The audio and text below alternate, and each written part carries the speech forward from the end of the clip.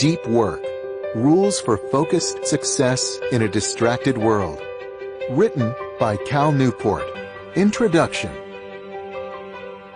In the Swiss canton of St. Gallen, near the northern banks of Lake Zurich, is a village named Balingen. In 1922, the psychiatrist Carl Jung chose this spot to begin building a retreat. He began with a basic two-story stone house he called the Tower. After returning from a trip to India, where he observed the practice of adding meditation rooms to homes, he expanded the complex to include a private office. "In my retiring room, I am by myself," Jung said of the space. "I keep the key with me all the time. No one else is allowed in there except with my permission." In his book Daily Rituals, journalist Mason Curry sorted through various sources on Jung to recreate the psychiatrist's work habits at the Tower. Jung would rise at 7 a.m., Curry reports, and after a big breakfast, he would spend 2 hours of undistracted writing time in his private office. His afternoons would often consist of meditation or long walks in the surrounding countryside. There was no electricity at the Tower, so as day gave way to night, light came from oil lamps and heat from the fireplace. Jung would retire to bed by 10 p.m. "The feeling of repose and renewal that I had in this tower was intense from the start," he said. Though it's tempting to think of Balingen Tower as a vacation home, if we put it into the context of Jung's career at this point, it's clear that the lakeside retreat was not built as an escape from work.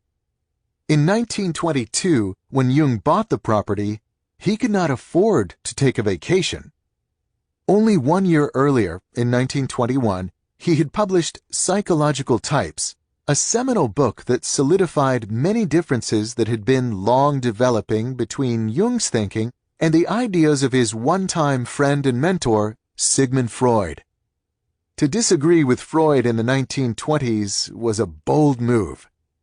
To back up his book, Jung needed to stay sharp and produce a stream of smart articles and books further supporting and establishing analytical psychology, the eventual name for his new school of thought.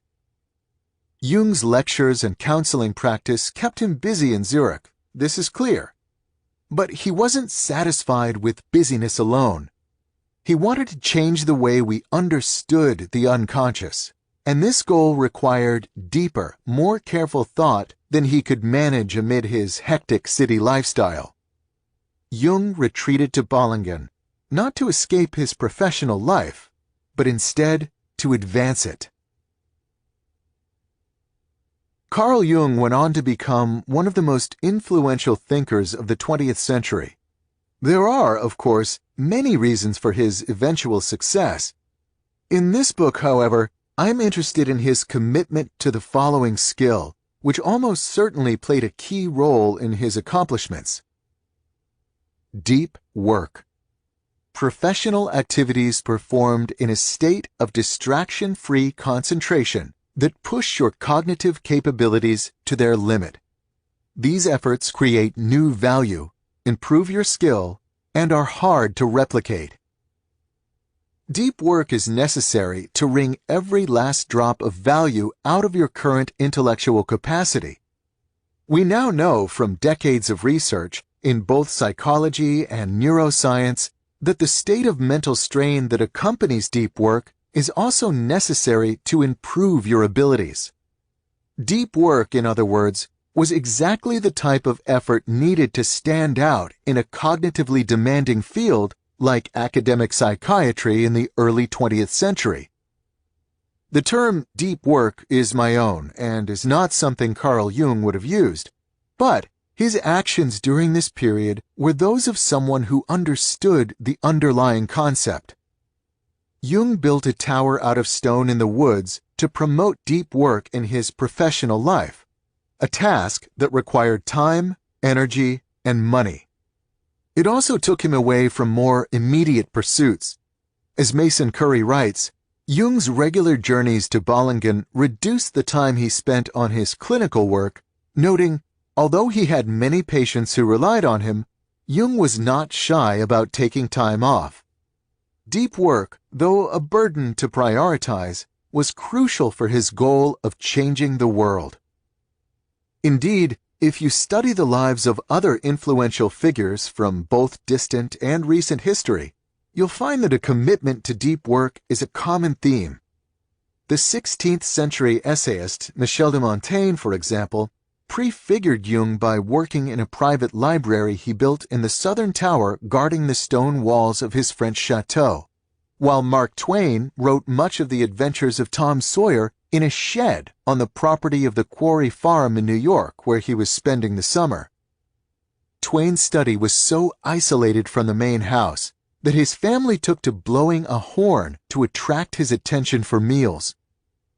Moving forward in history, consider the screenwriter and director Woody Allen.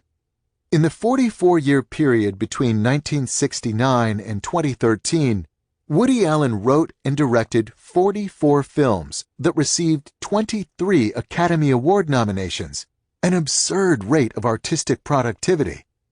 Throughout this period, Allen never owned a computer, instead completing all his writing free from electronic distraction on a German Olympia SM3 manual typewriter.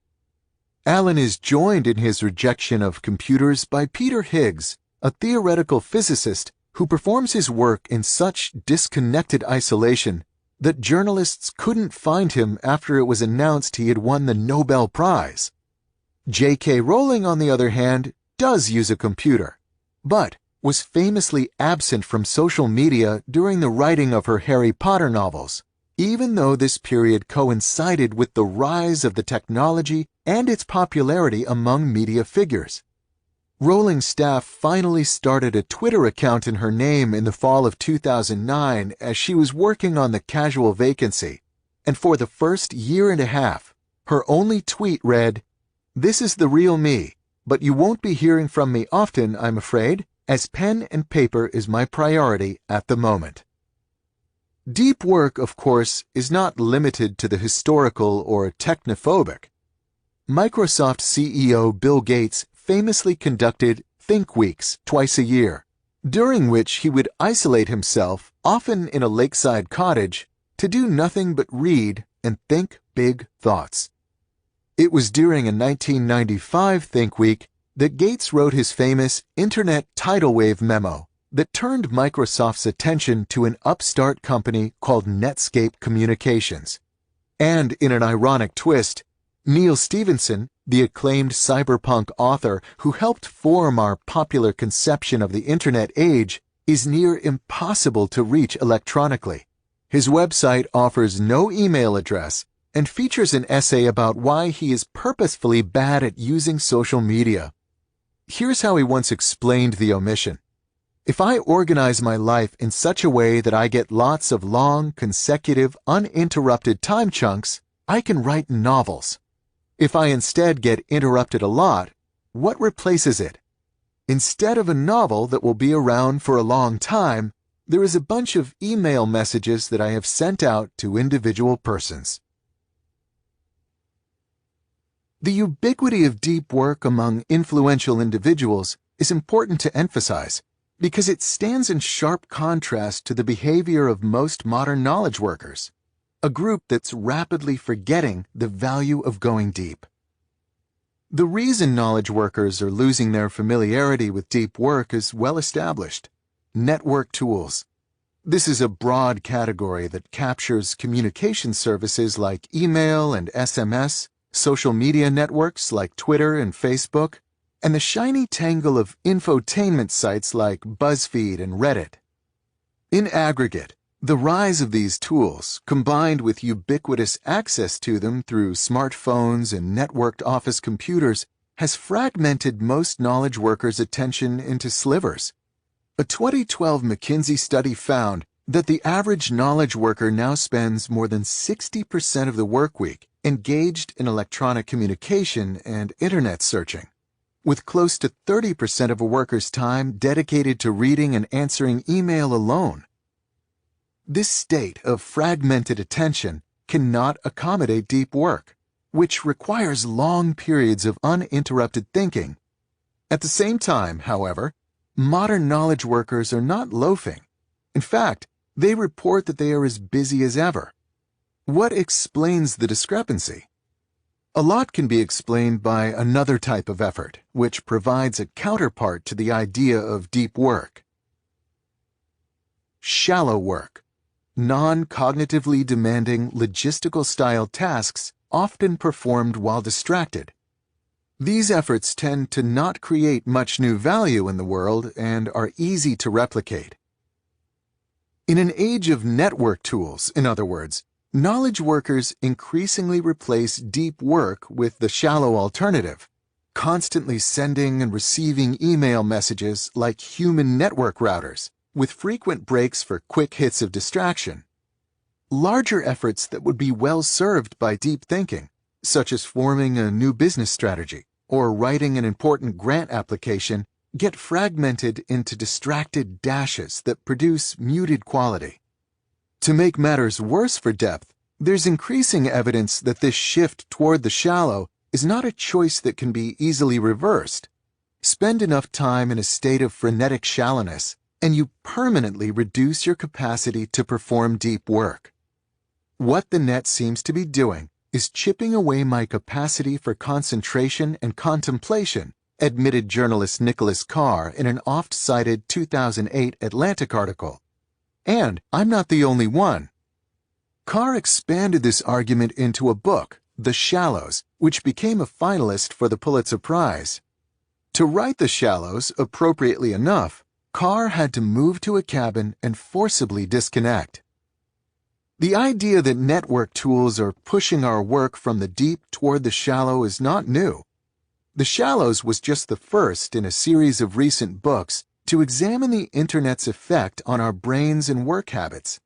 These subsequent titles include William Power's Hamlet's Blackberry, John Freeman's The Tyranny of Email, and Alex Soojung Kin Pang's The Distraction Addiction, all of which agree more or less that network tools are distracting us from work that requires unbroken concentration, while simultaneously degrading our capacity to remain focused. Given this existing body of evidence, I will not spend more time in this book trying to establish this point. We can, I hope, stipulate that network tools negatively impact deep work. I'll also sidestep any grand arguments about the long-term societal consequence of this shift, as such arguments tend to open impassable rifts. On one side of the debate are techno-skeptics like Jaron Lanier and John Freeman, who suspect that many of these tools, at least in their current state, damage society, while on the other side, techno-optimists like Clive Thompson argue that they're changing society, for sure, but in ways that'll make us better off. Google, for example, might reduce our memory, but we no longer need good memories, as in the moment we can now search for anything we need to know. I have no stance on this philosophical debate. My interest in this matter, instead, veers toward a thesis of much more pragmatic and individualized interest. Our work culture shift toward the shallow, whether you think it's philosophically good or bad, is exposing a massive economic and personal opportunity for the few who recognize the potential of resisting this trend and prioritizing depth. An opportunity that, not too long ago, was leveraged by a bored young consultant from Virginia named Jason Ben. There are many ways to discover that you're not valuable in our economy. For Jason Ben, the lesson was made clear when he realized, not long after taking a job as a financial consultant, that the vast majority of his work responsibilities could be automated by a kludged-together Excel script. The firm that hired Ben produced reports for banks involved in complex deals. It was about as interesting as it sounds, Ben joked in one of our interviews. The report creation process required hours of manual manipulation of data in a series of Excel spreadsheets. When he first arrived, it took Ben up to 6 hours per report to finish this stage. The most efficient veterans at the firm could complete this task in around half the time.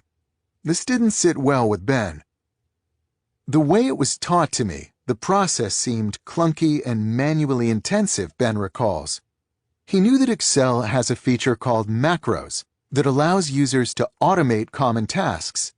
Ben read articles on the topic and soon put together a new worksheet, wired up with a series of these macros that could take the 6-hour process of manual data manipulation and replace it, essentially with a button click. A report writing process that originally took him a full workday could now be reduced to less than an hour.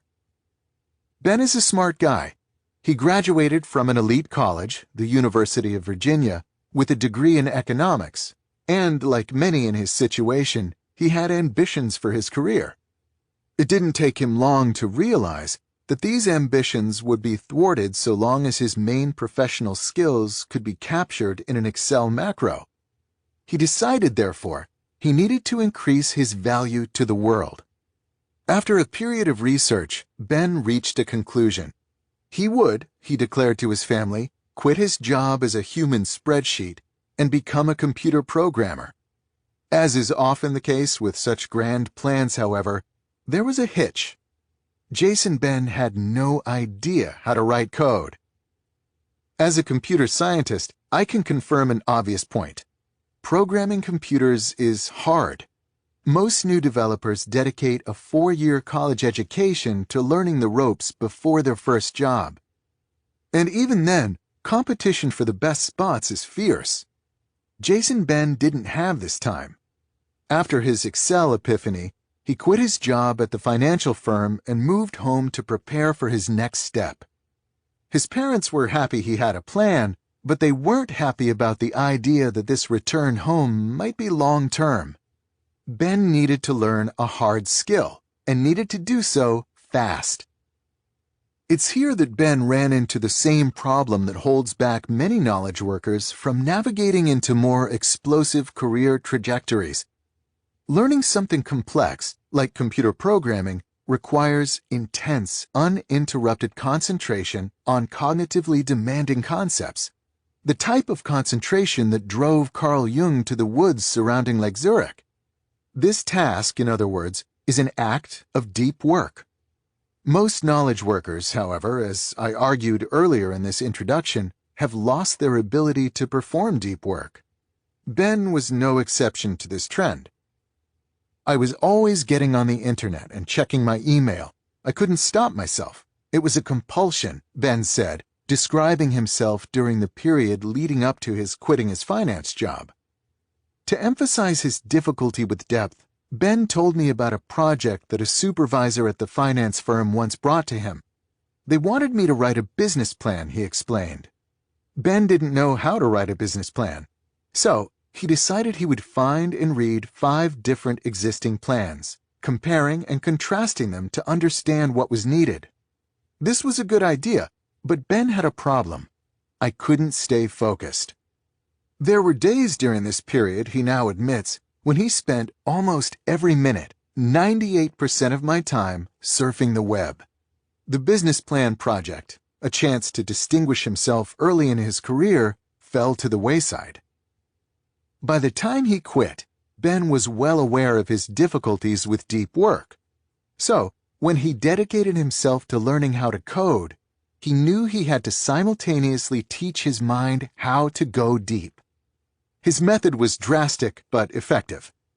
I locked myself in a room with no computer, just textbooks, note cards, and a highlighter. He would highlight the computer programming textbooks, transfer the ideas to note cards, and then practice them out loud. These periods, free from electronic distraction, were hard at first, but Ben gave himself no other option. He had to learn this material, and he made sure there was nothing in that room to distract him. Over time, however, he got better at concentrating, eventually getting to a point where he was regularly clocking 5 or more disconnected hours per day in the room, focused, without distraction, on learning this hard new skill. I probably read something like 18 books on the topic by the time I was done, he recalls. After 2 months locked away studying, Ben attended the notoriously difficult Dev Boot Camp. a 100-hour-a-week crash course in web application programming. While researching the program, Ben found a student with a PhD from Princeton who had described Dev as the hardest thing I've ever done in my life. Given both his preparation and his newly honed ability for deep work, Ben excelled. Some people show up not prepared, he said. They can't focus. They can't learn quickly. Only half the students who started the program with Ben ended up graduating on time. Ben not only graduated, but was also the top student in his class. The deep work paid off. Ben quickly landed a job as a developer at a San Francisco tech startup with $25 million in venture funding and its pick of employees.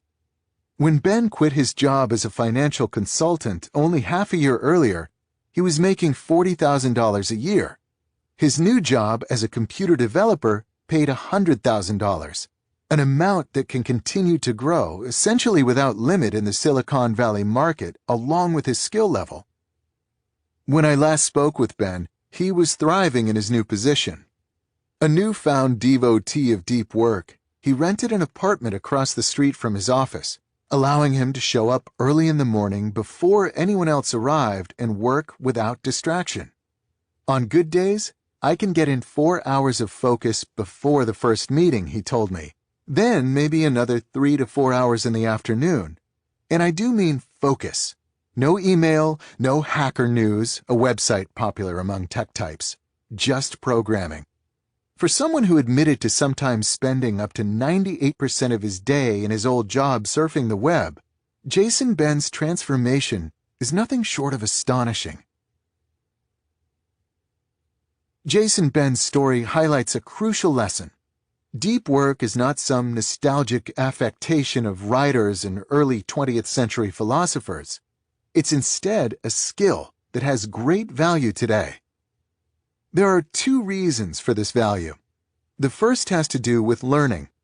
We have an information economy that's dependent on complex systems that change rapidly. Some of the computer languages Ben learned, for example, didn't exist 10 years ago and will likely be outdated 10 years from now. Similarly, someone coming up in the field of marketing in the 1990s probably had no idea that today they'd need to master digital analytics. To remain valuable in our economy, therefore, you must master the art of quickly learning complicated things. This task requires deep work. If you don't cultivate this ability, you're likely to fall behind as technology advances. The second reason that deep work is valuable is because the impacts of the digital network revolution cut both ways. If you can create something useful, its reachable audience, e.g. employers or customers, is essentially limitless, which greatly magnifies your reward. On the other hand, if what you're producing is mediocre, then you're in trouble, as it's too easy for your audience to find a better alternative online. Whether you're a computer programmer, writer, marketer, consultant, or entrepreneur, your situation has become similar to Jung trying to outwit Freud, or Jason Ben trying to hold his own in a hot startup. To succeed, you have to produce the absolute best stuff you're capable of producing, a task that requires depth. The growing necessity of deep work is new. In an industrial economy, there was a small skilled labor and professional class for which deep work was crucial, but most workers could do just fine without ever cultivating an ability to concentrate without distraction. They were paid to crank widgets, and not much about their job would change in the decades they kept it. But as we shift to an information economy, more and more of our population are knowledge workers, and deep work is becoming a key currency, even if most haven't yet recognized this reality. Deep work is not, in other words, an old-fashioned skill falling into irrelevance. It's instead a crucial ability for anyone looking to move ahead in a globally competitive information economy that tends to chew up and spit out those who aren't earning their keep.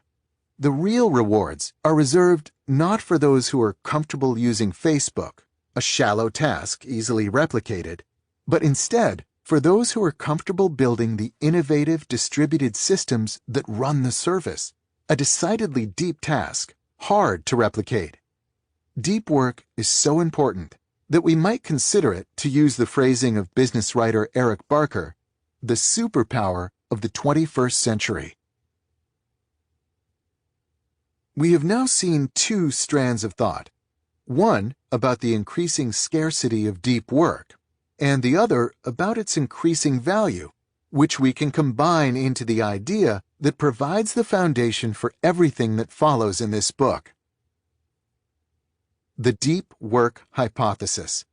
The ability to perform deep work is becoming increasingly rare at exactly the same time it is becoming increasingly valuable in our economy. As a consequence, the few who cultivate this skill and then make it the core of their working life will thrive. This book has two goals, pursued in two parts. The first, tackled in Part 1, is to convince you that the deep work hypothesis is true. The second, tackled in Part 2, is to teach you how to take advantage of this reality by training your brain and transforming your work habits to place deep work at the core of your professional life. Before diving into these details, however, I'll take a moment to explain how I became such a devotee of depth. I've spent the past decade cultivating my own ability to concentrate on hard things. To understand the origins of this interest, it helps to know that I'm a theoretical computer scientist who performed my doctoral training in MIT's famed Theory of Computation group, a professional setting where the ability to focus is considered a crucial occupational skill.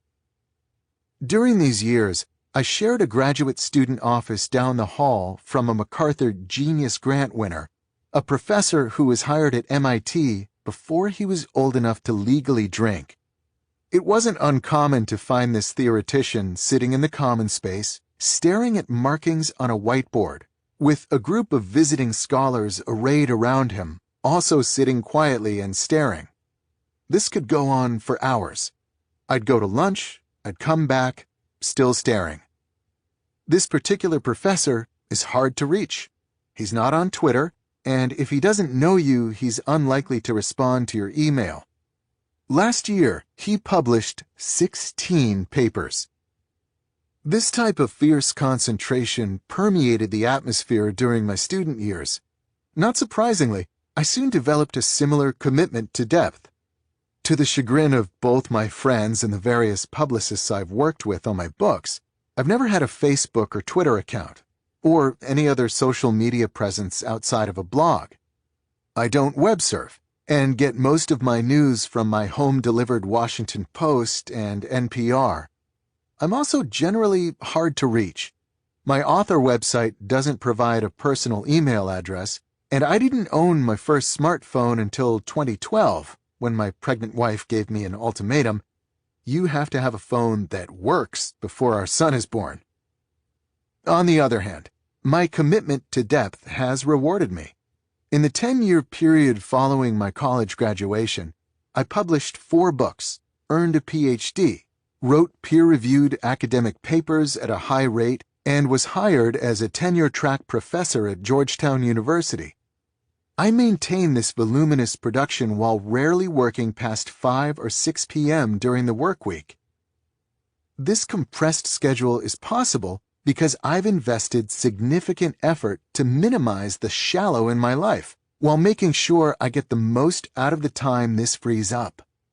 I build my days around a core of carefully chosen deep work, with the shallow activities I absolutely cannot avoid batched into smaller bursts at the peripheries of my schedule. 3 to 4 hours a day, 5 days a week, of uninterrupted and carefully directed concentration, it turns out, can produce a lot of valuable output. My commitment to depth has also returned non-professional benefits. For the most part, I don't touch a computer between the time when I get home from work and the next morning when the new workday begins, the main exception being blog posts, which I like to write after my kids go to bed. This ability to fully disconnect, as opposed to the more standard practice of sneaking in a few quick work email checks or giving into frequent surveys of social media sites, allows me to be present with my wife and 2 sons in the evenings and read a surprising number of books for a busy father of 2. More generally, the lack of distraction in my life tones down that background hum of nervous mental energy that seems to increasingly pervade people's daily lives. I'm comfortable being bored, and this can be a surprisingly rewarding skill, especially on a lazy DC summer night listening to a Nationals game slowly unfold on the radio. This book is best described as an attempt to formalize and explain my attraction to depth over shallowness, and to detail the types of strategies that have helped me act on this attraction. I've committed this thinking to words, in part, to help you follow my lead in rebuilding your life around deep work. But this isn't the whole story. My other interest in distilling and clarifying these thoughts is to further develop my own practice. My recognition of the deep work hypothesis has helped me thrive, but I'm convinced that I haven't yet reached my full value-producing potential. As you struggle and ultimately triumph with the ideas and rules in the chapters ahead, you can be assured that I'm following suit, ruthlessly culling the shallow and painstakingly cultivating the intensity of my depth. You'll learn how I fare in this book's conclusion. When Carl Jung wanted to revolutionize the field of psychiatry, he built a retreat in the woods. Jung's Bollingen Tower became a place where he could maintain his ability to think deeply, and then apply the skill to produce work of such stunning originality that it changed the world. In the chapters ahead, I'll try to convince you to join me in the effort to build our own personal Bollingen Towers, to cultivate an ability to produce real value in an increasingly distracted world, and to recognize a truth embraced by the most productive and important personalities of generations past. A deep life is a good life. Part 1. The Idea. Chapter 1. Deep work is valuable. As Election Day loomed in 2012, traffic at the New York Times website spiked, as is normal during moments of national importance. But this time, something was different. A wildly disproportionate fraction of this traffic, more than 70% by some reports, was visiting a single location in the sprawling domain. It wasn't a front-page breaking news story, and it wasn't commentary from one of the paper's Pulitzer Prize-winning columnists. It was instead a blog run by a baseball stats geek turned election forecaster named Nate Silver. Less than a year later, ESPN and ABC News lured Silver away from the Times, which tried to retain him by promising a staff of up to a dozen writers, in a major deal that would give Silver's operation a role in everything from sports to weather to network news segments to, improbably enough, Academy Awards telecasts. Though there's debate about the methodological rigor of Silver's hand-tuned models, there are few who deny that in 2012, this 35-year-old data whiz was a winner in our economy. Another winner is David Heinemeier Hansson, a computer programming star who created the Ruby on Rails website development framework, which currently provides the foundation for some of the web's most popular destinations, including Twitter and Hulu. Hansson is a partner in the influential development firm Basecamp, called 37 Signals until 2014. Hansson doesn't talk publicly about the magnitude of his profit share from Basecamp or his other revenue sources, but we can assume they're lucrative given that Hansson splits his time between Chicago, Malibu, and Marbella, Spain, where he dabbles in high-performance race car driving. Our third and final example of a clear winner in our economy is John Doerr, a general partner in the famed Silicon Valley venture capital fund Kleiner, Perkins, Caulfield, and Byers.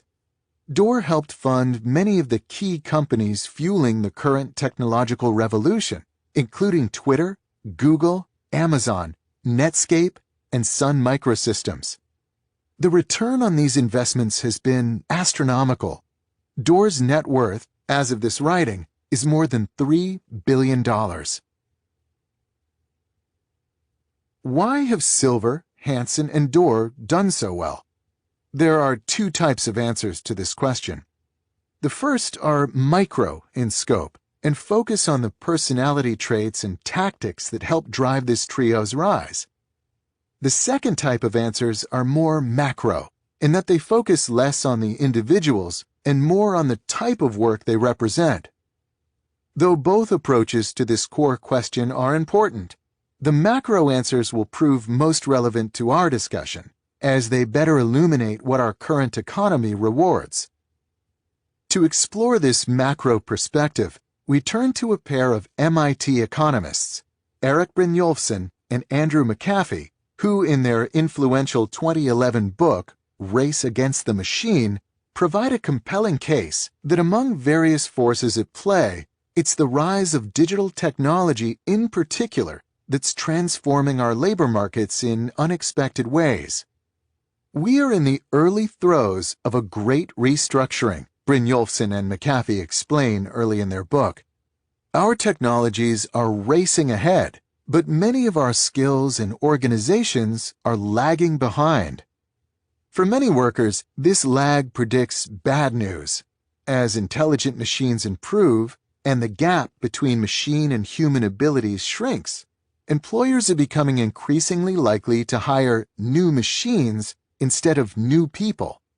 And when only a human will do, improvements in communications and collaboration technology are making remote work easier than ever before, motivating companies to outsource key roles to stars, leaving the local talent pool underemployed. This reality is not, however, universally grim. As Brynjolfsson and McAfee emphasize, this great restructuring is not driving down all jobs, but is instead dividing them. Though an increasing number of people will lose in this new economy as their skills become automatable or easily outsourced, there are others who will not only survive, but thrive, becoming more valued and therefore more rewarded than before. Brynjolfsson and McAfee aren't alone in proposing this bimodal trajectory for the economy. In 2013, for example, the George Mason economist Tyler Cowen published Average is Over, a book that echoes this thesis of a digital division. But what makes Brynjolfsson and McAfee's analysis particularly useful is that they proceed to identify three specific groups that will fall on the lucrative side of this divide and reap a disproportionate amount of the benefits of the intelligent machine age. Not surprisingly, it's to these three groups that Silver, Hansen, and Door happen to belong. Let's touch on each of these groups in turn to better understand why they're suddenly so valuable. The high-skilled workers. Brynjolfsson and McAfee call the group personified by Nate Silver the high-skilled workers. Advances such as robotics and voice recognition are automating many low-skilled positions.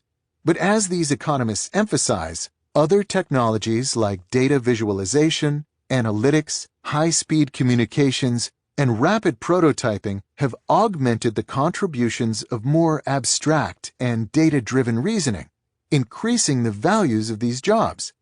In other words, those with the oracular ability to work with and tease valuable results out of increasingly complex machines will thrive.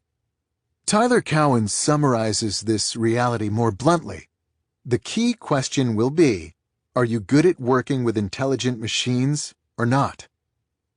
Nate Silver, of course, with his comfort in feeding data into large databases, then siphoning it out into his mysterious Monte Carlo simulations, is the epitome of the high-skilled worker. Intelligent machines are not an obstacle to Silver's success, but instead provide its precondition. The superstars. The ace programmer David Heinemeier Hansson provides an example of the second group that Brynjolfsson and McAfee predict will thrive in our new economy: superstars. High-speed data networks and collaboration tools like email and virtual meeting software have destroyed regionalism in many sectors of knowledge work. It no longer makes sense, for example, to hire a full-time programmer, put aside office space, and pay benefits, when you can instead pay one of the world's best programmers, like Hansson, for just enough time to complete the project at hand. In this scenario, you'll probably get a better result for less money, while Hansson can service many more clients per year and will therefore also end up better off. The fact that Hansson might be working remotely from Marbella, Spain, while your office is in Des Moines, Iowa, doesn't matter to your company, as advances in communication and collaboration technology make the process near seamless. This reality does matter, however, to the less skilled local programmers living in Des Moines and in need of a steady paycheck. This same trend holds for the growing number of fields where technology makes productive remote work possible: consulting, marketing, writing, design, and so on. Once the talent market is made universally accessible, those at the peak of the market thrive, while the rest suffer. In a seminal 1981 paper, the economist Sherwin Rosen worked out the mathematics behind these winner-take-all markets. One of his key insights was to explicitly model talent, labeled innocuously with the variable Q in his formulas, as a factor with imperfect substitution, which Rosen explains as follows: hearing a succession of mediocre singers does not add up to a single outstanding performance.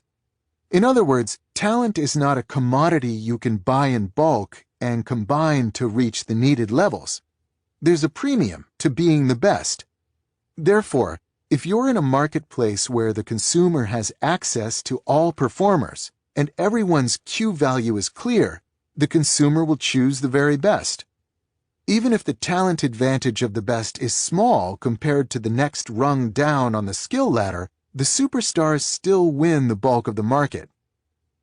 In the 1980s, when Rosen studied this effect, he focused on examples like movie stars and musicians, where there existed clear markets, such as music stores and movie theaters, where an audience has access to different performers and can accurately approximate their talent before making a purchasing decision. The rapid rise of communication and collaboration technologies has transformed many other formerly local markets into a similarly universal bazaar. The small company looking for a computer programmer or public relations consultant now has access to an international marketplace of talent, in the same way that the advent of the record store allowed the small-town music fan to bypass local musicians to buy albums from the world's best bands. The superstar effect, in other words, has a broader application today than Rosen could have predicted 30 years ago. An increasing number of individuals in our economy are now competing with the rock stars of their sectors. The owners. The final group that will thrive in our new economy, the group epitomized by John Doerr, consists of those with capital to invest in the new technologies that are driving the Great Restructuring. As we've understood since Marx, access to capital provides massive advantages. It's also true, however, that some periods offer more advantages than others. As Brynjolfsson and McAfee point out, post-war Europe was an example of a bad time to be sitting on a pile of cash, as the combination of rapid inflation and aggressive taxation wiped out old fortunes with surprising speed, what we might call the Downton Abbey effect. The Great Restructuring, unlike the post-war period, is a particularly good time to have access to capital. To understand why, first recall that bargaining theory, a key component in standard economic thinking, argues that when money is made through the combination of capital investment and labor, the rewards are returned, roughly speaking, proportional to the input. As digital technology reduces the need for labor in many industries, the proportion of the rewards returned to those who own the intelligent machines is growing. A venture capitalist in today's economy can fund a company like Instagram, which was eventually sold for $1 billion, while employing only 13 people. When else in history could such a small amount of labor be involved in such a large amount of value? With so little input from labor, the proportion of this wealth that flows back to the machine owners, in this case the venture investors, is without precedent. It's no wonder that a venture capitalist I interviewed for my last book admitted to me with some concern, "Everyone wants my job." Let's pull together the threads spun so far. Current economic thinking, as I've surveyed, argues that the unprecedented growth and impact of technology are creating a massive restructuring of our economy.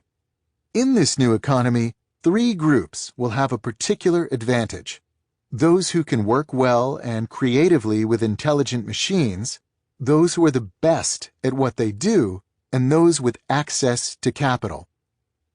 To be clear, this great restructuring, identified by economists like Brynjolfsson, McAfee, and Cowan, is not the only economic trend of importance at the moment, and the 3 groups mentioned previously are not the only groups who will do well. But what's important for this book's argument is that these trends, even if not alone, are important, and these groups, even if they are not the only such groups, will thrive. If you can join any of these groups, therefore, you'll do well. If you cannot, you might still do well, but your position is more precarious. The question we must now face is the obvious one: how does one join these winners? At the risk of quelling your rising enthusiasm, I should first confess that I have no secret for quickly amassing capital and becoming the next John Doerr. If I had such secrets, it's unlikely I'd share them in a book. The other 2 winning groups, however, are accessible. How to access them is the goal we tackle next. How to become a winner in the new economy. I just identified 2 groups that are poised to thrive and that I claim are accessible: those who can work creatively with intelligent machines and those who are stars in their field. What's the secret to landing in these lucrative sectors of the widening digital divide? I argue that the following 2 core abilities are crucial. 2 core abilities for thriving in the new economy. 1.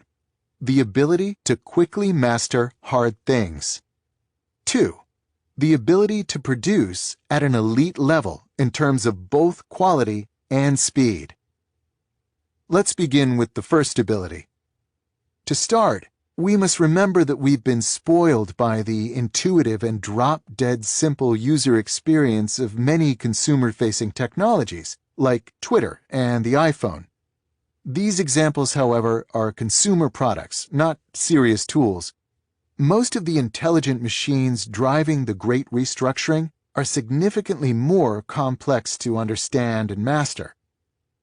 Consider Nate Silver, our earlier example of someone who thrives by working well with complicated technology. If we dive deeper into his methodology, we discover that generating data-driven election forecasts is not as easy as typing "who will win more votes" into a search box.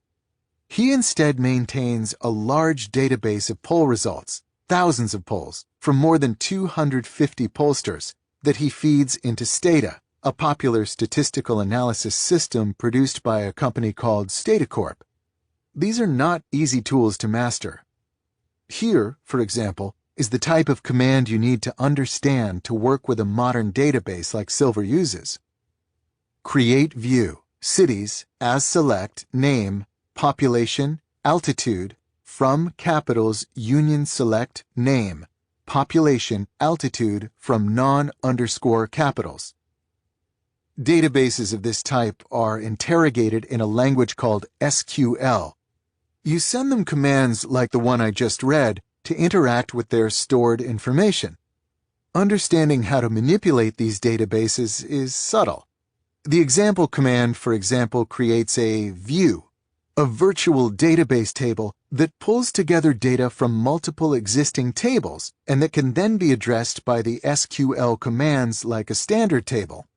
When to create views and how to do so well is a tricky question, one of many that you must understand and master to tease reasonable results out of real-world databases. Sticking with our Nate Silver case study, consider the other technology he relies on, Stata. This is a powerful tool, and definitely not something you can learn intuitively after some modest tinkering. Here, for example, is a description of the features added to the most recent version of this software. Stata 13 adds many new features, such as treatment effects, multi-level GLM, power and sample size, generalized SEM, forecasting, effect sizes, project manager, long strings and blobs, and much more. Silver uses this complex software with its generalized SEM and blobs to build intricate models with interlocking parts, multiple regressions conducted on custom parameters, which are then referenced as custom weights used in probabilistic expressions and so on.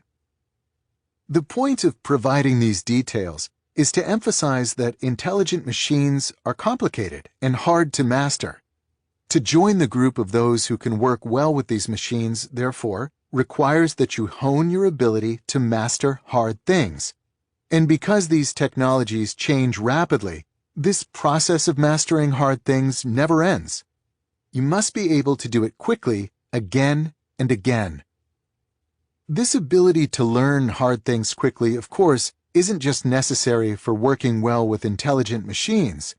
It also plays a key role in the attempt to become a superstar in just about any field, even those that have little to do with technology.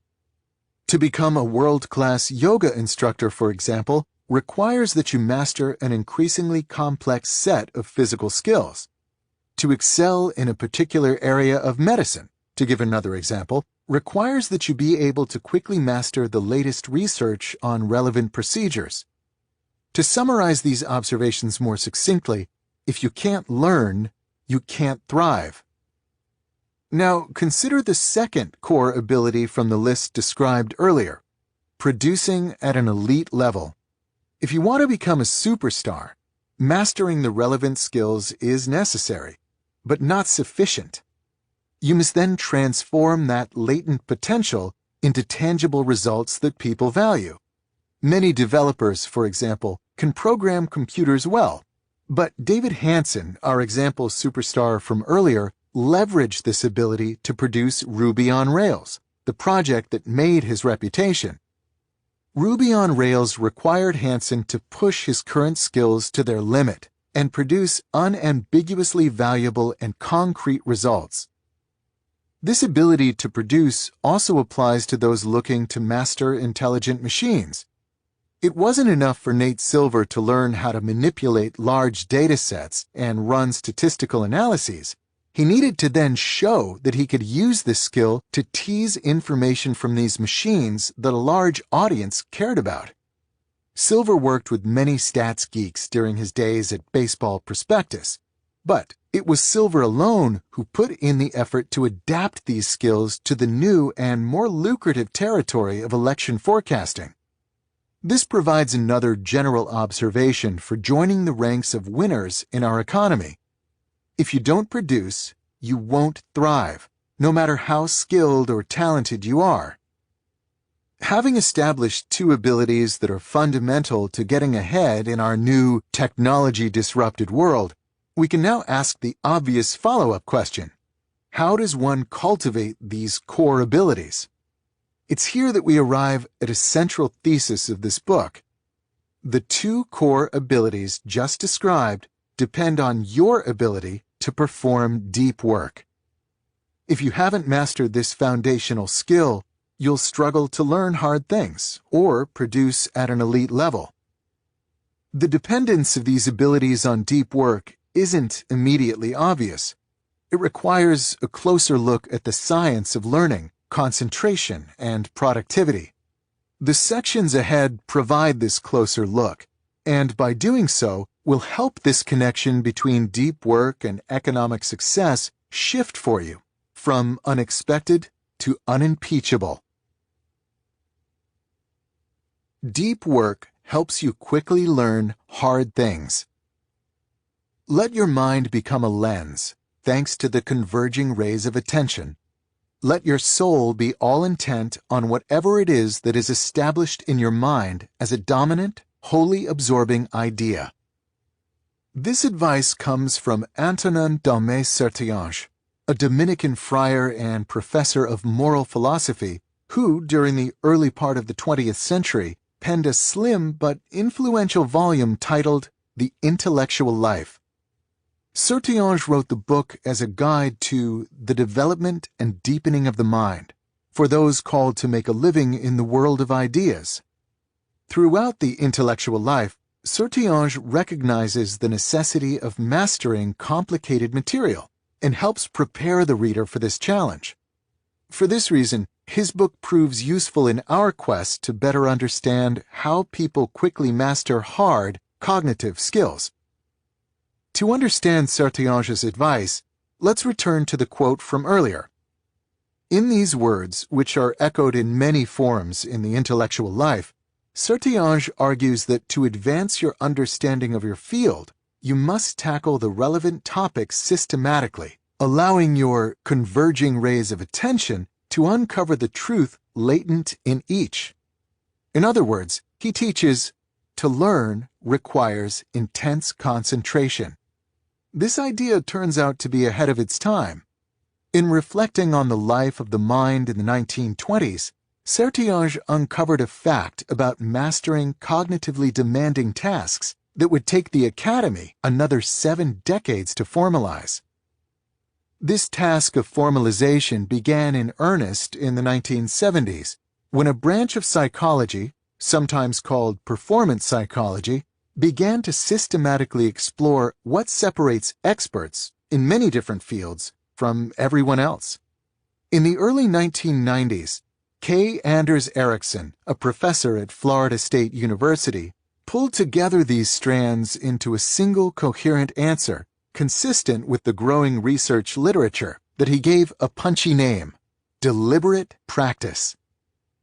Ericsson opens his seminal paper on the topic with a powerful claim. We deny that these differences between expert performers and normal adults are immutable. Instead, we argue that the differences between expert performers and normal adults reflect a lifelong period of deliberate effort to improve performance in a specific domain. American culture, in particular, loves the storyline of the prodigy. Do you know how easy this is for me? Matt Damon's character famously cries in the movie Good Will Hunting as he makes quick work of proofs that stymie the world's top mathematicians. The line of research promoted by Ericsson, and now widely accepted, with caveats, destabilizes these myths. To master a cognitively demanding task requires this specific form of practice. There are few exceptions made for natural talent. On this point, too, Sertillanges seems to have been ahead of his time, arguing in The Intellectual Life, men of genius themselves were great only by bringing all their power to bear on the point on which they had decided to show their full measure. Ericsson couldn't have said it better. This brings us to the question of what deliberate practice actually requires. Its core components are usually identified as follows. 1. Your attention is focused tightly on a specific skill you're trying to improve or an idea you're trying to master. 2. You receive feedback so you can correct your approach to keep your attention exactly where it's most productive. The first component is of particular importance to our discussion, as it emphasizes that deliberate practice cannot exist alongside distraction, and that it instead requires uninterrupted concentration. As Ericsson emphasizes, diffused attention is almost antithetical to the focused attention required by deliberate practice. As psychologists, Erickson and the other researchers in his field are not interested in why deliberate practice works. They're just identifying it as an effective behavior. In the intervening decades since Erickson's first major papers on the topic, however, neuroscientists have been exploring the physical mechanisms that drive people's improvements on hard tasks. As the journalist Daniel Coyle surveys in his 2009 book, The Talent Code, these scientists increasingly believe the answer includes myelin, a layer of fatty tissue that grows around neurons, acting like an insulator that allows the cells to fire faster and cleaner. To understand the role of myelin in improvement, keep in mind that skills, be they intellectual or physical, eventually reduce down to brain circuits. This new science of performance argues that you get better at a skill as you develop more myelin around the relevant neurons, allowing the corresponding circuit to fire more effortlessly and effectively. To be great at something is to be well myelinated. This understanding is important because it provides a neurological foundation for why deliberate practice works. By focusing intensely on a specific skill, you're forcing the specific relevant circuit to fire again and again in isolation. This repetitive use of a specific circuit triggers cells called oligodendrocytes to begin wrapping layers of myelin around the neurons in the circuits, effectively cementing the skill. The reason, therefore, why it's important to focus intensely on the task at hand while avoiding distraction is because this is the only way to isolate the relevant neural circuit enough to trigger useful myelination. By contrast, if you're trying to learn a complex new skill, say SQL database management, in a state of low concentration, perhaps you also have your Facebook feed open, you're firing too many circuits simultaneously and haphazardly to isolate the group of neurons you actually want to strengthen. In the century that has passed since Antonin Dalmé-Sartiange first wrote about using the mind like a lens to focus rays of attention, we have advanced from this elevated metaphor to a decidedly less poetic explanation, expressed in terms of oligodendrocyte cells. But this sequence of thinking about thinking points to an inescapable conclusion. To learn hard things quickly, you must focus intensely without distraction. To learn, in other words, is an act of deep work. If you're comfortable going deep, you'll be comfortable mastering the increasingly complex systems and skills needed to thrive in our economy. If you instead remain one of the many for whom depth is uncomfortable and distraction ubiquitous, you shouldn't expect these systems and skills to come easily to you. Deep work helps you produce at an elite level. Adam Grant produces at an elite level. When I met Grant in 2013, he was the youngest professor to be awarded tenure in the history of the Wharton School of Business at Penn. A year later, when I started writing this chapter and was just beginning to think about my own tenure process, the claim was updated. He's now the youngest full professor at Wharton. The reason Grant advanced so quickly in his corner of academia is simple. He produces. In 2012, Grant published 7 articles, all of them in major journals. This is an absurdly high rate for his field, in which professors tend to work alone or in small professional collaborations and do not have large teams of students and postdocs to support their research. In 2013, this count fell to 5. This is still absurdly high, but below his recent standards.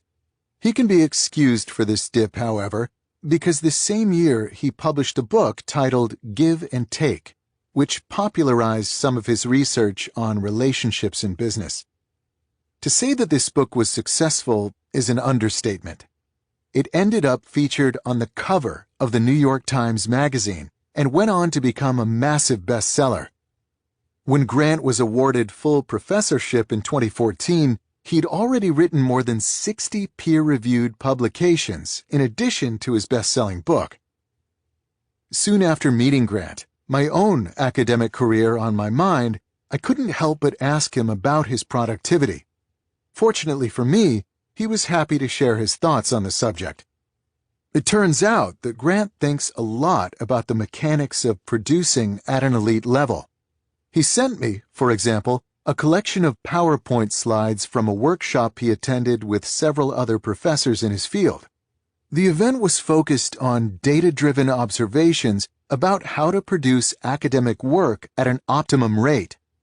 These slides included detailed pie charts of time allocation per season, a flowchart capturing relationship development with co-authors, and a suggested reading list with more than 20 titles. These business professors do not live the cliché of the absent-minded academic, lost in books and occasionally stumbling on a big idea. They see productivity as a scientific problem to systematically solve, a goal Adam Grant seems to have achieved.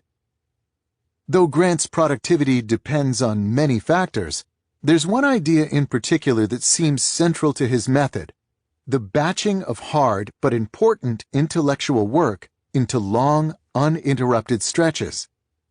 Grant performs this batching at multiple levels.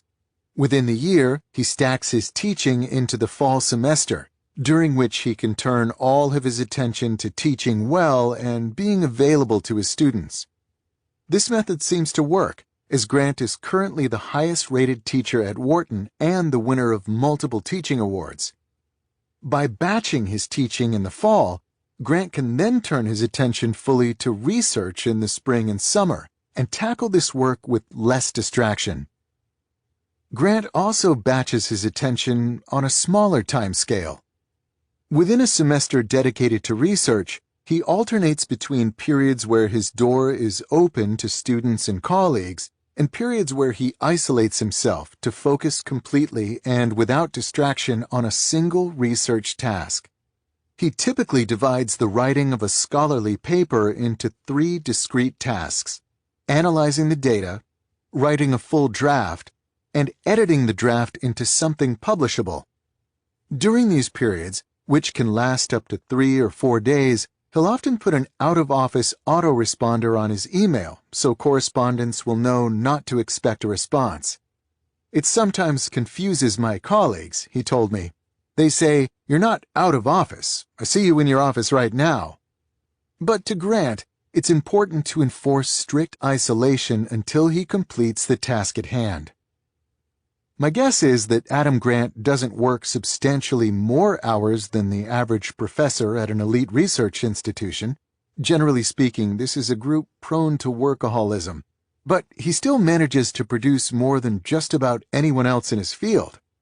I argue that his approach to batching helps explain this paradox, in particular by consolidating his work into intense and uninterrupted pulses. He's leveraging the following law of productivity. High-quality work produced equals time spent times intensity of focus. If you believe this formula, then Grant's habits make sense. By maximizing his intensity when he works, he maximizes the results he produces per unit of time spent working. This is not the first time I've encountered this formulaic conception of productivity. It first came to my attention when I was researching my second book, How to Become a Straight-A Student, many years earlier. During that research process, I interviewed around 50 ultra-high-scoring college undergraduates from some of the country's most competitive schools. Something I noticed in these interviews is that the very best students often studied less than the group of students right below them on the GPA rankings. One of the explanations for this phenomenon turned out to be the formula detailed earlier. The best students understood the role intensity plays in productivity, and therefore went out of their way to maximize their concentration, radically reducing the time required to prepare for tests or write papers, without diminishing the quality of their results. The example of Adam Grant implies that this intensity formula applies beyond just undergraduate GPA and is also relevant to other cognitively demanding tasks. But why would this be? An interesting explanation comes from Sophie Leroy, a business professor at the University of Minnesota. In a 2009 paper titled, intriguingly, "Why is it so hard to do my work?" Leroy introduced an effect she called attention residue. In the introduction to this paper, she noted that other researchers have studied the effect of multitasking, trying to accomplish multiple tasks simultaneously, on performance, but that in the modern knowledge work office, once you got to a high enough level, it was more common to find people working on multiple projects sequentially. Going from one meeting to the next, starting to work on one project, and soon after having to transition to another is just part of life in organizations, Leroy explains. The problem this research identifies with this work strategy is that when you switch from some task A to another task B, your attention doesn't immediately follow.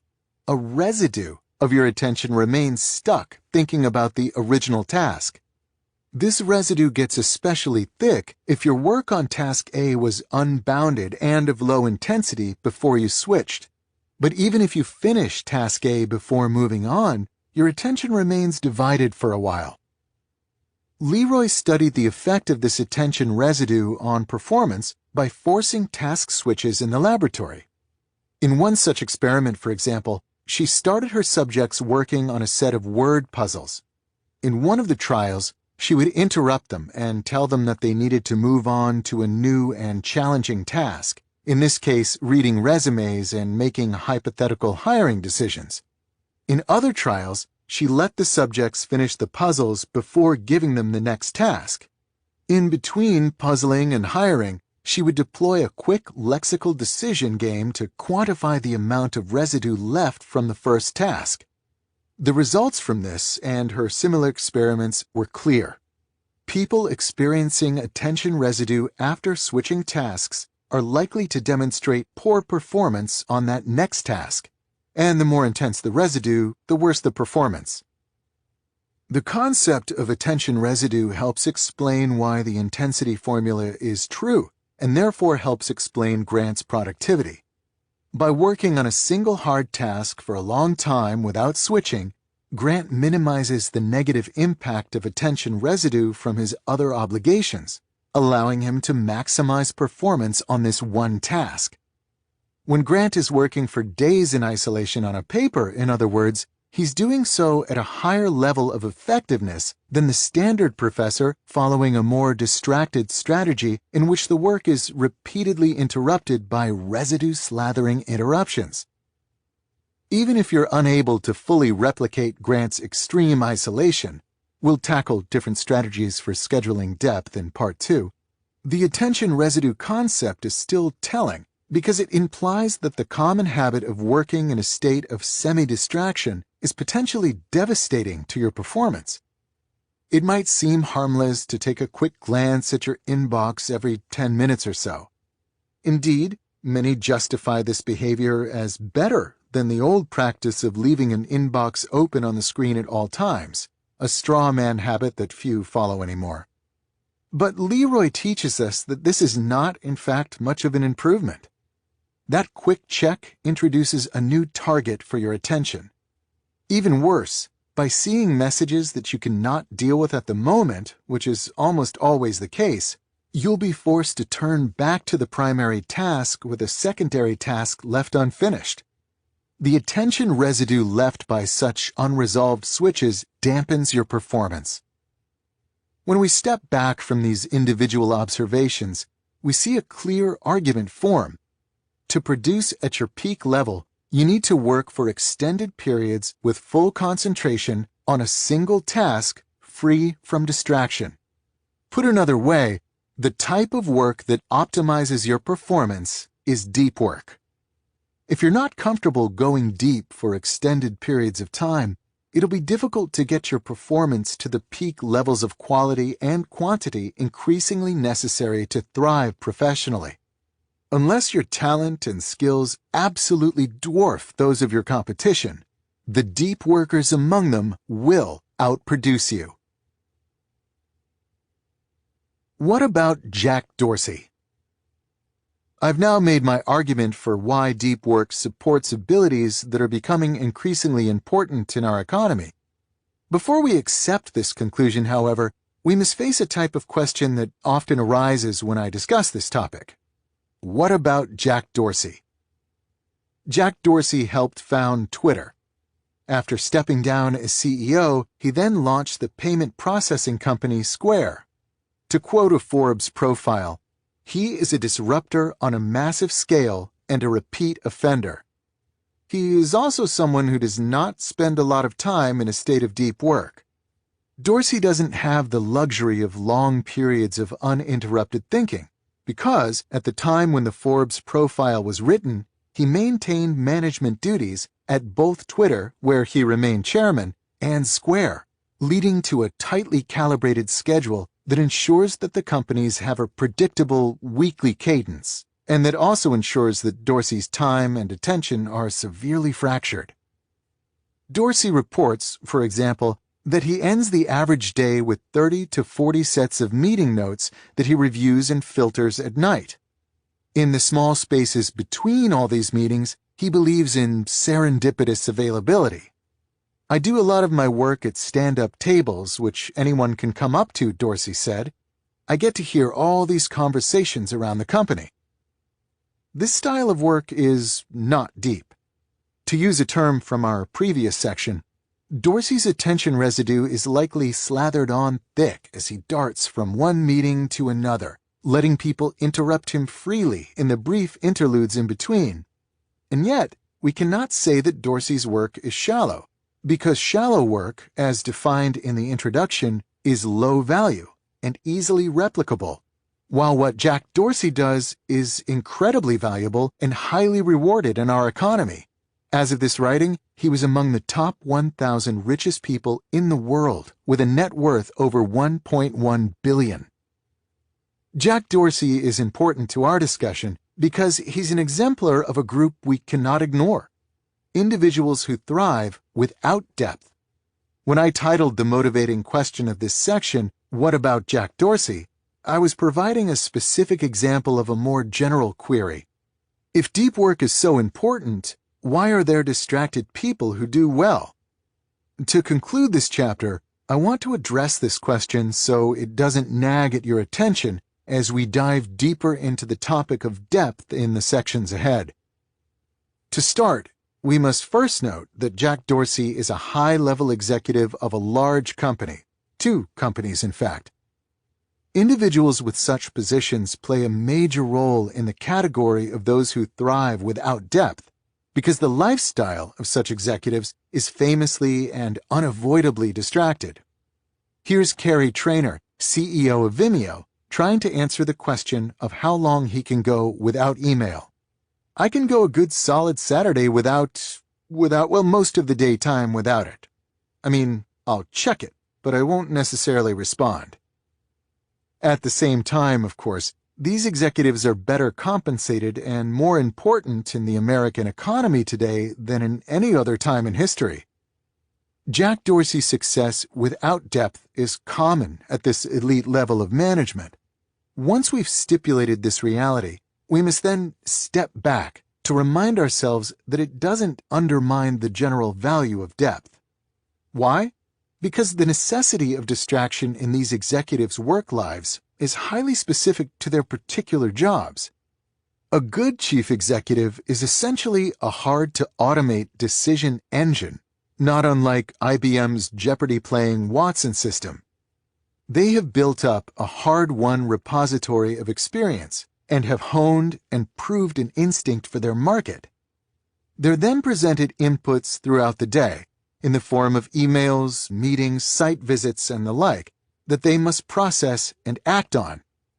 To ask a CEO to spend 4 hours thinking deeply about a single problem is a waste of what makes him or her valuable. It's better to hire 3 smart subordinates to think deeply about the problem and then bring their solutions to the executive for a final decision. This specificity is important because it tells us that if you're a high-level executive at a major company, you probably don't need the advice in the sections that follow. On the other hand, It also tells us that you cannot extrapolate the approach of these executives to other jobs. The fact that Dorsey encourages interruption, or Kerry Trainor checks his email constantly, doesn't mean that you'll share their success if you follow suit. Their behaviors are characteristic of their specific roles as corporate officers. This rule of specificity should be applied to similar counterexamples that come to mind while listening to the rest of this book. There are, we must continually remember, certain corners of our economy where depth is not valued. In addition to executives, we can also include, for example, certain types of salesmen and lobbyists for whom constant connection is their most valued currency. There are even those who manage to grind out distracted success in fields where depth would help.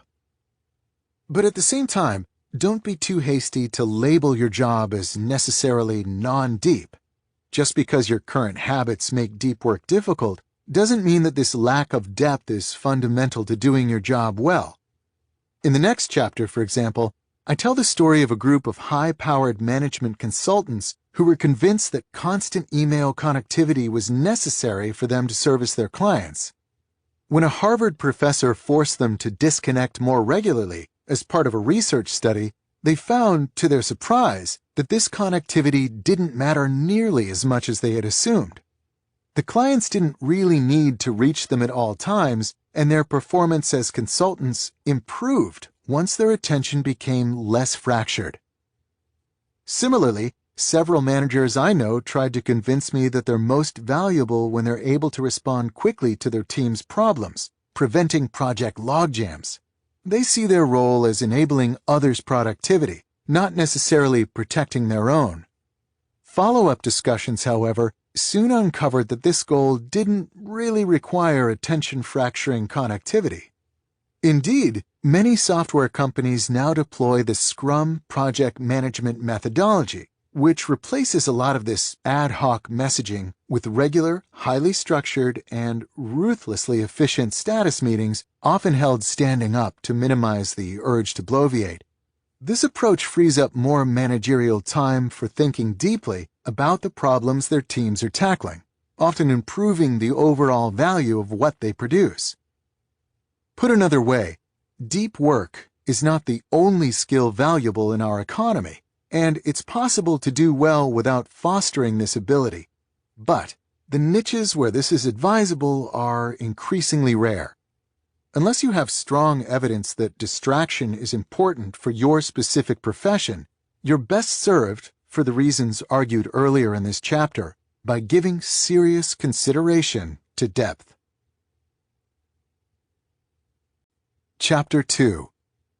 Deep work is rare. In 2012, Facebook unveiled the plans for a new headquarters designed by Frank Gehry. At the center of this new building is what CEO Mark Zuckerberg called the largest open floor plan in the world. More than 3,000 employees will work on movable furniture spread over a 10-acre expanse.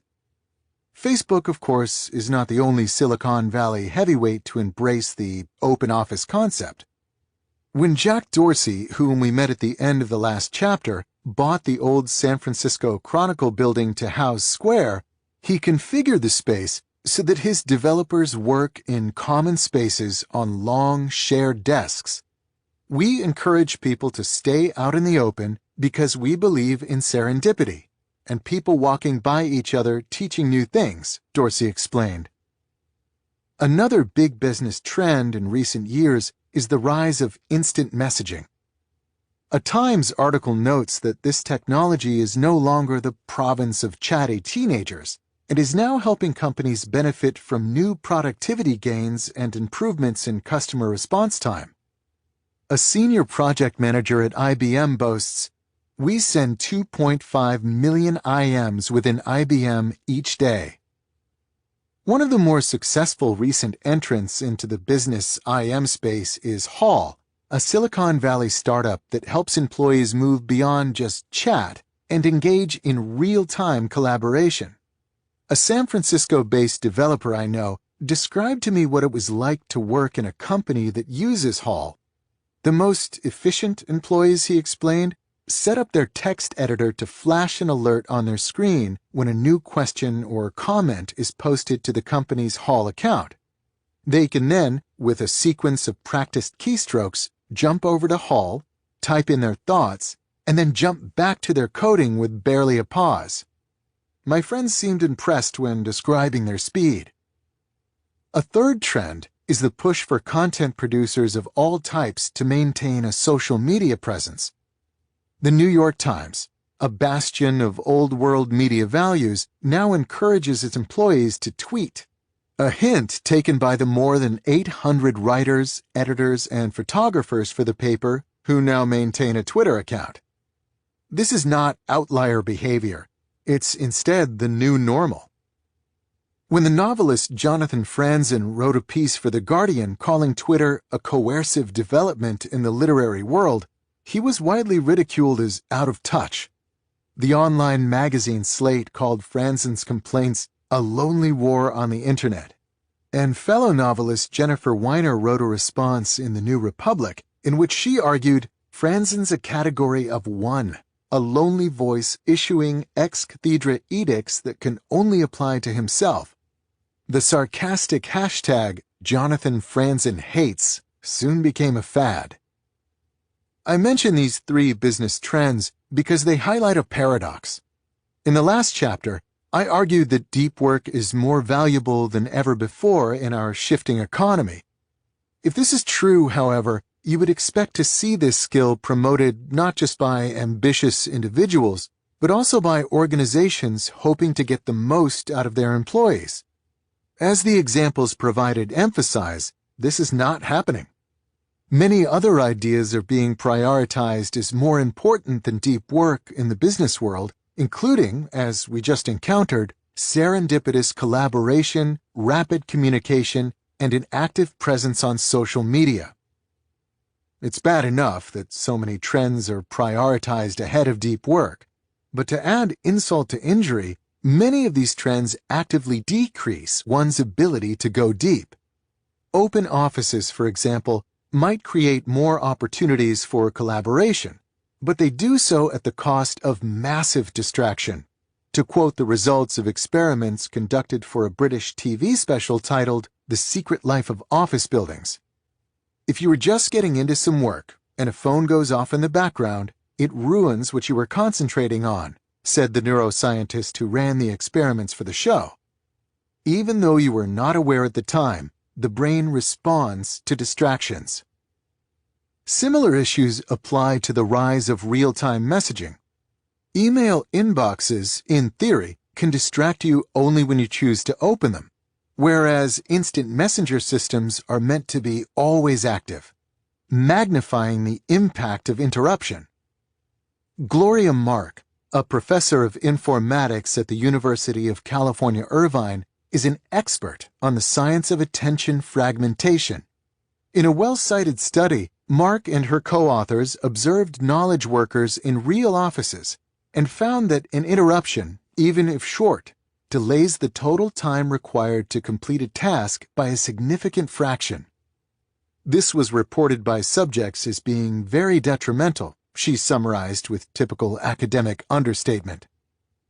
Forcing content producers onto social media also has negative effects on the ability to go deep.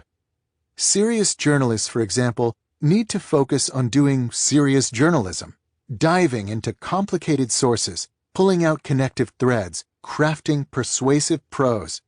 So, to ask them to interrupt this deep thinking throughout the day to participate in the frothy back and forth of online tittering seems irrelevant and somewhat demeaning at best, and devastatingly distracting at worst. The respected New Yorker staff writer George Packer captured this fear well in an essay about why he does not tweet. Twitter is crack for media addicts. It scares me, not because I'm morally superior to it, but because I don't think I could handle it. I'm afraid I'd end up letting my son go hungry. Tellingly, when he wrote that essay, Packer was busy writing his book, The Unwinding, which came out soon after and promptly won the National Book Award, despite, or perhaps aided by, his lack of social media use.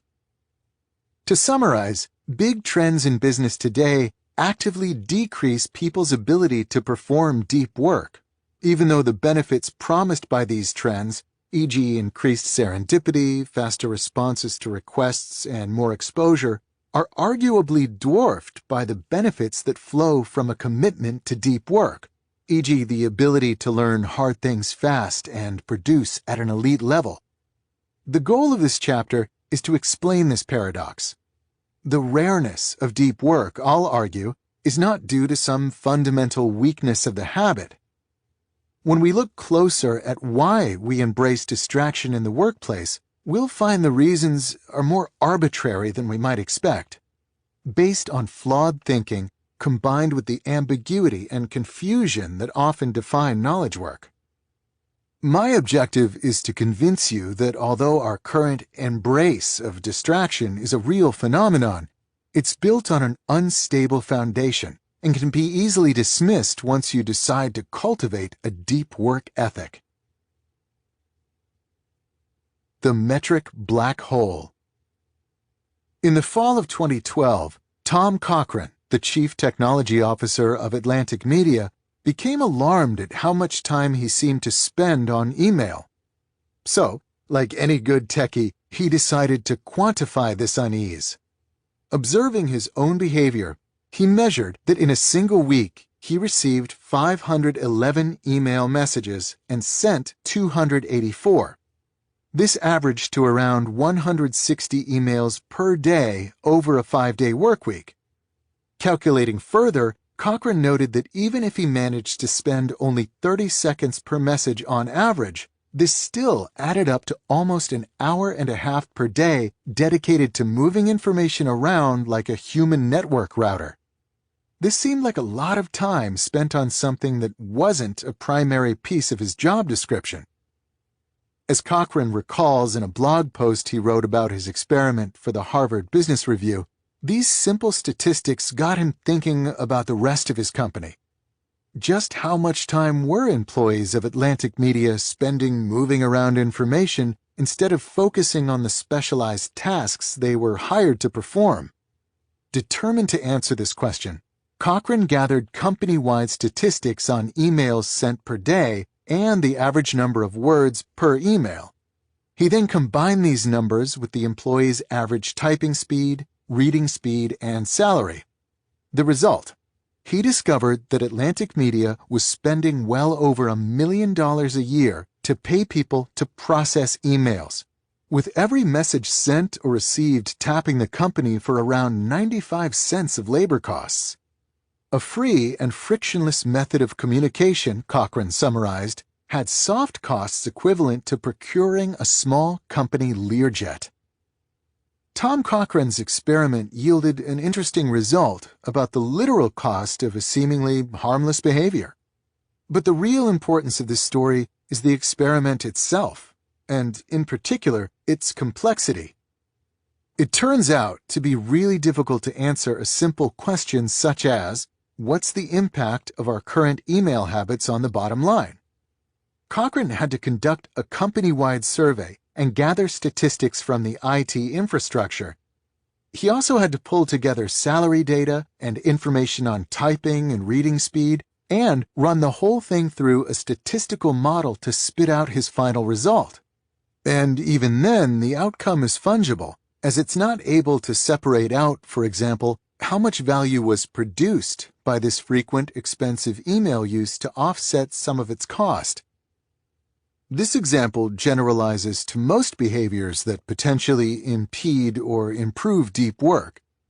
Even though we abstractly accept that distraction has costs and depth has value, these impacts, as Tom Cochran discovered, are difficult to measure. This isn't a trait unique to habits related to distraction and depth. Generally speaking, as knowledge work makes more complex demands of the labor force, it becomes harder to measure the value of an individual's efforts. The French economist Thomas Piketty made this point explicit in his study of the extreme growth of executive salaries. The enabling assumption driving his argument is that it is objectively difficult to measure individual contributions to a firm's output. In the absence of such measures, irrational outcomes such as executive salaries way out of proportion to the executive's marginal productivity can occur. Even though some details of Piketty's theory are controversial, the underlying assumption that it's increasingly difficult to measure individuals' contributions is generally considered, to quote one of his critics, undoubtedly true. We should not, therefore, expect the bottom-line impact of depth-destroying behaviors to be easily detected.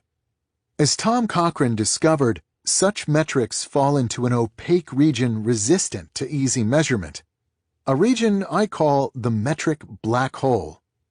Of course, just because it's hard to measure metrics related to deep work doesn't automatically lead to the conclusion that businesses will dismiss it. We have many examples of behaviors for which it's hard to measure their bottom-line impact, but that nevertheless flourish in our business culture. Think, for example, of the 3 trends that opened this chapter, or the outsized executive salaries that puzzled Thomas Piketty. But without clear metrics to support it, any business behavior is vulnerable to unstable whim and shifting forces, and in this volatile scrum, deep work has fared particularly poorly.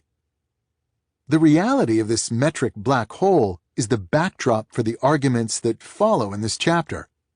In these upcoming sections, I'll describe various mindsets and biases that have pushed business away from deep work and toward more distracting alternatives.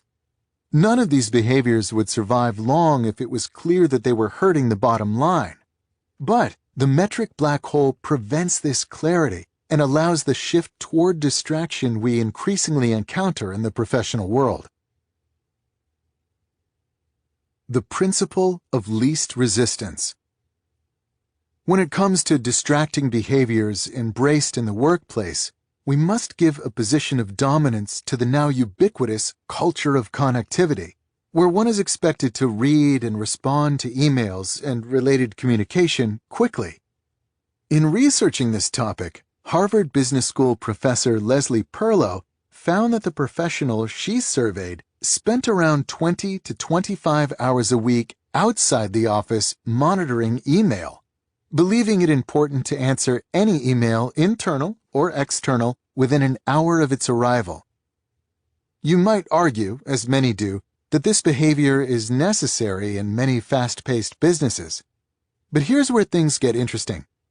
Perlow tested this claim. In more detail, she convinced executives at the Boston Consulting Group, a high-pressure management consulting firm with an ingrained culture of connectivity, to let her fiddle with the work habits of one of their teams. She wanted to test a simple question. Does it really help your work to be constantly connected? To do so, she did something extreme. She forced each member of the team to take one day out of the work week completely off. No connectivity to anyone inside or outside the company. At first, the team resisted the experiment, she recalled about one of the trials. The partner in charge, who had been very supportive of the basic idea, was suddenly nervous about having to tell her client that each member of her team would be off one day a week. The consultants were equally nervous and worried that they were putting their careers in jeopardy. But the team didn't lose their clients, and its members did not lose their jobs. Instead, the consultants found more enjoyment in their work, better communication among themselves, more learning, as we might have predicted given the connection between depth and skill development highlighted in the last chapter, and perhaps most important, a better product delivered to the client. This motivates an interesting question. Why do so many follow the lead of the Boston Consulting Group and foster a culture of connectivity, even though it's likely, as Perlow found in her study, that it hurts employees' well-being and productivity and probably doesn't help the bottom line? I think the answer can be found in the following reality of workplace behavior. The principle of least resistance. In a business setting, without clear feedback on the impact of various behaviors to the bottom line, we will tend toward behaviors that are easiest in the moment. To return to our question about why cultures of connectivity persist, the answer, according to our principle, is because it's easier. There are at least two big reasons why this is true. The first concerns responsiveness to your needs.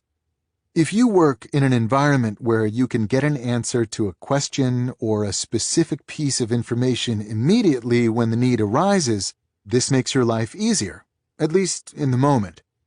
If you couldn't count on this quick response time, you'd instead have to do more advanced planning for your work, be more organized, and be prepared to put things aside for a while and turn your attention elsewhere while waiting for what you requested. All of this would make the day-to-day of your working life harder, even if it produced more satisfaction and a better outcome in the long term. The rise of professional instant messaging mentioned earlier in this chapter can be seen as this mindset pushed toward an extreme. If receiving an email reply within an hour makes your day easier, then getting an answer via instant message in under a minute would improve this gain by an order of magnitude. The second reason that a culture of connectivity makes life easier is that it creates an environment where it becomes acceptable to run your day out of your inbox, responding to the latest missive with alacrity while others pile up behind it, all the while feeling satisfyingly productive. More on this soon. If email were to move to the periphery of your workday, you'd be required to deploy a more thoughtful approach to figuring out what you should be working on and for how long. This type of planning is hard. Consider, for example, David Allen's Getting Things Done task management methodology, which is a well-respected system for intelligently managing competing workplace obligations. This system proposes a 15-element flowchart for making a decision on what to do next. It's significantly easier to simply chime in on the latest CC'd email thread. I'm picking on constant connectivity as a case study in this discussion, but it's just one of many examples of business behaviors that are antithetical to depth and likely reducing the bottom-line value produced by the company, that nonetheless thrives because, in the absence of metrics, most people fall back on what's easiest. To name another example, consider the common practice of setting up regularly occurring meetings for projects. These meetings tend to pile up and fracture schedules to the point where sustained focus during the day becomes impossible.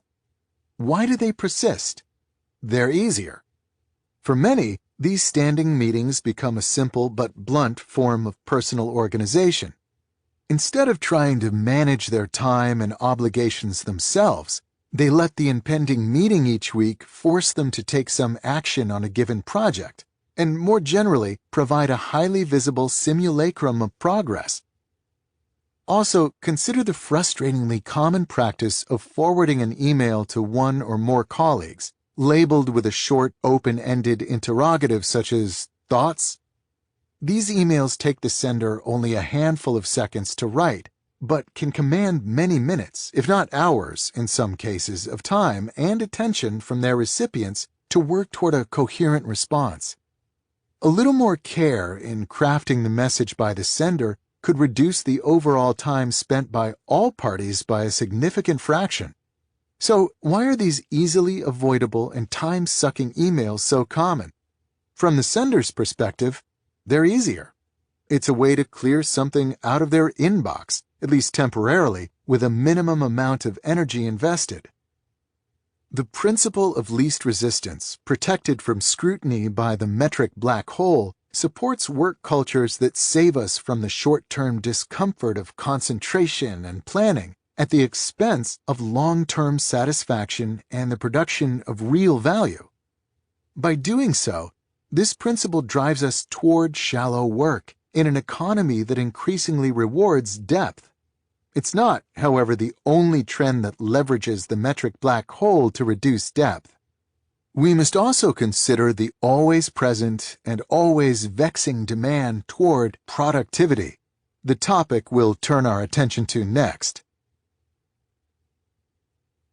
Busyness as a proxy for productivity.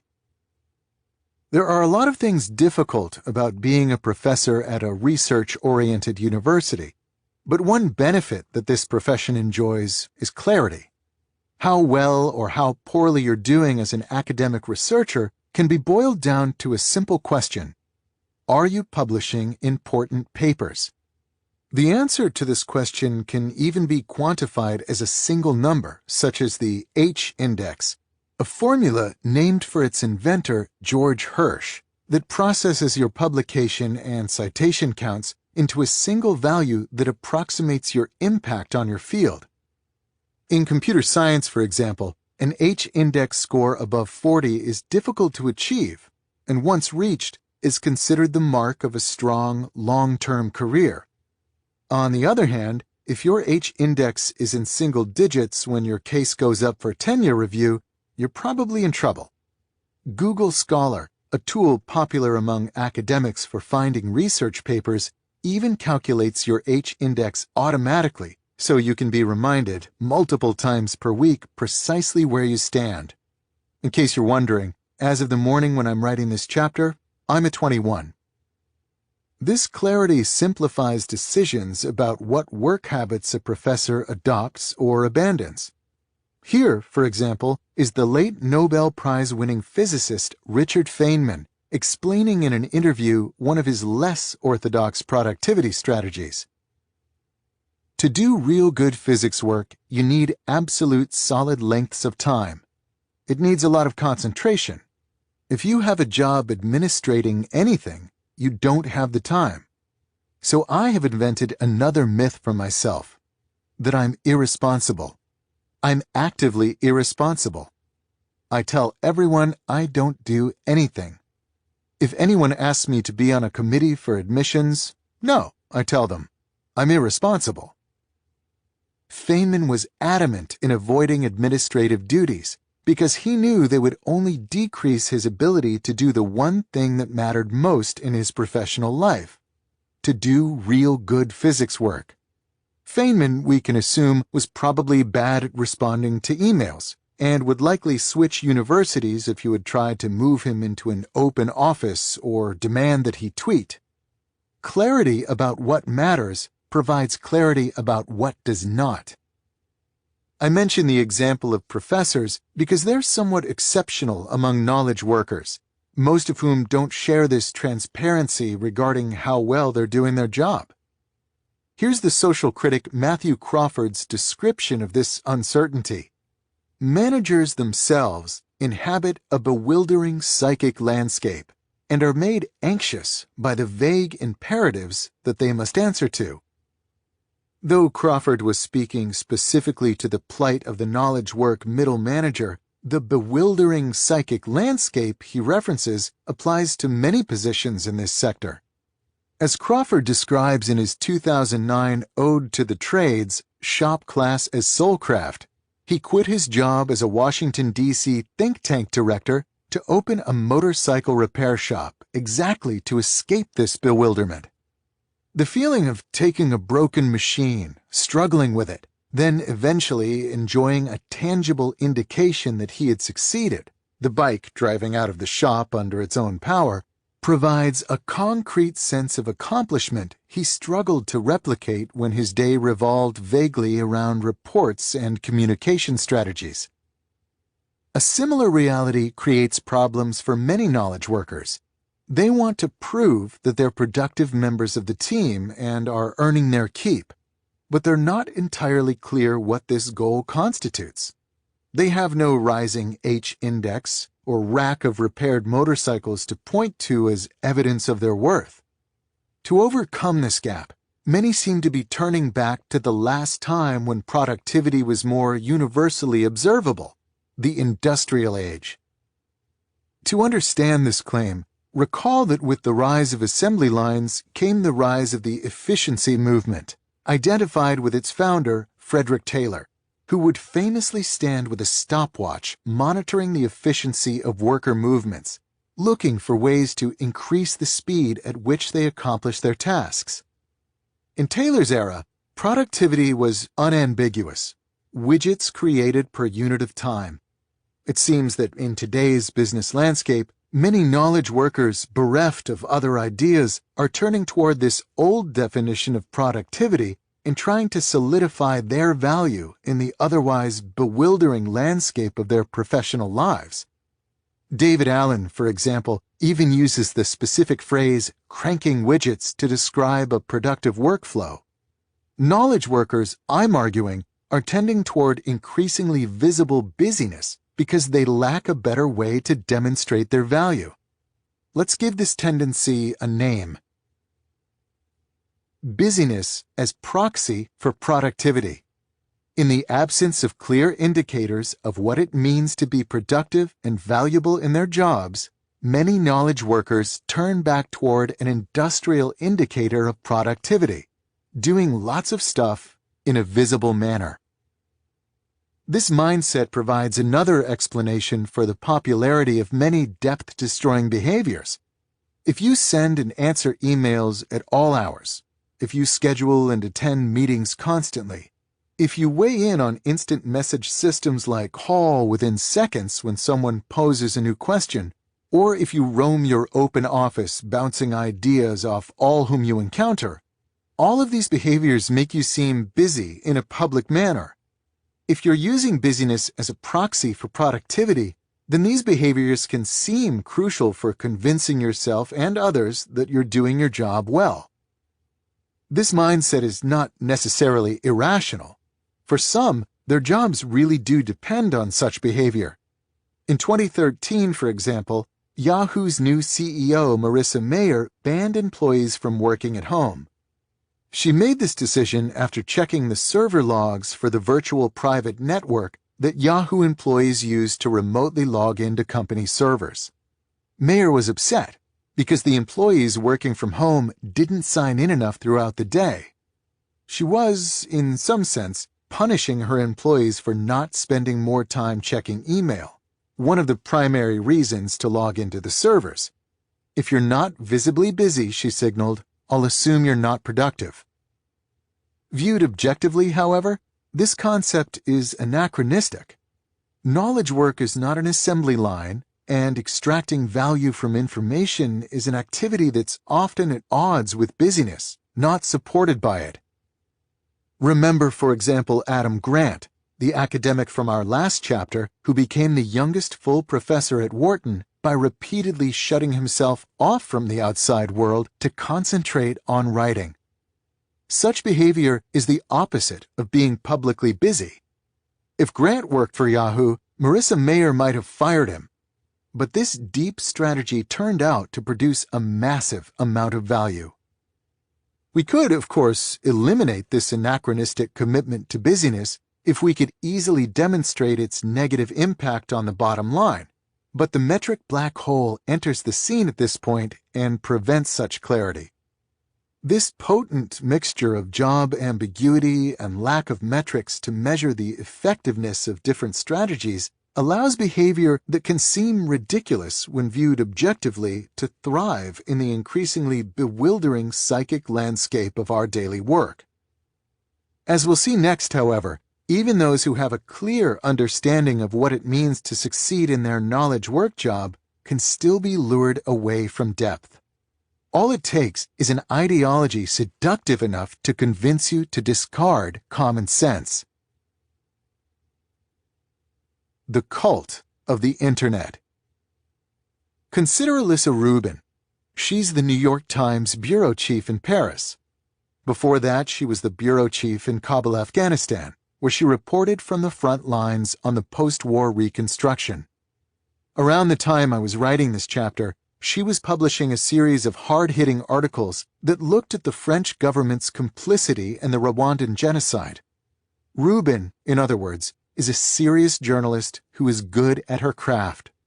She also, at what I can only assume is the persistent urging of her employer, tweets. Rubin's Twitter profile reveals a steady and somewhat desultory string of missives, one every 2 to 4 days, as if Rubin receives a regular notice from the Times social media desk, a real thing, reminding her to appease her followers.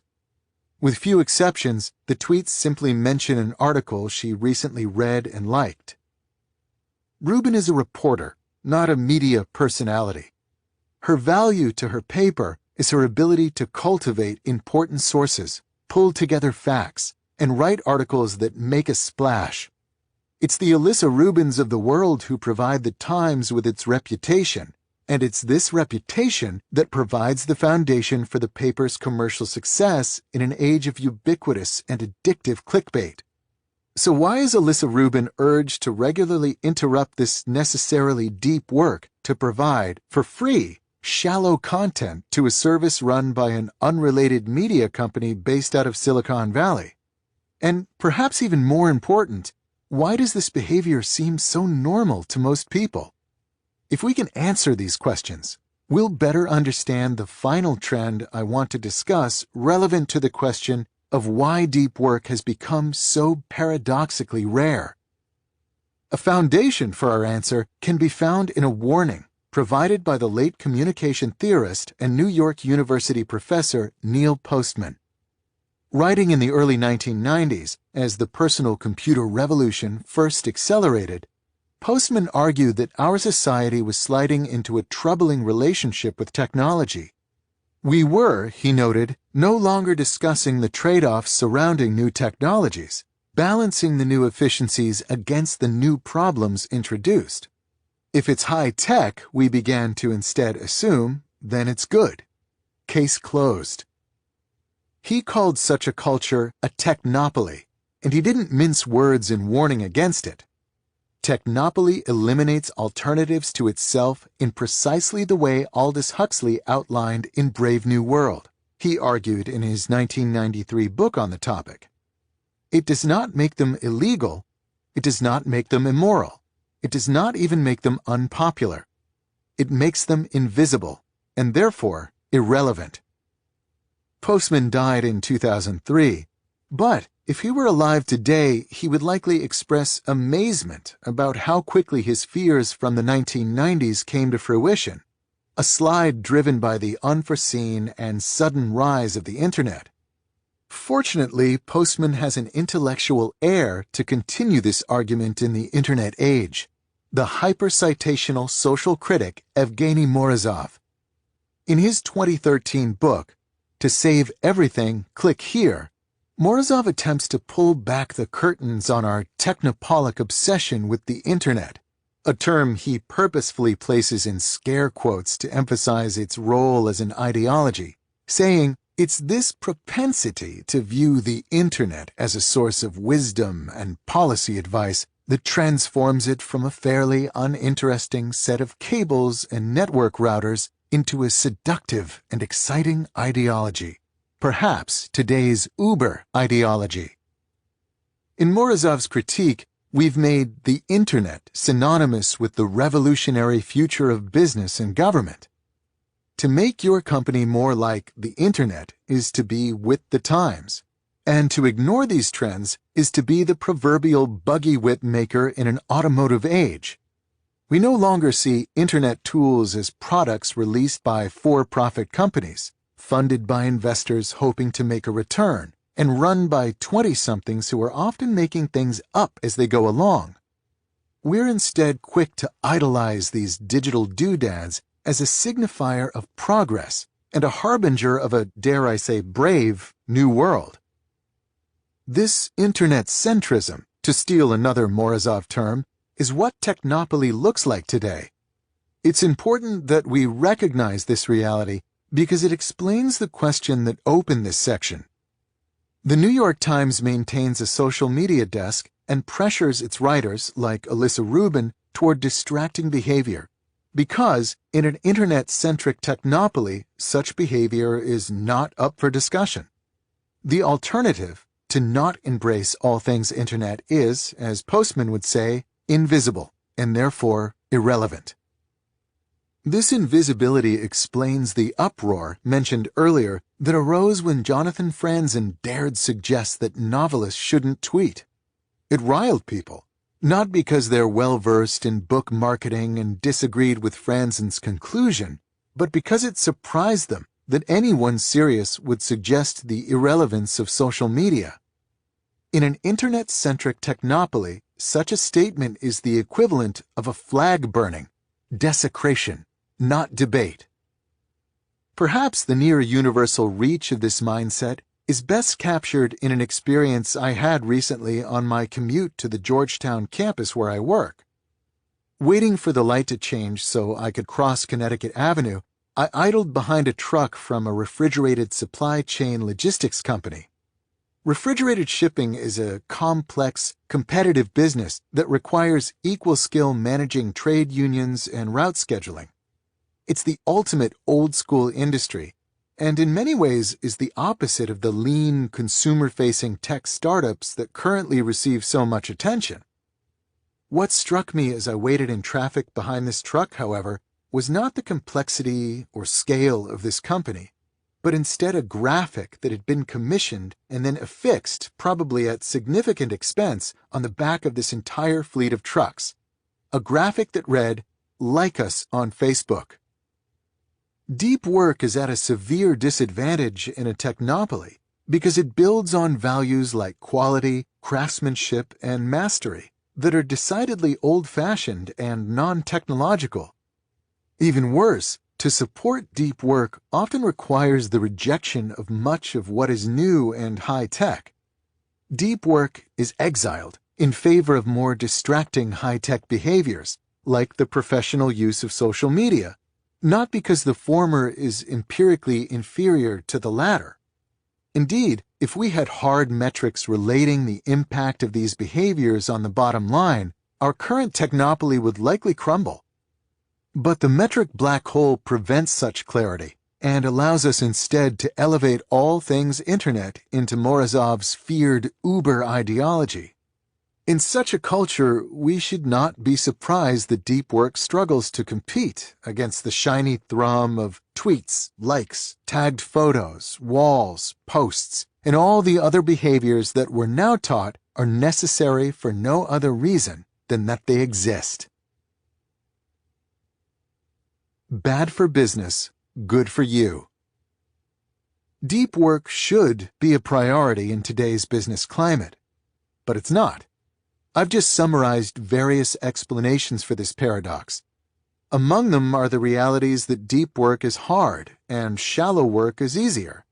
That in the absence of clear goals for your job, the visible busyness that surrounds shallow work becomes self-preserving. And that our culture has developed a belief that if a behavior relates to the Internet, then it's good, regardless of its impact on our ability to produce valuable things. All of these trends are enabled by the difficulty of directly measuring the value of depth or the cost of ignoring it. If you believe in the value of depth, this reality spells bad news for businesses in general, as it's leading them to miss out on potentially massive increases in their value production. But for you, as an individual, good news lurks. The myopia of your peers and employers uncovers a great personal advantage. Assuming the trends outlined here continue, depth will become increasingly rare and therefore increasingly valuable. Having just established that there's nothing fundamentally flawed about deep work, and nothing fundamentally necessary about the distracting behaviors that displace it, you can therefore continue with confidence with the ultimate goal of this book, to systematically develop your personal ability to go deep, and, by doing so, reap great rewards. Chapter 3. Deep work is meaningful. Rick Furr is a blacksmith. He specializes in ancient and medieval metalworking practices, which he painstakingly recreates in his shop, Door County Forge Works. I do all my work by hand and use tools that multiply my force without limiting my creativity or interaction with the material, he explains in his artist statement. What may take me 100 blows by hand can be accomplished in one by a large swaging machine. This is the antithesis of my goal, and to that end all my work shows evidence of the two hands that made it. A 2012 PBS documentary provides a glimpse into Furr's world. We learn that he works in a converted barn in Wisconsin farm country, not far inland from the scenic Sturgeon Bay of Lake Michigan. Furr often leaves the barn doors open to vent the heat of the forges one suspects, his efforts framed by farm fields stretching to the horizon. The setting is idyllic, but the work can seem, at first encounter, brutish. In the documentary, Fur is trying to recreate a Viking-era sword. He begins by using a 1,500-year-old technique to smelt crucible steel, an unusually pure, for the period, form of the metal. The result is an ingot, not much bigger than 3 or 4 stacked smartphones. This dense ingot must then be shaped and polished into a long and elegant sword blade. This part, the initial breakdown, is terrible, Fur says to the camera as he methodically heats the ingot, hits it with a hammer, turns it, hits it, then puts it back in the flames to start over. The narrator reveals that it will take 8 hours of this hammering to complete the shaping. As you watch Fur work, however, the sense of the labor shifts. It becomes clear that he's not drearily whacking at the metal like a miner with a pickaxe.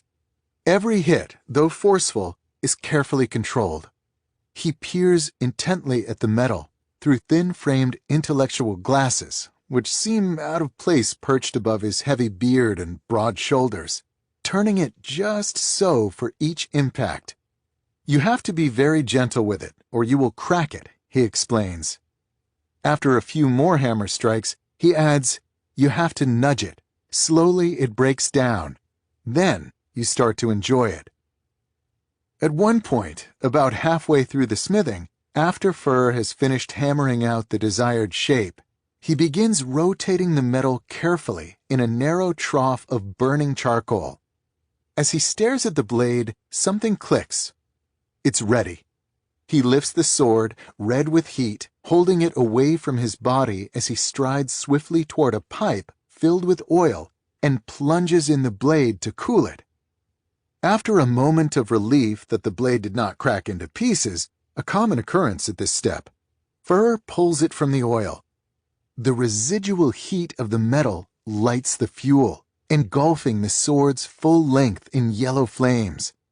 Fur holds the burning sword up above his head with a single powerful arm and stares at it a moment before blowing out the fire.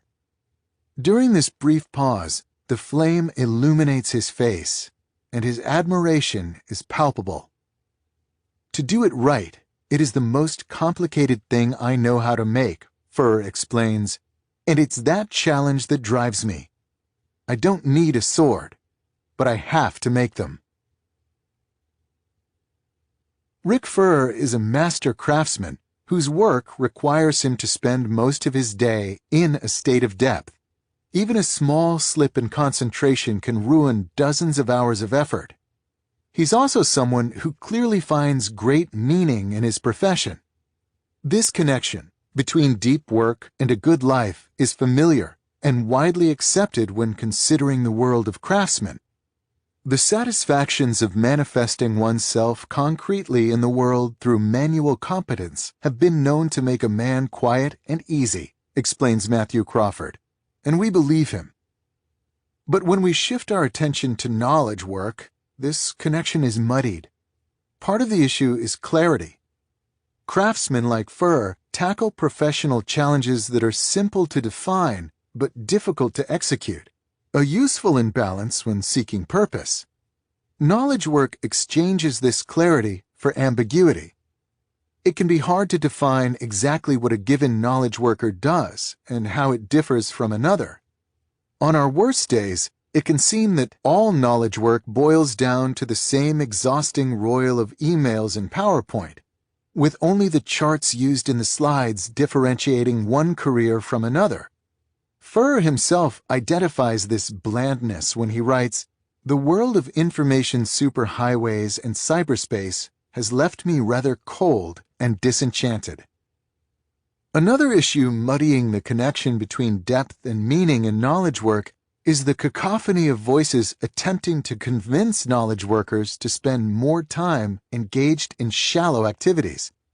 As elaborated in the last chapter, we live in an era where anything internet-related is understood by default to be innovative and necessary.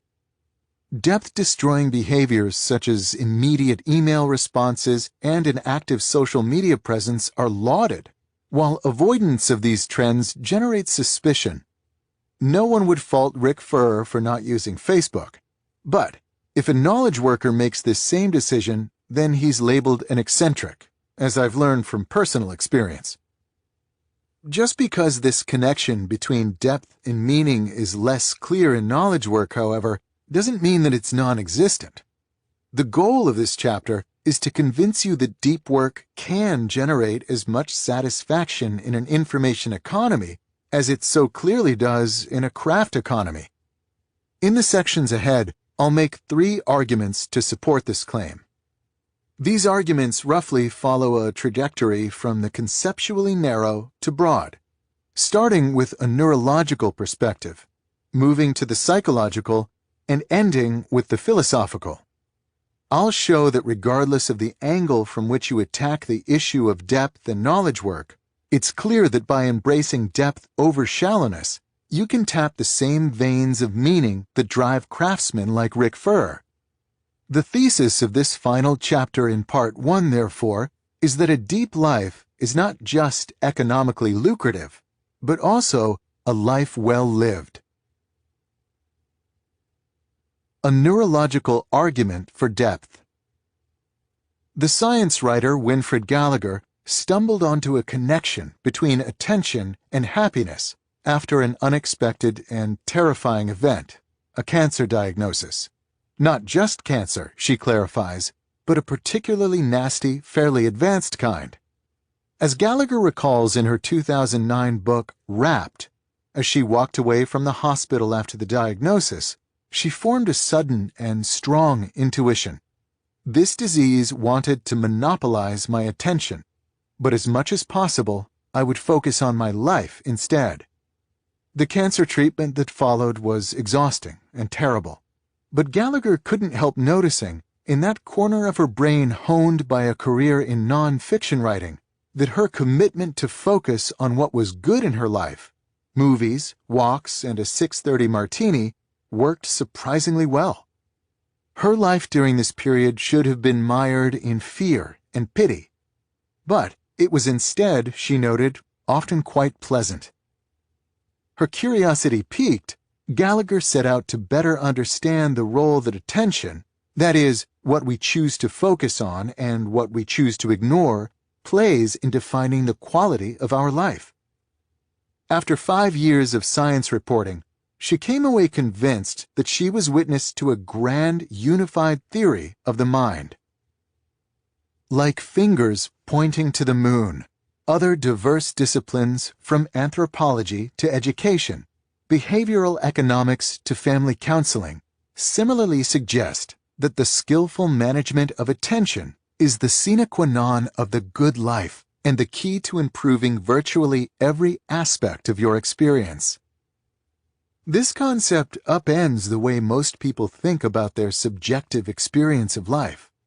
We tend to place a lot of emphasis on our circumstances, assuming that what happens to us, or fails to happen, determines how we feel.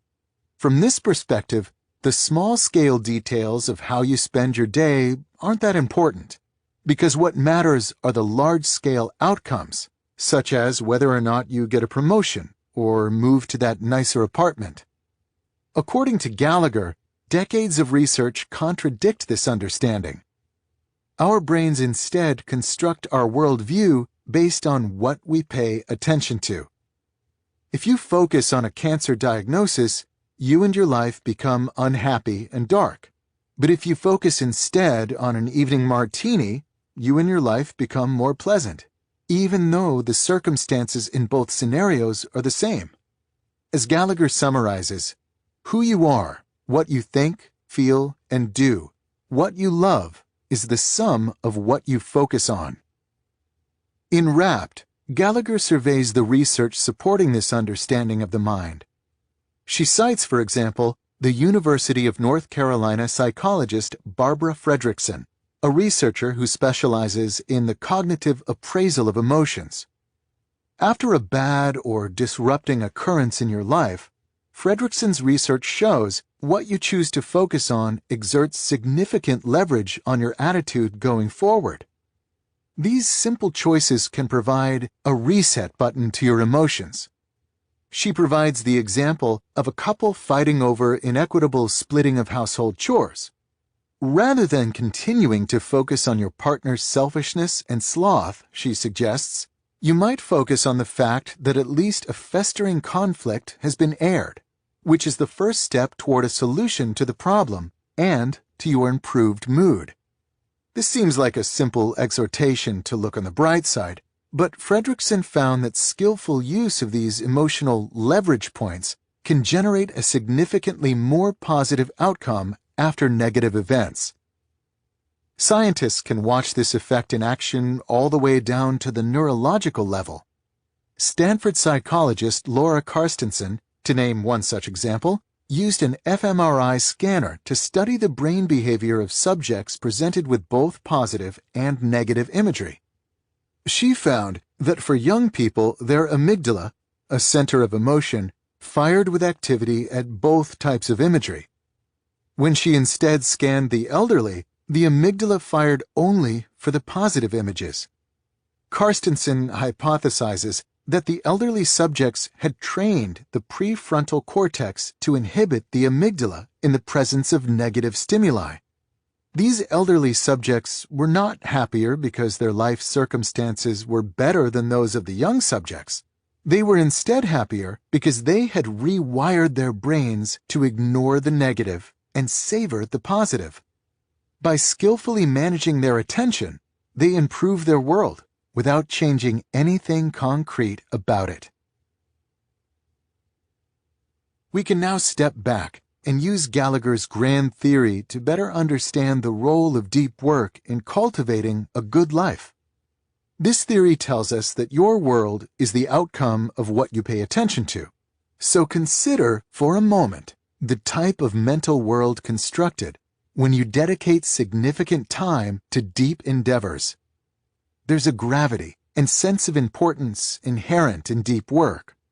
Whether you're Rick Furr smithing a sword or a computer programmer optimizing an algorithm, Gallagher's theory, therefore, predicts that if you spend enough time in this state, your mind will understand your world as rich in meaning and importance. There is, however, a hidden but equally important benefit to cultivating rapt attention in your workday. Such concentration hijacks your attention apparatus, preventing you from noticing the many smaller and less pleasant things that unavoidably and persistently populate our lives. The psychologist Mihaly Csikszentmihalyi, whom we'll learn more about in the next section, explicitly identifies this advantage when he emphasizes the advantage of cultivating concentration so intense that there is no attention left over to think about anything irrelevant or to worry about problems. This danger is especially pronounced in knowledge work, which, due to its dependence on ubiquitous connectivity, generates a devastatingly appealing buffet of distraction, most of which will, if given enough attention, leach meaning and importance from the world constructed by your mind. To help make this claim more concrete, I'll use myself as a test case. Consider, for example, the last 5 emails I sent before I began writing the first draft of this chapter. Following are the subject lines of these messages, along with summaries of their contents. Urgent, Cal Newport brand registration confirmation.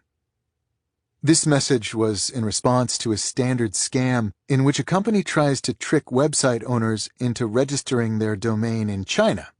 I was annoyed that they kept spamming me, so I lost my cool and responded, futilely, of course, by telling them their scam would be more convincing if they spelled website correctly in their emails. SR. This message was a conversation with a family member about an article he saw in the Wall Street Journal.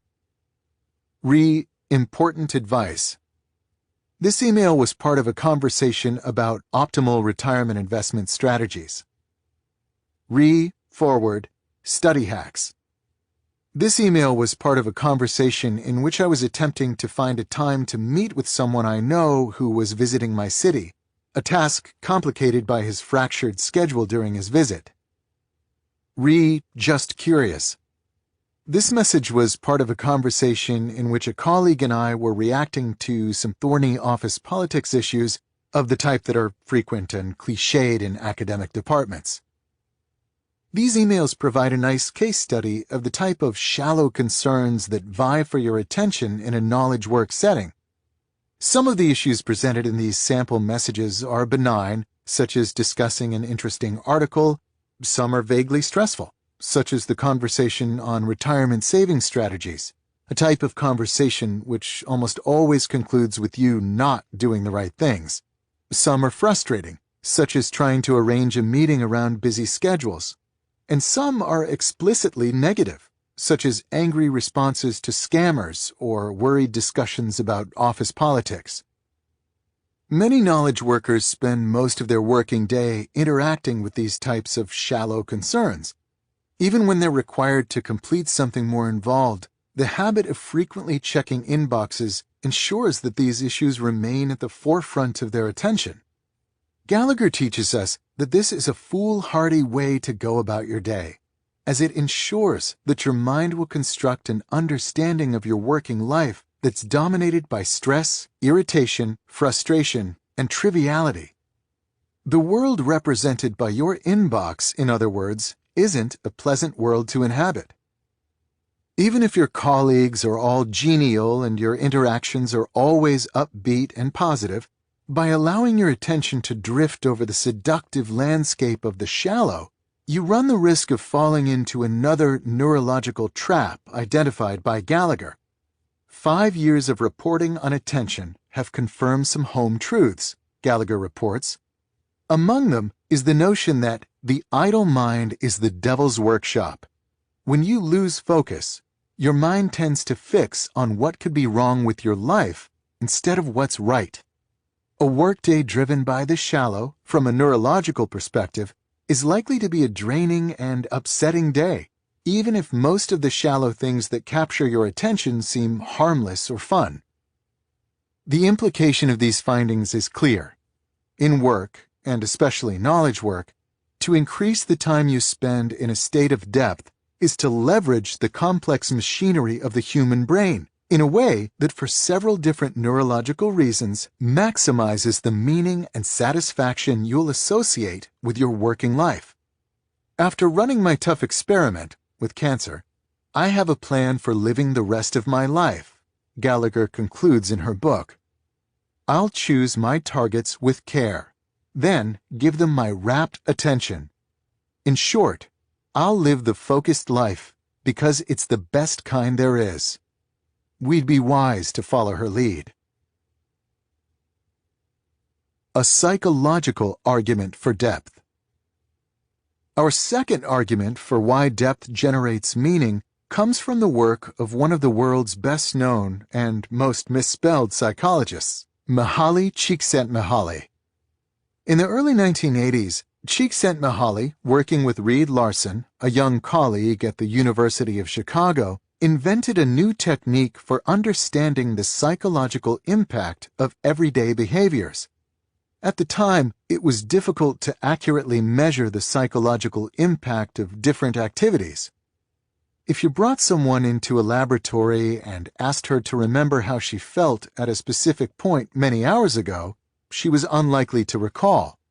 If you instead gave her a diary and asked her to record how she felt throughout the day, she wouldn't be likely to keep up the entries with diligence. It's simply too much work. Csikszentmihalyi and Larson's breakthrough was to leverage new technology, for the time, to bring the question to the subject right when it mattered. In more detail, they outfitted experimental subjects with pagers. These pagers would beep at randomly selected intervals. In modern incarnations of this method, smartphone apps play the same role. When the beeper went off, the subjects would record what they were doing at the exact moment and how they felt. In some cases, they would be provided with a journal in which to record this information, while in others they would be given a phone number to call to answer questions posed by a field worker. Because the beeps were only occasional but hard to ignore, the subjects were likely to follow through with the experimental procedure. And because the subjects were recording responses about an activity at the very moment they were engaged in it, the responses were more accurate. Csikszentmihalyi and Larson called the approach the Experience Sampling Method, ESM, and it provided unprecedented insight into how we actually feel about the beats of our daily lives. Among many breakthroughs, Csikszentmihalyi's work with ESM helped validate a theory he had been developing over the preceding decade. The best moments usually occur when a person's body or mind is stretched to its limits in a voluntary effort to accomplish something difficult and worthwhile. Csikszentmihalyi calls this mental state flow, a term he popularized with a 1990 book of the same title. At the time, this finding pushed back against conventional wisdom. Most people assumed, and still do, that relaxation makes them happy. We want to work less and spend more time in the hammock. But the results from Csikszentmihalyi's ESM studies reveal that most people have this wrong. Ironically, he writes, jobs are actually easier to enjoy than free time because, like flow activities, they have built-in goals, feedback rules, and challenges, all of which encourage one to become involved in one's work, to concentrate, and lose oneself in it. Free time, on the other hand, is unstructured and requires much greater effort to be shaped into something that can be enjoyed. When measured empirically, people were happier at work and less happy relaxing than they suspected. And as the ESM studies confirmed, the more such flow experiences that occur in a given week, the higher the subject's life satisfaction. Human beings, it seems, are at their best when immersed deeply in something challenging. There is, of course, overlap between the theory of flow and the ideas of Winifred Gallagher highlighted in the last section. Both point toward the importance of depth over shallowness, but they focus on two different explanations for this importance. Gallagher's writing emphasizes that the content of what we focus on matters. If we give rapt attention to important things, and therefore also ignore shallow, negative things, we'll experience our working life as more important and positive. Csikszentmihalyi's theory of flow, by contrast, is mostly agnostic to the content of our attention. Though he would likely agree with the research cited by Gallagher, his theory notes that the feeling of going deep is, in itself, very rewarding. Our minds like this challenge, regardless of the subject.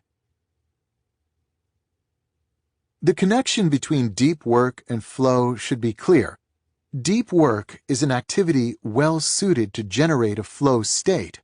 The phrases used by Csikszentmihalyi to describe what generates flow include notions of stretching your mind to its limits, concentrating, and losing yourself in an activity, all of which also describe deep work.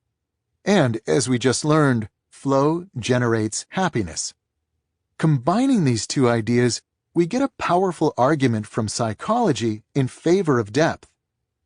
Decades of research stemming from Csikszentmihalyi's original ESM experiments validate that the act of going deep orders the consciousness in a way that makes life worthwhile.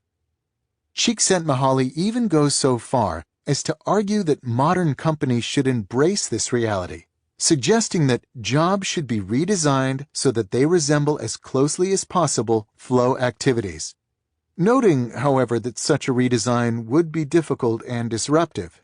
See, for example, my arguments from the previous chapter. Csikszentmihalyi then explains that it's even more important that the individual learn how to seek out opportunities for flow. This, ultimately, is the lesson to come away with from our brief foray into the world of experimental psychology. To build your working life around the experience of flow produced by deep work is a proven path to deep satisfaction. A philosophical argument for depth. Our final argument for the connection between depth and meaning requires us to step back from the more concrete worlds of neuroscience and psychology, and instead adopt a philosophical perspective. I'll turn for help in this discussion to a pair of scholars who know this topic well: Herbert Dreyfus, who taught philosophy at Berkeley for more than 4 decades, and Sean Dorrance Kelly, who at the time of this writing is the chair of Harvard's philosophy department. In 2011, Dreyfus and Kelly published a book, All Things Shining, which explores how notions of sacredness and meaning have evolved throughout the history of human culture. They set out to reconstruct this history because they're worried about its endpoint in our current era. The world used to be, in its various forms, a world of sacred, shining things, Dreyfus and Kelly explain early in the book. The shining things now seem far away. What happened between then and now? The short answer, the authors argue, is Descartes. From Descartes' skepticism came the radical belief that the individual seeking certainty trumped a god or king bestowing truth. The resulting Enlightenment, of course, led to the concept of human rights and freed many from oppression. But, as Dreyfus and Kelly emphasize, for all its good in the political arena, in the domain of the metaphysical, this thinking stripped the world of the order and sacredness essential to creating meaning.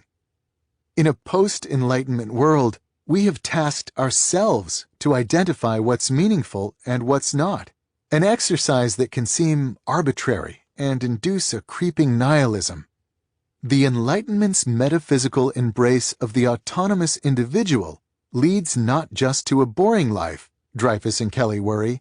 It leads, almost inevitably, to a nearly unlivable one. This problem might at first seem far removed from our quest to understand the satisfaction of depth, but when we proceed to Dreyfus and Kelly's solution, we will discover rich new insights into the sources of meaning in professional pursuits. This connection should seem less surprising when it's revealed that Dreyfus and Kelly's response to modern nihilism builds on the very subject that opened this chapter, the craftsman. Craftsmanship, Dreyfus and Kelly argue in their book's conclusion, provides a key to reopening a sense of sacredness in a responsible manner. To illustrate this claim, they use an organizing example, an account of a master wheelwright, the now lost profession of shaping wooden wagon wheels. Because each piece of wood is distinct, it has its own personality, they write after a passage describing the details of the wheelwright's craft. The woodworker has an intimate relationship with the wood he works. Its subtle virtues call out to be cultivated and cared for. In this appreciation for the subtle virtues of his medium, they note, the craftsman has stumbled onto something crucial in a post-Enlightenment world, a source of meaning sited outside the individual. The wheelwright doesn't decide arbitrarily which virtues of the wood he works are valuable and which are not. This value is inherent in the wood and the task it's meant to perform. As Dreyfus and Kelly explain, such sacredness is common to craftsmanship. The task of a craftsman, they conclude, is not to generate meaning, but rather to cultivate in himself the skill of discerning the meanings that are already there. This frees the craftsman of the nihilism of autonomous individualism, providing an ordered world of meaning. At the same time, this meaning seems safer than the sources cited in previous eras. The wheelwright, the authors imply, cannot easily use the inherent quality of a piece of pine to justify a despotic monarchy. Returning to the question of professional satisfaction, Dreyfus and Kelly's interpretation of craftsmanship as a path to meaning provides a nuanced understanding of why the work of those like Rick Furr resonates with so many of us. The look of satisfaction on Furr's face as he works to extract artistry from crude metals, these philosophers would argue, is a look expressing appreciation for something elusive and valuable in modernity, a glimpse of the sacred. Once understood, we can connect this sacredness inherent in traditional craftsmanship to the world of knowledge work. To do so, there are two key observations we must first make. The first might be obvious, but requires emphasis. There's nothing intrinsic about the manual trades when it comes to generating this particular source of meaning. Any pursuit, be it physical or cognitive, that supports high levels of skill can also generate a sense of sacredness. To elaborate this point, let's jump from the old-fashioned examples of carving wood or smithing metal to the modern example of computer programming. Consider this quote from the coding prodigy Santiago Gonzalez describing his work to an interviewer. "Beautiful code is short and concise, so if you were to give that code to another programmer, they would say, 'Oh, that's well-written code.' It's much like as if you were writing a poem." Gonzalez discusses computer programming similarly to the way woodworkers discuss their craft in the passages quoted by Dreyfus and Kelly. The Pragmatic Programmer, a well-regarded book in the computer programming field, makes this connection between code and old-style craftsmanship more directly by quoting the medieval quarry workers' creed in its preface. "We who cut mere stones must always be envisioning cathedrals." The book then elaborates that computer programmers must see their work in the same way. Within the overall structure of a project, there is always room for individuality and craftsmanship. 100 years from now, our engineering may seem as archaic as the techniques used by medieval cathedral builders seem to today's civil engineers, while our craftsmanship will still be honored. You don't, in other words, need to be toiling in an open-air barn for your efforts to be considered the type of craftsmanship that can generate Dreyfus and Kelly's meaning. A similar potential for craftsmanship can be found in most skilled jobs in the information economy. Whether you're a writer, marketer, consultant, or lawyer, your work is craft. And if you hone your ability and apply it with respect and care, then, like the skilled wheelwright, you can generate meaning in the daily efforts of your professional life. It's here that some might respond that their knowledge work job cannot possibly become such a source of meaning, because their job subject is much too mundane. But this is flawed thinking that our consideration of traditional craftsmanship can help correct. In our current culture, we place a lot of emphasis on job description. Our obsession with the advice to follow your passion, the subject of my last book, for example, is motivated by the flawed idea that what matters most for your career satisfaction is the specifics of the job you choose. In this way of thinking, there are some rarefied jobs that can be a source of satisfaction, perhaps working in a non-profit or starting a software company, while all others are soulless and bland. The philosophy of Dreyfus and Kelly frees us from such traps. The craftsmen they cite don't have rarefied jobs. Throughout most of human history, to be a blacksmith or a wheelwright wasn't glamorous. But this doesn't matter, as the specifics of the work are irrelevant. The meaning uncovered by such efforts is due to the skill and appreciation inherent in craftsmanship, not the outcomes of their work. Put another way, a wooden wheel is not noble, but its shaping can be. The same applies to knowledge work. You don't need a rarefied job. You need instead a rarefied approach to your work. The second key observation about this line of argument is that cultivating craftsmanship is necessarily a deep task and therefore requires a commitment to deep work. Recall that I argued in Chapter 1 that deep work is necessary to hone skills and to then apply them at an elite level, the core activities in craft. Deep work, therefore, is key to extracting meaning from your profession in the manner described by Dreyfus and Kelly. It follows that to embrace deep work in your own career and to direct it toward cultivating your skill is an effort that can transform a knowledge work job from a distracted, draining obligation into something satisfying, a portal to a world full of shining, wondrous things. Homo sapiens depensis. The first two chapters of Part 1 were pragmatic. They argued that deep work is becoming increasingly valuable in our economy, at the same time that it also is becoming increasingly rare for somewhat arbitrary reasons. This represents a classic market mismatch. If you cultivate this skill, you'll thrive professionally. This final chapter, by contrast, has little to add to this practical discussion of workplace advancement, and yet it's absolutely necessary for these earlier ideas to gain traction.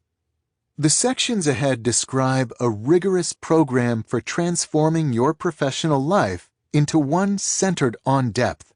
This is a difficult transition, and as with many such efforts, well-reasoned, pragmatic arguments can motivate you only to a certain point. Eventually, the goal you pursue needs to resonate at a more human level. This chapter argues that when it comes to the embrace of depth, such resonance is inevitable. Whether you approach the activity of going deep from the perspective of neuroscience, psychology, or lofty philosophy, these paths all seem to lead back to a connection between depth and meaning. It's as if our species has evolved into one that flourishes in depth and wallows in shallowness, becoming what we might call Homo sapiens depensis. I earlier quoted Winifred Gallagher, the converted disciple of depth, saying, "I'll live the focused life, because it's the best kind there is." This is perhaps the best way to sum up the argument of this chapter and of Part 1 more broadly. A deep life is a good life, any way you look at it. Part 2. The Rules. Rule number 1. Work deeply. Soon after I met David Duane for a drink at a DuPont Circle bar, he brought up the eudaimonia machine. Duane is an architecture professor and therefore likes to explore the intersection between the conceptual and the concrete. The eudaimonia machine is a good example of this intersection. The machine, which takes its name from the ancient Greek concept of eudaimonia, a state in which you're achieving your full human potential, turns out to be a building. The goal of the machine, David explained, is to create a setting where the users can get into a state of deep human flourishing, creating work that's at the absolute extent of their personal abilities. It is, in other words, a space designed for the sole purpose of enabling the deepest possible deep work. I was, as you might expect, intrigued. As Duane explained the machine to me, he grabbed a pen to sketch its proposed layout. The structure is a one-story, narrow rectangle made up of 5 rooms, placed in a line, one after the other. There's no shared hallway. You have to pass through one room to get to the next.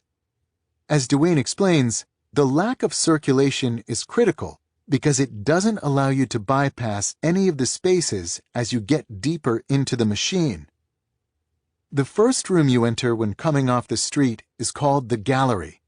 In Duane's plan, this room would contain examples of deep work produced in the building. It's meant to inspire the users of the machine, creating a culture of healthy stress and peer pressure. As you leave the gallery, you next enter the salon. In here, Duane imagines access to high-quality coffee and perhaps even a full bar. There are also couches and Wi-Fi. The salon is designed to create a mood that hovers between intense curiosity and argumentation. This is a place to debate, brood, and in general work through the ideas that you'll develop deeper in the machine. Beyond the salon, you enter the library.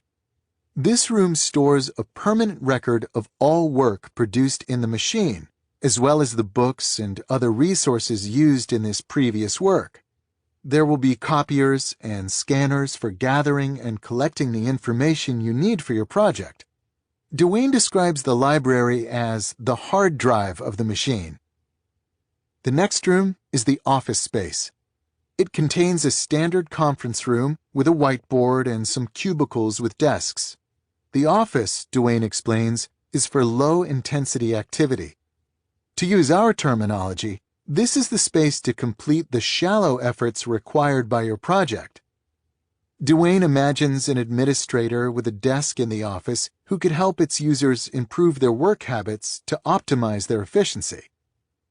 This brings us to the final room of the machine, a collection of what Duane calls deep work chambers.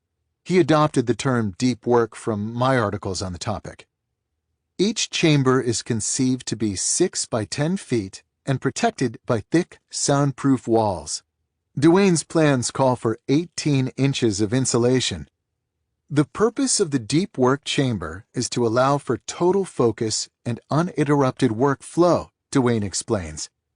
He imagines a process in which you spend 90 minutes inside, take a 90-minute break, and repeat 2 or 3 times, at which point your brain will have achieved its limit of concentration for the day. For now, the eudaimonia machine exists only as a collection of architectural drawings, but even as a plan, its potential to support impactful work excites Duane. This design remains, in my mind, the most interesting piece of architecture I've ever produced, he told me. In an ideal world, one in which the true value of deep work is accepted and celebrated, we'd all have access to something like the eudaimonia machine. Perhaps not David Duane's exact design, but more generally speaking, a work environment and culture designed to help us extract as much value as possible from our brains. Unfortunately, this vision is far from our current reality. We instead find ourselves in distracting open offices where inboxes cannot be neglected and meetings are incessant, a setting where colleagues would rather you respond quickly to their latest email than produce the best possible results. As a listener of this book, in other words, you're a disciple of depth in a shallow world. This rule, the first of 4 such rules in Part 2 of this book, is designed to reduce this conflict. You might not have access to your own eudaimonia machine, but the strategies that follow will help you simulate its effects in your otherwise distracted professional life. They'll show you how to transform deep work from an aspiration into a regular and significant part of your daily schedule. Rules number 2 through number 4 will then help you get the most out of this deep work habit by presenting, among other things, strategies for training your concentration ability and fighting back encroaching distractions. Before proceeding to these strategies, however, I want to first address a question that might be nagging you. Why do we need such involved interventions? Put another way, once you accept that deep work is valuable, isn't it enough to just start doing more of it? Do we really need something as complicated as the eudaimonia machine or its equivalent for something as simple as remembering to concentrate more often? Unfortunately, when it comes to replacing distraction with focus, matters are not so simple. To understand why this is true, let's take a closer look at one of the main obstacles to going deep: the urge to turn your attention towards something more superficial. Most people recognize that this urge can complicate efforts to concentrate on hard things, but most underestimate its regularity and strength. Consider a 2012 study led by psychologists Wilhelm Hoffman and Roy Baumeister that outfitted 205 adults with beepers that activated at randomly selected times. This is the experience sampling method discussed in Part 1. When the beeper sounded, the subject was asked to pause for a moment to reflect on desires that he or she was currently feeling or had felt in the last 30 minutes, and then answer a set of questions about these desires. After a week, the researchers had gathered more than 7,500 samples. Here's the short version of what they found. People fight desires all day long. As Baumeister summarized in his subsequent book, Willpower, co-authored with the science writer John Tierney, desire turned out to be the norm, not the exception. The 5 most common desires these subjects fought include, not surprisingly, eating, sleeping, and sex. But the top 5 list also included desires for taking a break from hard work, checking email and social networking sites, surfing the web, listening to music, or watching television. The lure of the internet and television proved especially strong. The subjects succeeded in resisting these particularly addictive distractions only around half the time. These results are bad news for this rule's goal of helping you cultivate a deep work habit. They tell us that you can expect to be bombarded with the desire to do anything but work deeply throughout the day. And if you're like the German subjects from the Hoffman and Baumeister study, these competing desires will often win out.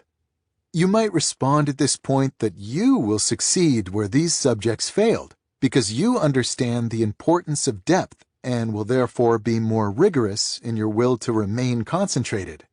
This is a noble sentiment, but the decades of research that preceded this study underscore its futility.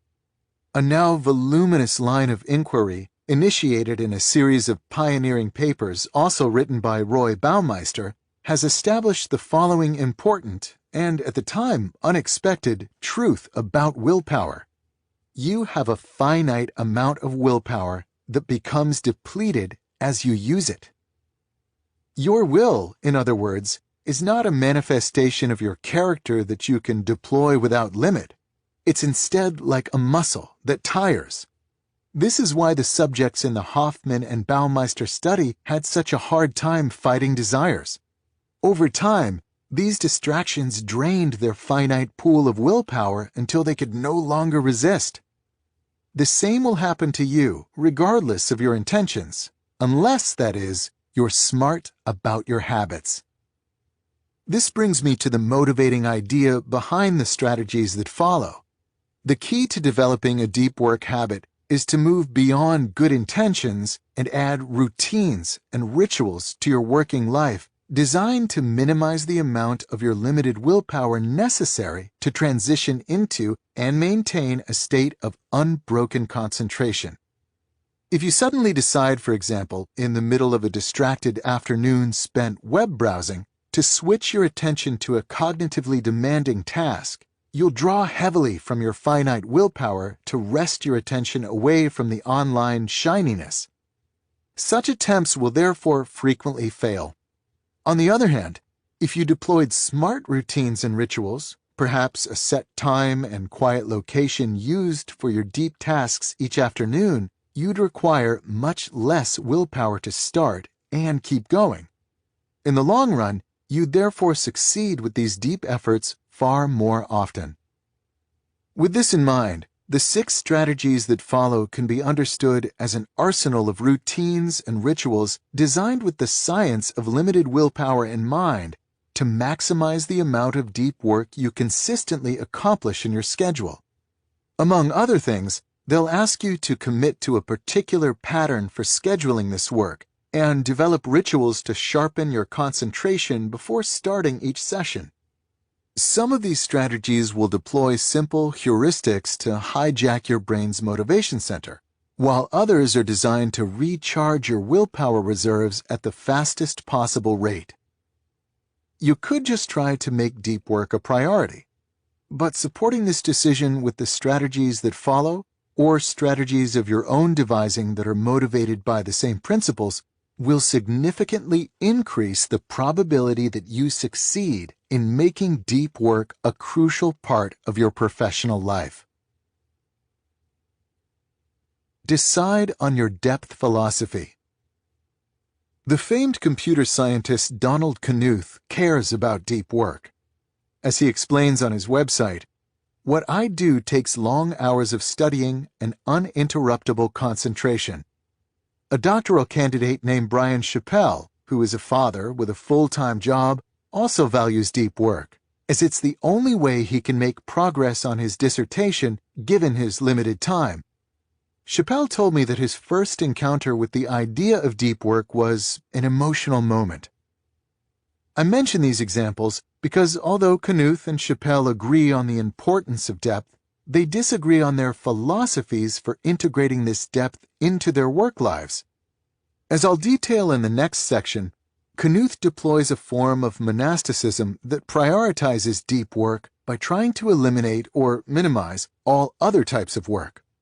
Chappell, by contrast, deploys a rhythmic strategy in which he works for the same hours, 5 to 7:30 a.m., every weekday morning without exception, before beginning a workday punctuated by standard distractions.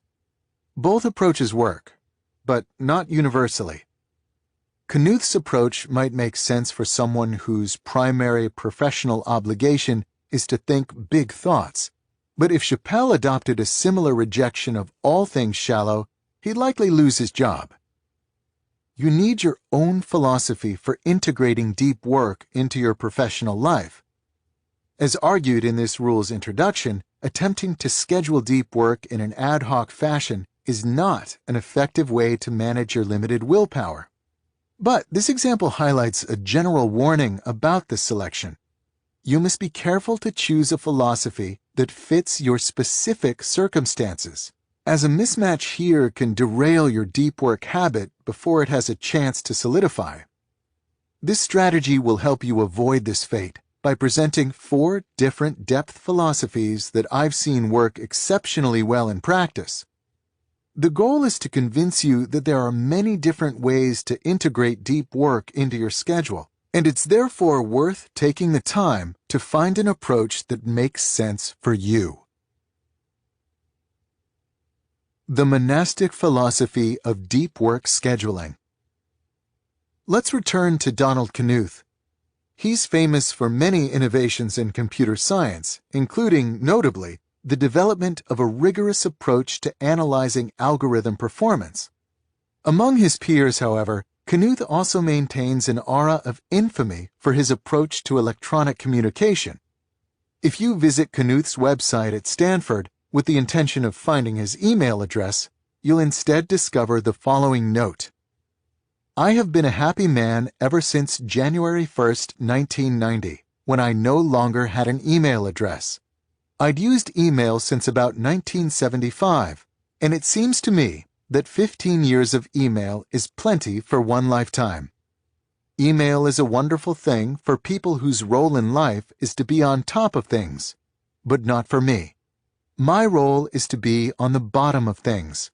What I do takes long hours of studying and uninterruptible concentration. Knuth goes on to acknowledge that he doesn't intend to cut himself off completely from the world. He notes that writing his books requires communication with thousands of people, and that he wants to be responsive to questions and comments.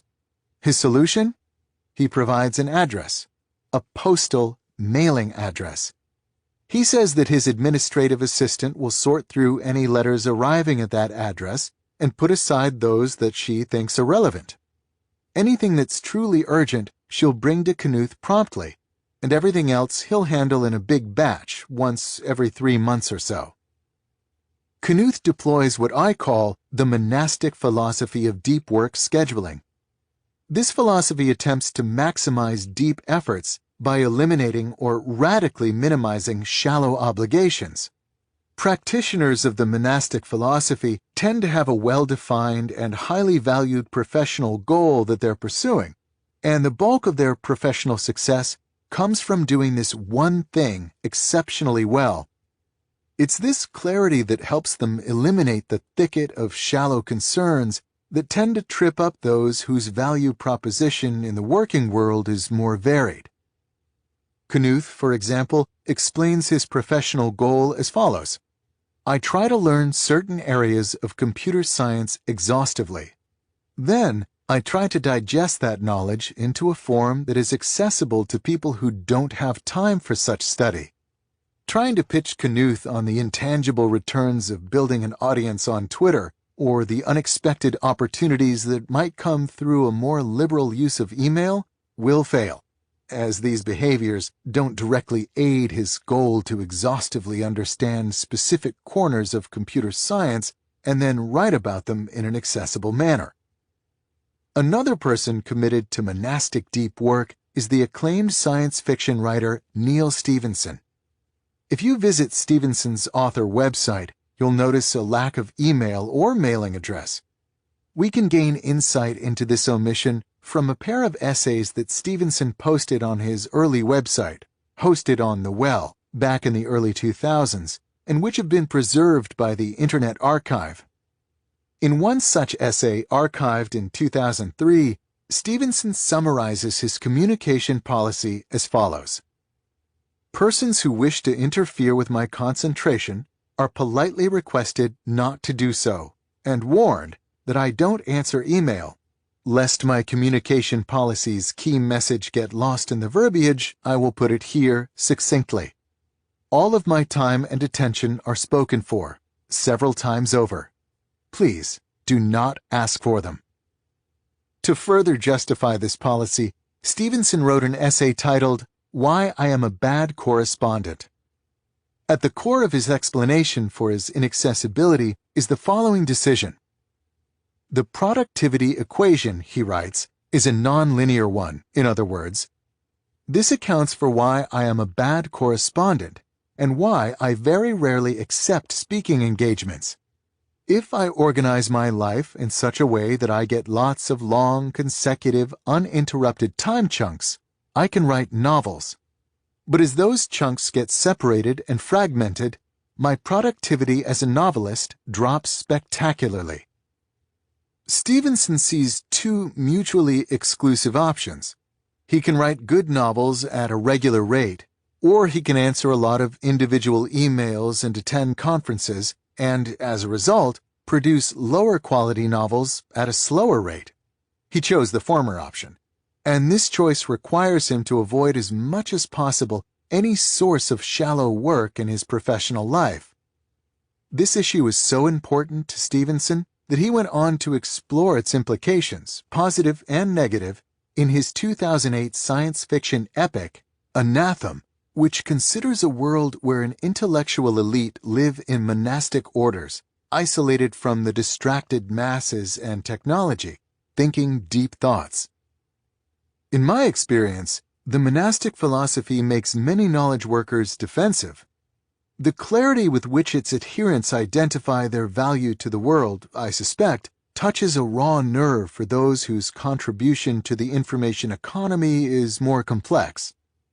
Notice, of course, that more complex does not mean lesser. A high-level manager, for example, might play a vital role in the functioning of a billion-dollar company, even if she cannot point to something discrete, like a completed novel, and say, "This is what I produced this year." Therefore, the pool of individuals to whom the monastic philosophy applies is limited, and that's okay. If you're outside this pool, its radical simplicity shouldn't evince too much envy.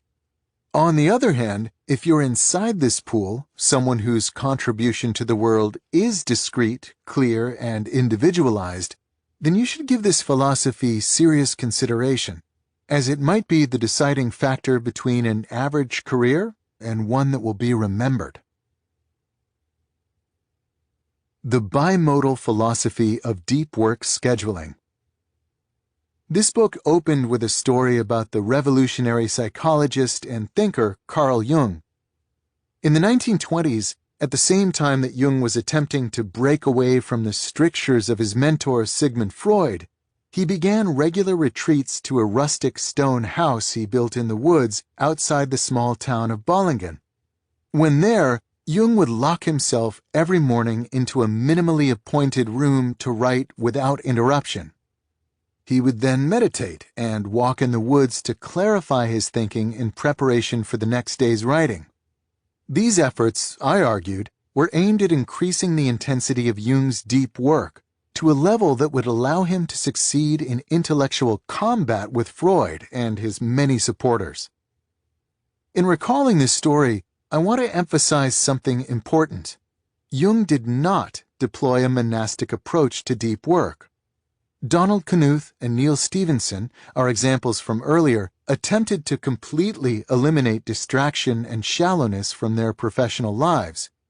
Jung, by contrast, sought this elimination only during the periods he spent at his retreat. The rest of Jung's time was spent in Zurich, where his life was anything but monastic.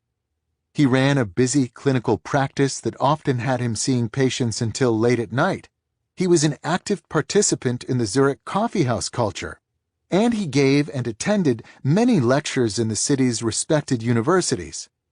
Einstein received his doctorate from one university in Zurich and later taught at another. He also, interestingly enough, knew Jung, and the two shared several dinners to discuss the key ideas of Einstein's special relativity. Jung's life in Zurich, in other words, is similar in many ways to the modern archetype of the hyper-connected digital age knowledge worker. Replace Zurich with San Francisco, and Letter with Tweet, and we could be discussing some hotshot tech CEO. Jung's approach is what I call the bimodal philosophy of deep work. This philosophy asks that you divide your time, dedicating some clearly defined stretches to deep pursuits and leaving the rest open to everything else. During the deep time, the bimodal worker will act monastically, seeking intense and uninterrupted concentration. During the shallow time, such focus is not prioritized. This division of time between deep and open can happen on multiple scales. For example, on the scale of a week, you might dedicate a 4-day weekend to depth and the rest to open time. Similarly, on the scale of a year, you might dedicate one season to contain most of your deep stretches, as many academics do over the summer or while on sabbatical. The bimodal philosophy believes that deep work can produce extreme productivity, but only if the subject dedicates enough time to such endeavors to reach maximum cognitive intensity, the state in which real breakthroughs occur. This is why the minimum unit of time for deep work in this philosophy tends to be at least one full day. To put aside a few hours in the morning, for example, is too short to count as a deep work stretch for an adherent of this approach. At the same time, the bimodal philosophy is typically deployed by people who cannot succeed in the absence of substantial commitments to non-deep pursuits. Jung, for example, needed his clinical practice to pay the bills and the Zurich coffeehouse scene to stimulate his thinking. The approach of shifting between two modes provides a way to serve both needs well. To provide a more modern example of the bimodal philosophy in action, we can once again consider Adam Grant, the Wharton Business School professor whose thoughtfulness about work habits was first introduced in Part 1. As you might recall, Grant's schedule during his rapid rise through the professorship ranks at Wharton provides a nice bimodality case study. On the scale of the academic year, he stacked his courses into one semester so that he could focus the other two on deep work. During these deep semesters, he then applied the bimodal approach on the weekly scale. He would, perhaps once or twice a month, take a period of 2 to 4 days to become completely monastic. He would shut his door, put an out-of-office autoresponder on his email, and work on his research without interruption. Outside of these deep sessions, Grant remained famously open and accessible.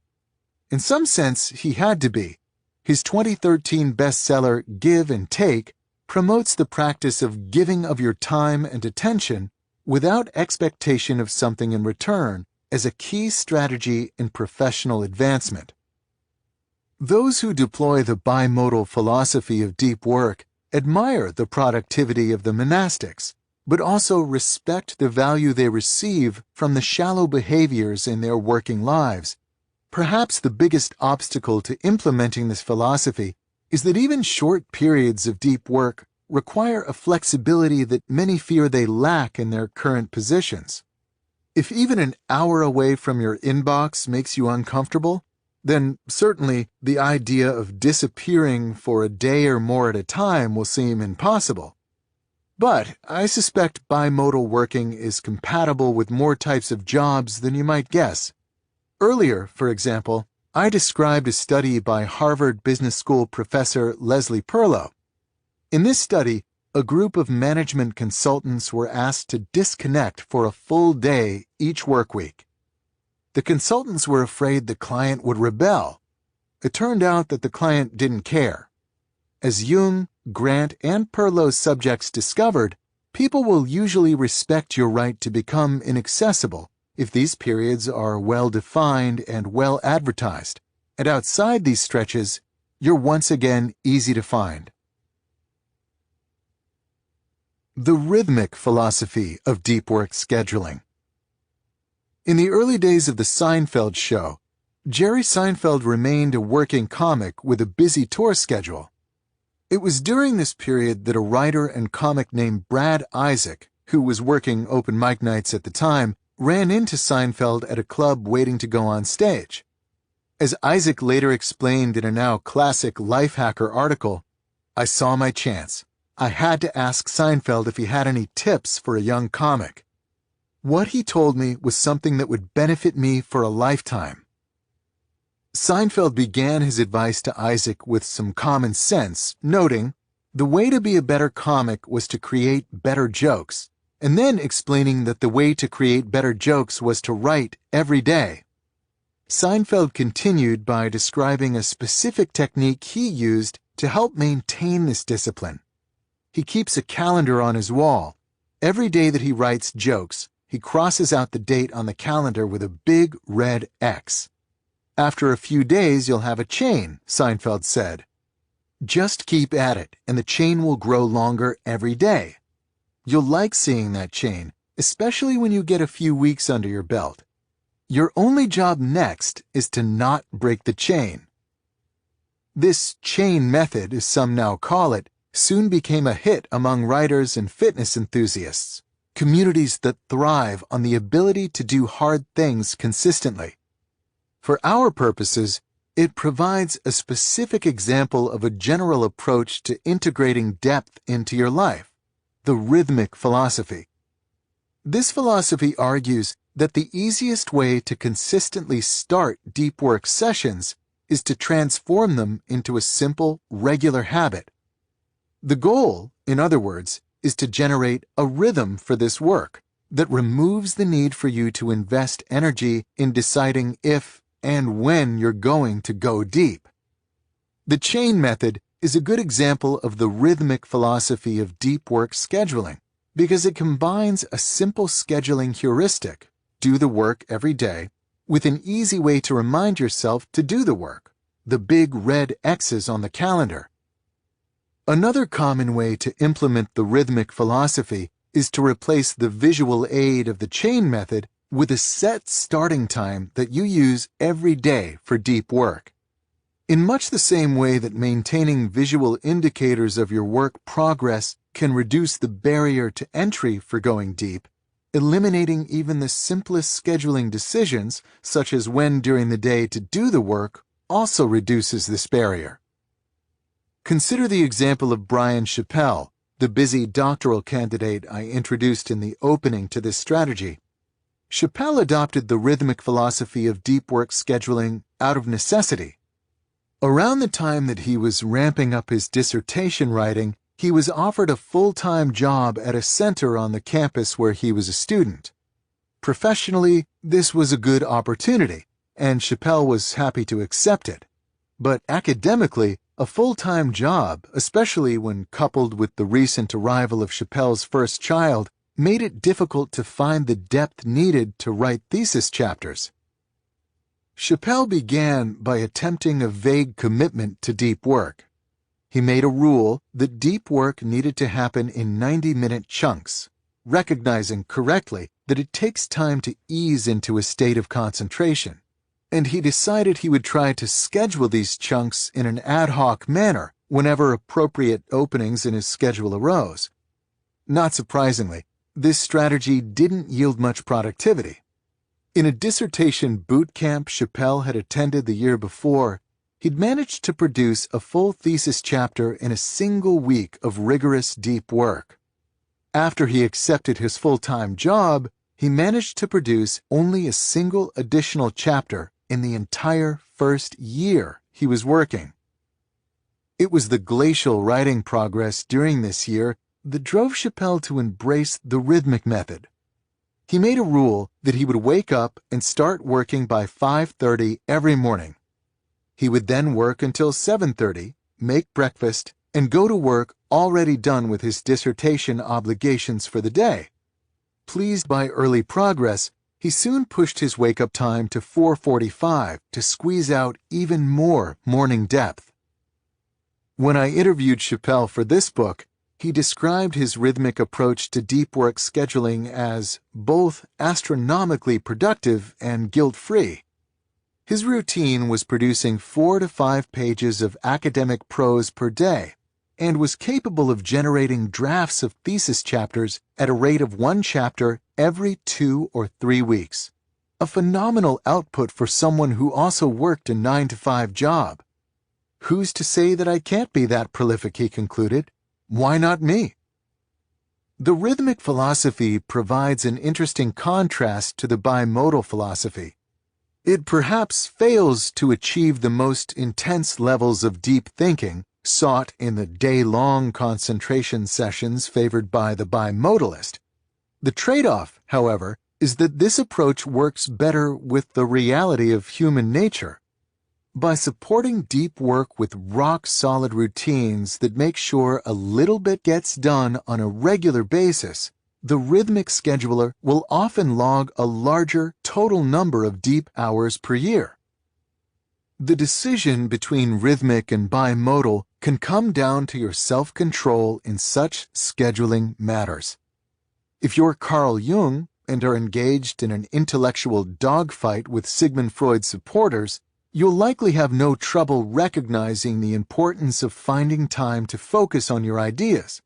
On the other hand, if you're writing a dissertation with no one pressuring you to get it done, the habitual nature of the rhythmic philosophy might be necessary to maintain progress. For many, however, it's not just self-control issues that bias them toward the rhythmic philosophy, but also the reality that some jobs don't allow you to disappear for days at a time when the need to go deep arises. For a lot of bosses, the standard is that you're free to focus as hard as you want, so long as the boss's emails are still answered promptly. This is likely the biggest reason why the rhythmic philosophy is one of the most common among deep workers in standard office jobs. The journalistic philosophy of deep work scheduling. In the 1980s, the journalist Walter Isaacson was in his 30s and well along in his rapid ascent through the ranks of Time magazine. By this point, he was undoubtedly on the radar of the thinking class. Christopher Hitchens, for example, writing in the London Review of Books during this period, called him one of the best magazine journalists in America. The time was right for Isaacson to write a big, important book, a necessary step on the ladder of journalistic achievement. So Isaacson chose a complicated topic, an intertwined narrative biography of 6 figures who played an important role in early Cold War policy, and teamed up with a fellow young Time editor, Evan Thompson, to produce an appropriately weighty book, an 864-page epic titled The Wise Men, 6 Friends and the World They Made. This book, which was published in 1986, was well received by the right people. The New York Times called it a richly textured account, while the San Francisco Chronicle exulted that the 2 young writers had fashioned a Cold War Plutarch. Less than a decade later, Isaacson reached the apex of his journalism career when he was appointed editor of Time, which he then followed with a second act as the CEO of a think tank and an incredibly popular biographer of figures including Benjamin Franklin, Albert Einstein, and Steve Jobs. What interests me about Isaacson, however, is not what he accomplished with his first book, but how he wrote it. In uncovering this story, I must draw from a fortunate personal connection. As it turns out, in the years leading up to the publication of The Wise Men, my uncle, John Paul Newport, who was also a journalist in New York at the time, shared a summer beach rental with Isaacson. To this day, my uncle remembers Isaacson's impressive work habits. "It was always amazing," he said. "He could retreat up to the bedroom for a while when the rest of us were chilling on the patio or whatever to work on his book. He'd go up for 20 minutes or an hour. We'd hear the typewriter pounding. Then he'd come down as relaxed as the rest of us. The work never seemed to faze him. He just happily went up to work when he had the spare time." Isaacson was methodic. Anytime he could find some free time, he would switch into a deep work mode and hammer away at his book. This is how, it turns out, one can write a 900-page book on the side while spending the bulk of one's day becoming one of the country's best magazine writers. I call this approach, in which you fit deep work wherever you can into your schedule, the journalist philosophy. This name is a nod to the fact that journalists like Walter Isaacson are trained to shift into a writing mode on a moment's notice, as is required by the deadline-driven nature of their profession. This approach is not for the deep work novice. As I established in the opening to this rule, the ability to rapidly switch your mind from shallow to deep mode doesn't come naturally. Without practice, such switches can seriously deplete your finite willpower reserves. This habit also requires a sense of confidence in your abilities, a conviction that what you're doing is important and will succeed. This type of conviction is typically built on a foundation of existing professional accomplishment. Isaacson, for example, likely had an easier time switching to writing mode than, say, a first-time novelist, because Isaacson had worked himself up to become a respected writer by this point. He knew he had the capacity to write an epic biography and understood it to be a key task in his professional advancement. This confidence goes a long way in motivating hard efforts. I'm partial to the journalistic philosophy of deep work because it's my main approach to integrating these efforts into my schedule. In other words, I'm not monastic in my deep work, though I do find myself occasionally jealous of my fellow computer scientist Donald Knuth's unapologetic disconnection. I don't deploy multi-day depth binges like the bimodalists. And though I am intrigued by the rhythmic philosophy, my schedule has a way of thwarting attempts to enforce a daily habit. Instead, in an ode to Isaacson, I face each week as it arrives and do my best to squeeze out as much depth as possible. To write this book, for example, I had to take advantage of free stretches of time wherever they popped up. If my kids were taking a good nap, I'd grab my laptop and lock myself in the home office. If my wife wanted to visit her parents in nearby Annapolis on a weekend day, I'd take advantage of the extra childcare to disappear to a quiet corner of their house to write.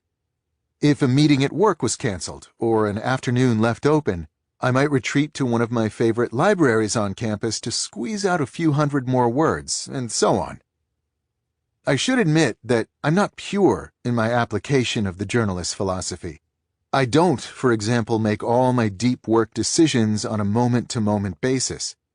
I instead tend to map out when I'll work deeply during each week at the beginning of the week, and then refine these decisions as needed at the beginning of each day. See rule number 3 for more details on my scheduling routines. By reducing the need to make decisions about deep work moment by moment, I can preserve more mental energy for the deep thinking itself. In the final accounting, the journalistic philosophy of deep work scheduling remains difficult to pull off. But if you're confident in the value of what you're trying to produce and practiced in the skill of going deep, a skill we will continue to develop in the strategies that follow, it can be a surprisingly robust way to squeeze out large amounts of depth from an otherwise demanding schedule. Ritualize. An often overlooked observation about those who use their minds to create valuable things is that they're rarely haphazard in their work habits. Consider the Pulitzer Prize-winning biographer Robert Caro. As revealed in a 2009 magazine profile, every inch of Caro's New York office is governed by rules. Where he places his books, how he stacks his notebooks, what he puts on his wall, even what he wears to the office.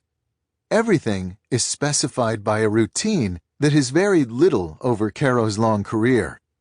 I trained myself to be organized, he explained. Charles Darwin had a similarly strict structure for his working life during the period when he was perfecting On the Origin of Species.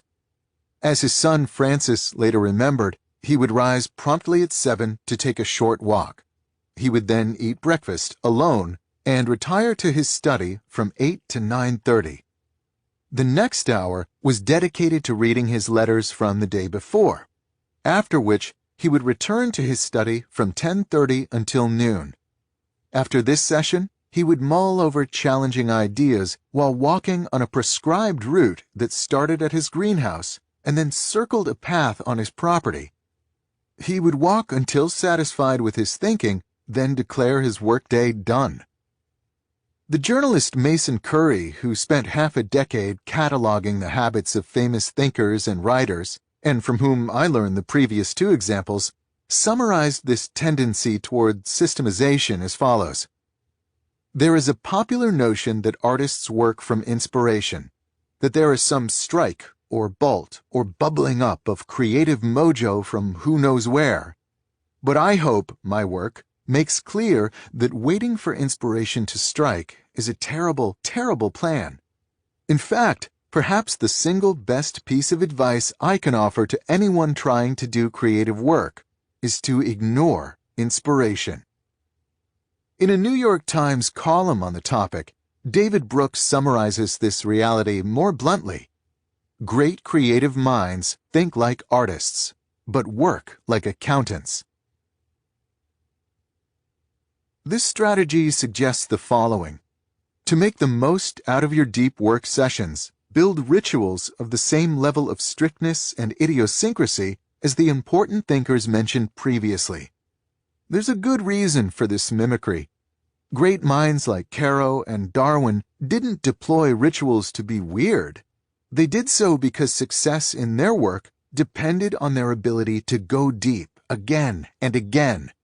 There's no way to win a Pulitzer Prize or conceive a grand theory without pushing your brain to its limit. Their rituals minimize the friction in this transition to depth, allowing them to go deep more easily and stay in the state longer. If they had instead waited for inspiration to strike before settling into serious work, their accomplishments would likely have been greatly reduced. There's no one correct deep work ritual. The right fit depends on both the person and the type of project pursued. But there are some general questions that any effective ritual must address. Where you'll work, and for how long. Your ritual needs to specify a location for your deep work efforts. This location can be as simple as your normal office with the door shut and desk cleaned off. A colleague of mine likes to put a hotel-style "Do Not Disturb" sign on his office door when he's tackling something difficult. If it's possible to identify a location used only for depth, for instance a conference room or quiet library, the positive effect can be even greater. If you work in an open office plan, this need to find a deep work retreat becomes particularly important. Regardless of where you work, be sure to also give yourself a specific time frame to keep the session a discrete challenge and not an open-ended slog. How you'll work once you start to work. Your ritual needs rules and processes to keep your efforts structured. For example, you might institute a ban on any internet use, or maintain a metric such as words produced per 20-minute interval to keep your concentration honed. Without this structure, you'll have to mentally litigate again and again what you should and should not be doing during these sessions, and keep trying to assess whether you're working sufficiently hard. These are unnecessary drains on your willpower reserves. How you'll support your work. Your ritual needs to ensure your brain gets the support it needs to keep operating at a high level of depth. For example, the ritual might specify that you start with a good cup of coffee, or make sure you have access to enough food of the right type to maintain energy. Or Integrate light exercise such as walking to help keep the mind clear. As Nietzsche said, it is only ideas gained from walking that have any worth. This support might also include environmental factors, such as organizing the raw materials of your work to minimize energy-dissipating friction, as we saw with Caro's example. To maximize your success, you need to support your efforts to go deep. At the same time, this support needs to be systematized so that you don't waste mental energy figuring out what you need in the moment. These questions will help you get started in crafting your deep work ritual. But keep in mind that finding a ritual that sticks might require experimentation, so be willing to work at it. I assure you that the effort's worth it. Once you've evolved something that feels right, the impact can be significant. To work deeply is a big deal and should not be an activity undertaken lightly. Surrounding such efforts with a complicated, and perhaps to the outside world quite strange ritual accepts this reality, providing your mind with the structure and commitment it needs to slip into the state of focus where you can begin to create things that matter. Make grand gestures. In the early winter of 2007, J.K. Rowling was struggling to complete The Deathly Hallows, the final book in her Harry Potter series. The pressure was intense, as this book bore the responsibility of tying together the 6 that preceded it in a way that would satisfy the series' hundreds of millions of fans. Rowling needed to work deeply to satisfy these demands, but she was finding unbroken concentration increasingly difficult to achieve at her home office in Edinburgh, Scotland. As I was finishing Deathly Hallows, there came a day where the window cleaner came. The kids were at home, the dogs were barking, Rowling recalled in an interview. It was too much, so J.K. Rowling decided to do something extreme to shift her mindset where it needed to be. She checked into a suite in the 5-star Balmoral Hotel, located in the heart of downtown Edinburgh. So I came to this hotel because it's a beautiful hotel, but I didn't intend to stay here, she explained. But the first day's writing went well, so I kept coming back, and I ended up finishing the last of the Harry Potter books here. In retrospect, it's not surprising that Rowling ended up staying. The setting was perfect for her project. The Balmoral, known as one of Scotland's most luxurious hotels, is a classic Victorian building, complete with ornate stonework and a tall clock tower. It's also located only a couple of blocks away from Edinburgh Castle, one of Rowling's inspirations in dreaming up Hogwarts. Rowling's decision to check into a luxurious hotel suite near Edinburgh Castle is an example of a curious but effective strategy in the world of deep work. The grand gesture. The concept is simple. By leveraging a radical change to your normal environment, coupled perhaps with a significant investment of effort or money, all dedicated towards supporting a deep work task, you increase the perceived importance of the task. This boost in importance reduces your mind's instinct to procrastinate and delivers an injection of motivation and energy. Writing a chapter of a Harry Potter novel, for example, is hard work and will require a lot of mental energy, regardless of where you do it. But when paying more than $1,000 a day to write the chapter in a suite of an old hotel down the street from a Hogwarts-style castle, mustering the energy to begin and sustain this work is easier than if you were instead in a distracting home office. When you study the habits of other well-known deep workers, the grand gesture strategy comes up often. Bill Gates, for example, was famous during his time as Microsoft CEO for taking think weeks, during which he would leave behind his normal work and family obligations to retreat to a cabin with a stack of papers and books. His goal was to think deeply, without distraction, about the big issues relevant to his company. It was during one of these weeks, for example, that he famously came to the conclusion that the internet was going to be a major force in the industry. There was nothing physically stopping Gates from thinking deeply in his office in Microsoft's Seattle headquarters, but the novelty of his week-long retreat helped him achieve the desired levels of concentration.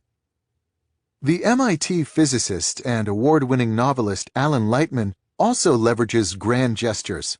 In his case, he retreats each summer to a tiny island in Maine to think deeply and recharge. At least as of 2000, when he described this gesture in an interview, the island not only lacked internet, but didn't even have phone service. As he then justified, "It's really about 2.5 months that I'll feel like I can recover some silence in my life, which is so hard to find." Not everyone has the freedom to spend 2 months in Maine, but many writers, including Dan Pink and Michael Pollan, simulate the experience year-round by building, often at significant expense and effort, writing cabins on their properties. Pollan, for his part, even wrote a book about his experience building his cabin in the woods behind his former Connecticut home. These outbuildings aren't strictly necessary for these writers, who need only a laptop and a flat surface to put it on to ply their trade. But it's not the amenities of the cabins that generate their value. It's instead the grand gesture represented in the design and building of the cabin for the sole purpose of enabling better writing. Not every grand gesture need be so permanent.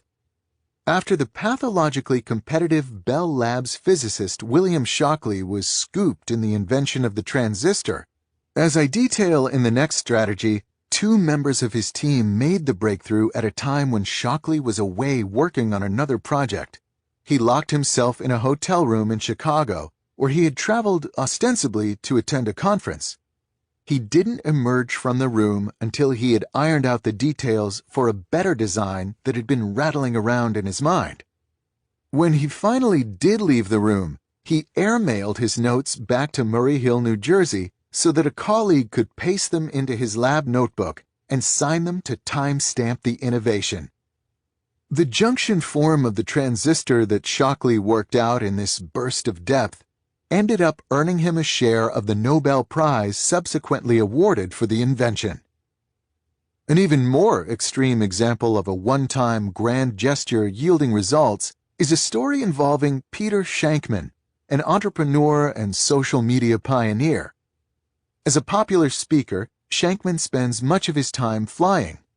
He eventually realized that 30,000 feet was an ideal environment for him to focus. As he explained in a blog post, "Locked in a seat with nothing in front of me, nothing to distract me, nothing to set off my, ooh, shiny DNA, I have nothing to do but be at one with my thoughts." It was sometime after this realization that Shankman signed a book contract that gave him only 2 weeks to finish the entire manuscript. Meeting this deadline would require incredible concentration. To achieve this state, Shankman did something unconventional. He booked a round-trip business-class ticket to Tokyo. He wrote during the whole flight to Japan, drank an espresso in the business-class lounge once he arrived in Japan, then turned around and flew back, once again writing the whole way, arriving back in the States only 30 hours after he first left with a completed manuscript now in hand. The trip cost $4,000 and was worth every penny, he explained. In all of these examples, it's not just the change of environment or seeking of quiet that enables more depth. The dominant force is the psychology of committing so seriously to the task at hand. To put yourself in an exotic location to focus on a writing project, or to take a week off from work just to think, or to lock yourself in a hotel room until you complete an important invention. These gestures push your deep goal to a level of mental priority that helps unlock the needed mental resources. Sometimes, to go deep, you must first go big. Don't work alone. The relationship between deep work and collaboration is tricky. It's worth taking the time to untangle, however, because properly leveraging collaboration can increase the quality of deep work in your professional life. It's helpful to start our discussion of this topic by taking a step back to consider what at first seems to be an unresolvable conflict. In part 1 of this book, I criticized Facebook for the design of its new headquarters. In particular, I noted that the company's goal to create the world's largest open office space, a giant room that will reportedly hold 2,800 workers, represents an absurd attack on concentration. Both intuition and a growing body of research underscore the reality that sharing a workspace with a large number of coworkers is incredibly distracting, creating an environment that thwarts attempts to think seriously. In a 2013 article summarizing recent research on this topic, Businessweek went so far as to call for an end to the tyranny of the open plan office. And yet, these open office designs are not embraced haphazardly. As Maria Konnikova reports in The New Yorker, when this concept first emerged, its goal was to facilitate communication and idea flow. This claim resonated with American businesses looking to embrace an aura of startup unconventionality. Josh Tiringel, the editor of Bloomberg Businessweek, for example, explained the lack of offices in Bloomberg's headquarters as follows. Open plan is pretty spectacular. It ensures that everyone is attuned to the broad mission, and it encourages curiosity between people who work in different disciplines. Jack Dorsey justified the open layout of the Square headquarters by explaining, "We encourage people to stay out in the open because we believe in serendipity and people walking by each other teaching new things." For the sake of discussion, let's call this principle that when you allow people to bump into each other, smart collaborations and new ideas emerge.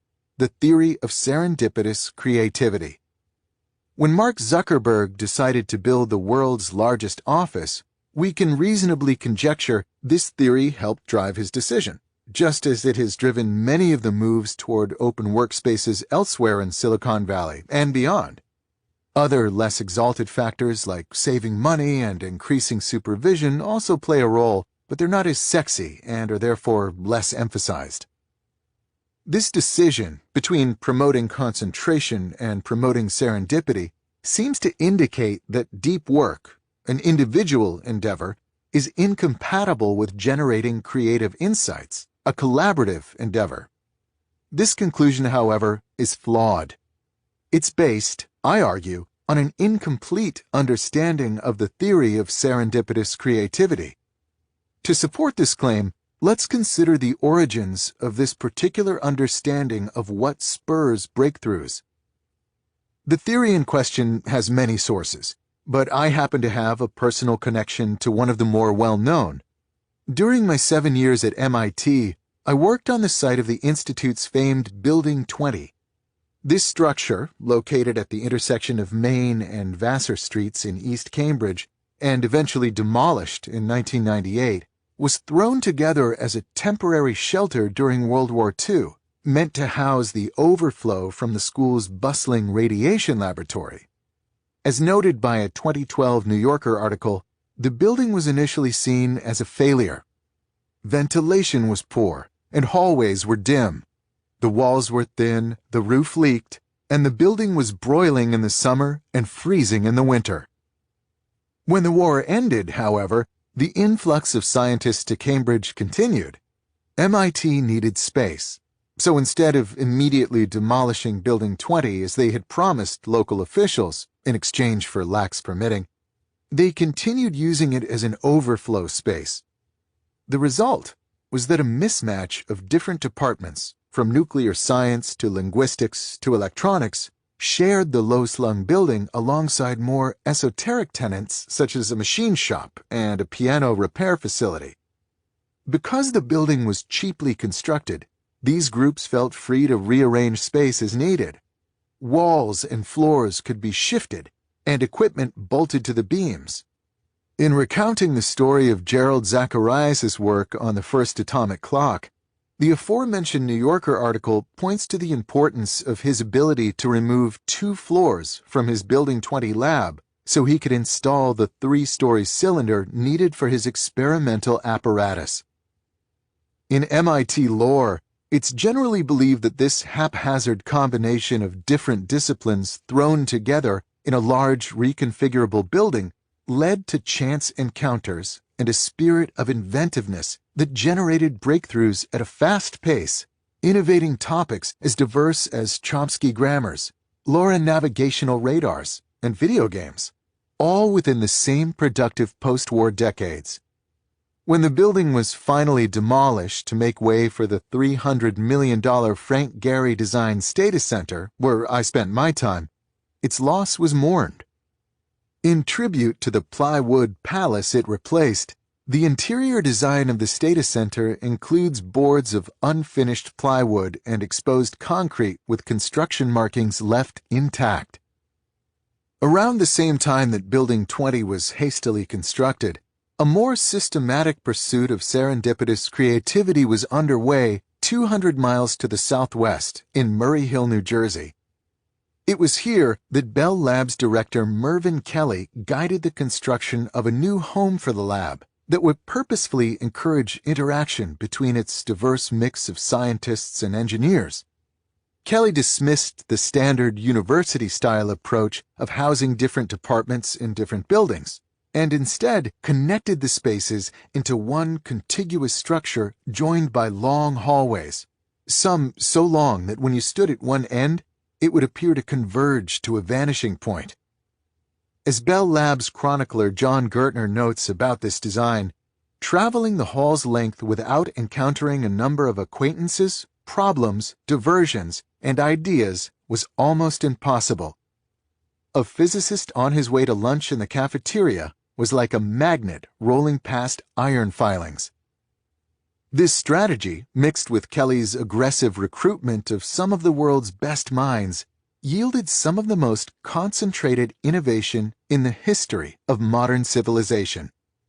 In the decades following the Second World War, the lab produced, among other achievements, the first solar cell, laser, communication satellite, cellular communication system, and fiber optic networking.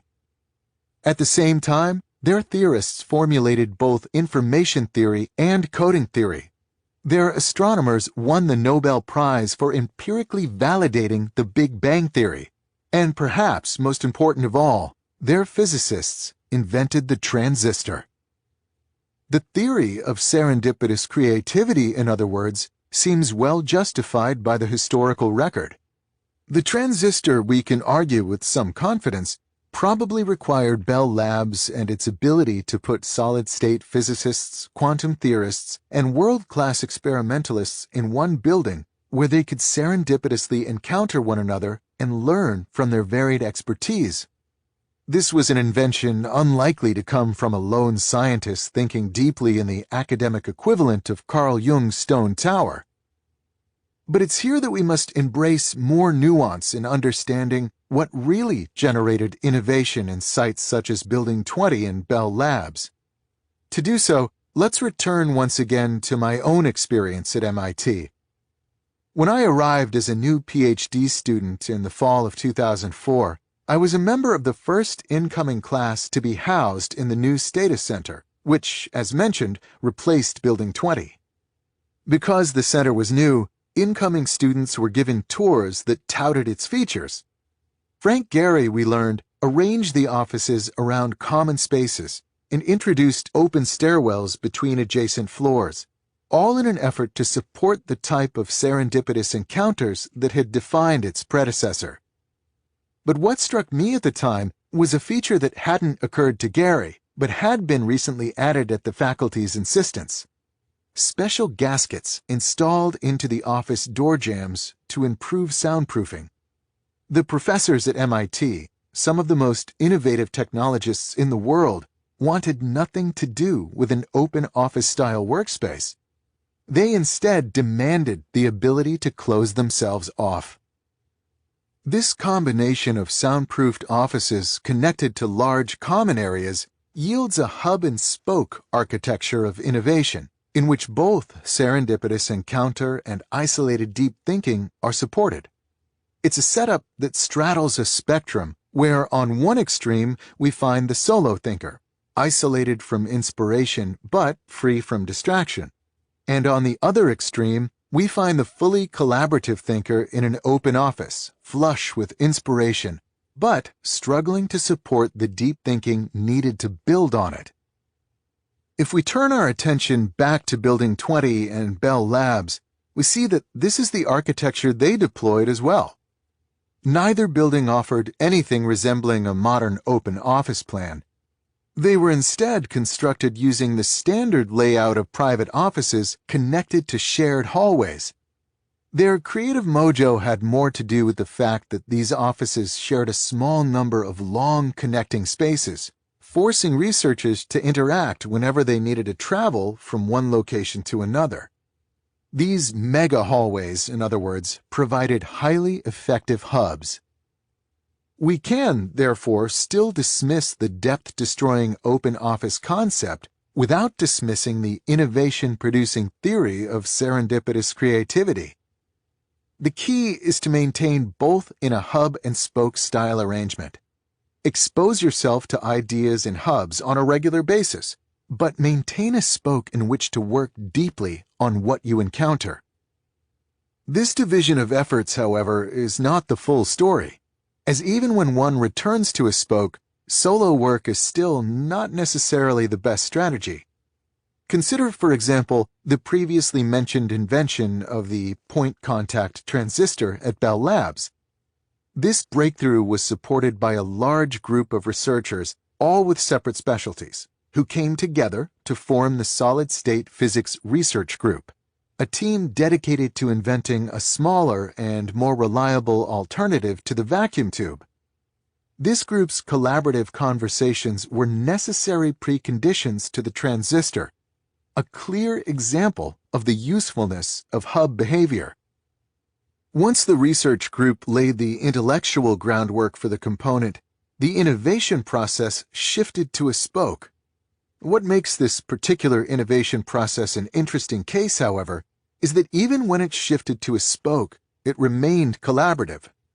It was two researchers in particular, the experimentalist Walter Brattain and the quantum theorist John Bardeen, who, over a period of 1 month in 1947, made the series of breakthroughs that led to the first working solid-state transistor. Brattain and Bardeen worked together during this period in a small lab, often side by side, pushing each other toward better and more effective designs. These efforts consisted primarily of deep work, but a type of deep work we haven't yet encountered. Brattain would concentrate intensely to engineer an experimental design that could exploit Bardeen's latest theoretical insight. Then Bardeen would concentrate intensely to make sense of what Bratton's latest experiments revealed, trying to expand his theoretical framework to match the observations. This back and forth represents a collaborative form of deep work, common in academic circles, that leverages what I call the whiteboard effect. For some types of problems, working with someone else at the proverbial shared whiteboard can push you deeper than if you were working alone. The presence of the other party waiting for your next insight, be it someone physically in the same room or collaborating with you virtually, can short-circuit the natural instinct to avoid depth. We can now step back and draw some practical conclusions about the role of collaboration in deep work. The success of Building 20 and Bell Labs indicates that isolation is not required for productive deep work. Indeed, their example indicates that for many types of work, especially when pursuing innovation, collaborative deep work can yield better results. This strategy, therefore, asks that you consider this option in contemplating how best to integrate depth into your professional life. In doing so, however, keep the following 2 guidelines in mind. First, distraction remains a destroyer of depth. Therefore, the hub and spoke model provides a crucial template. separate your pursuit of serendipitous encounters from your efforts to think deeply and build on these inspirations. You should try to optimize each effort separately, as opposed to mixing them together into a sludge that impedes both goals. Second, even when you retreat to a spoke to think deeply, when it's reasonable to leverage the whiteboard effect, do so. By working side by side with someone on a problem, you can push each other toward deeper levels of depth, and therefore toward the generation of more and more valuable output as compared to working alone. When it comes to deep work, in other words, consider the use of collaboration when appropriate, as it can push your results to a new level. At the same time, don't lionize this quest for interaction and positive randomness to the point where it crowds out the unbroken concentration ultimately required to wring something useful out of the swirl of ideas all around us. Execute like a business. The story has become lore in the world of business consulting. In the mid-1990s, Harvard Business School professor Clayton Christensen received a call from Andy Grove, the CEO and chairman of Intel.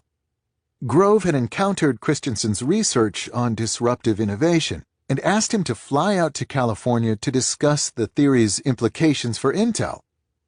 On arrival, Christensen walked through the basics of disruption.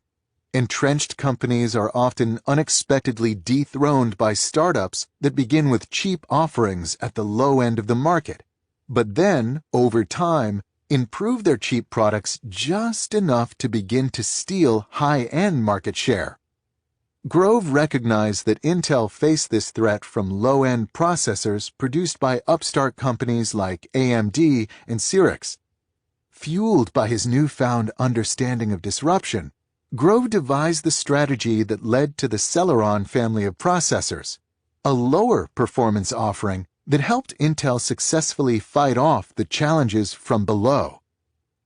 There is, however, a lesser-known piece to this story. As Christensen recalls, Grove asked him during a break in this meeting, "How do I do this?" Christensen responded with a discussion of business strategy, explaining how Grove could set up a new business unit, and so on. Grove cut him off with a gruff reply. "You are such a naive academic. I asked you how to do it, and you told me what I should do. I know what I need to do. I just don't know how to do it." As Christensen later explained, this division between what and how is crucial, but is overlooked in the professional world. It's often straightforward to identify a strategy needed to achieve a goal, but what trips up companies is figuring out how to execute the strategy once identified. I came across this story in a foreword Christensen wrote for a book titled The 4 Disciplines of Execution, which built on extensive consulting case studies to describe 4 disciplines, abbreviated 4DX, for helping companies successfully implement high-level strategies. What struck me as I read was that this gap between what and how was relevant to my personal quest to spend more time working deeply. Just as Andy Grove had identified the importance of competing in the low-end processor market, I had identified the importance of prioritizing depth. What I needed was help figuring out how to execute this strategy. Intrigued by these parallels, I set out to adapt the 4DX framework to my personal work habits and ended up surprised by how helpful they proved in driving me toward effective action on my goal of working deeply.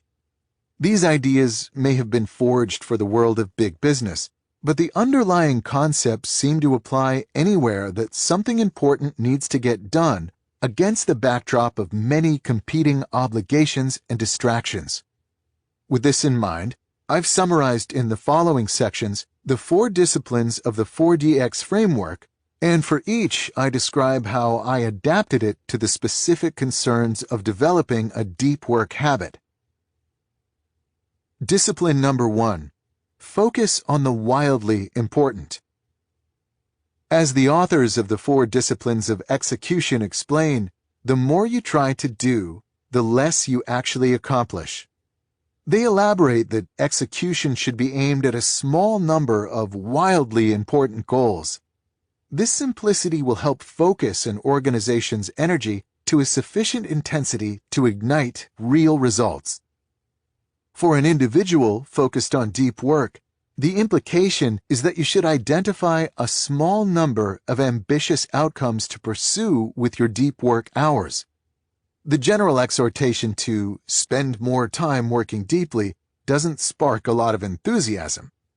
To instead have a specific goal that would return tangible and substantial professional benefits will generate a steadier stream of enthusiasm.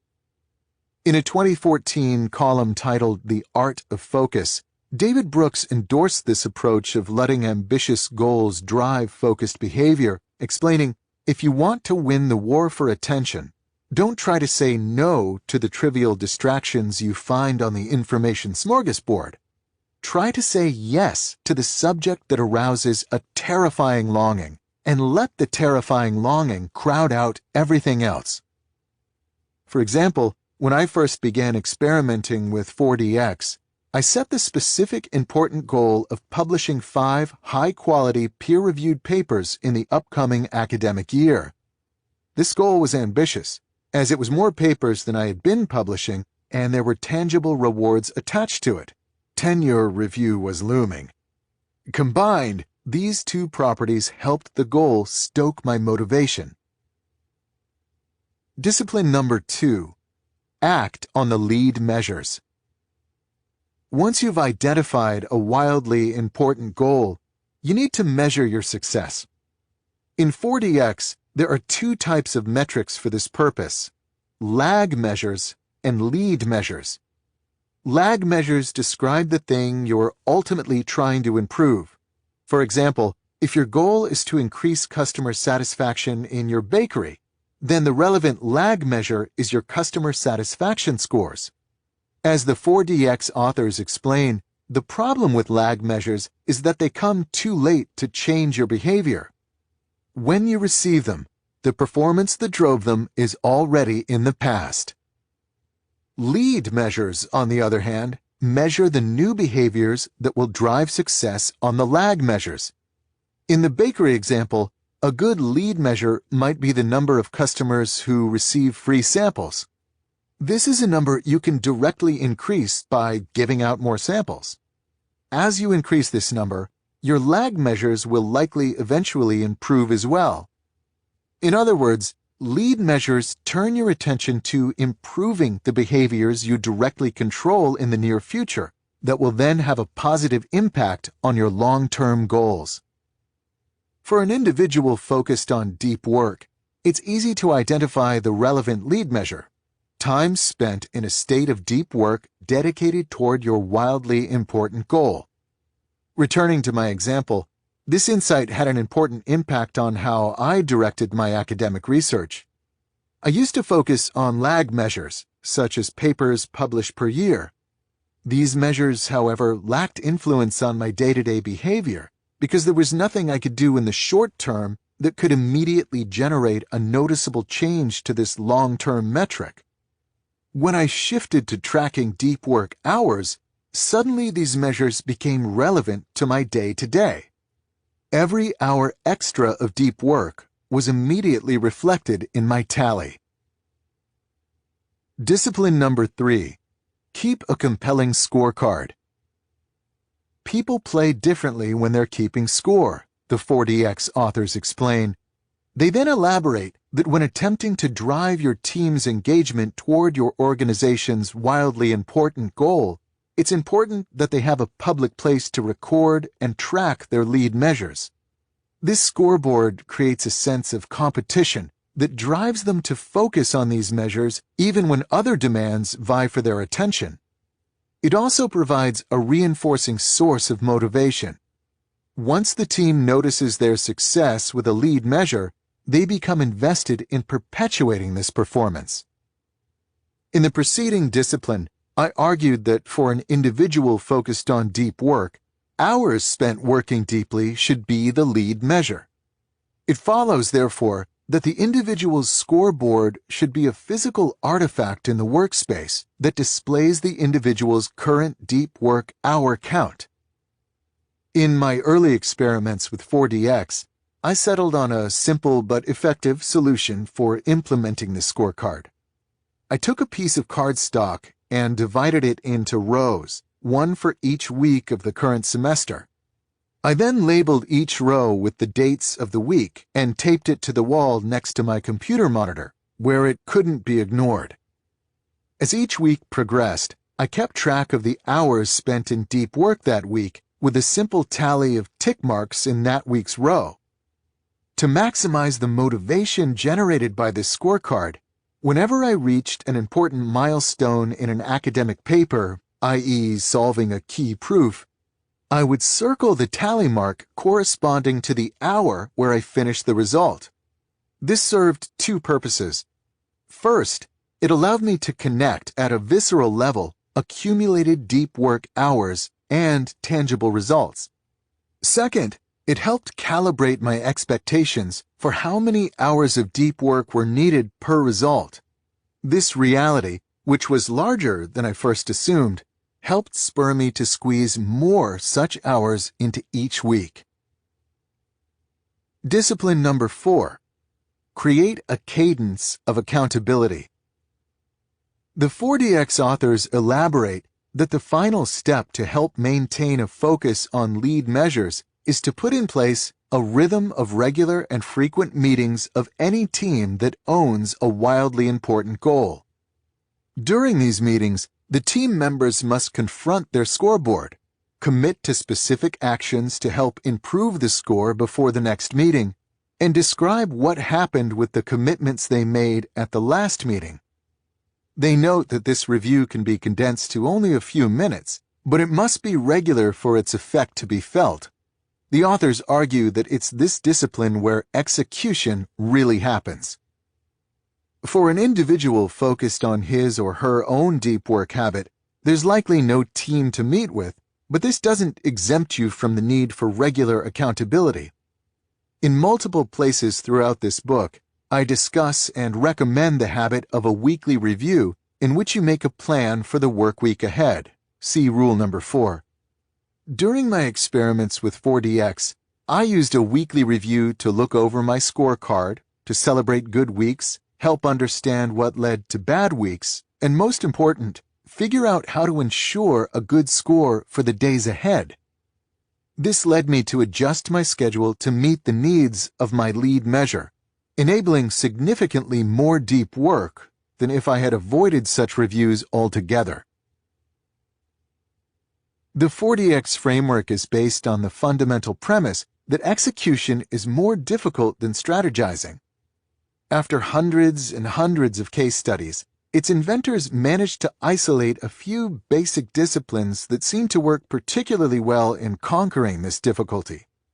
It's no surprise, therefore, that these same disciplines can have a similar effect on your personal goal of cultivating a deep work habit.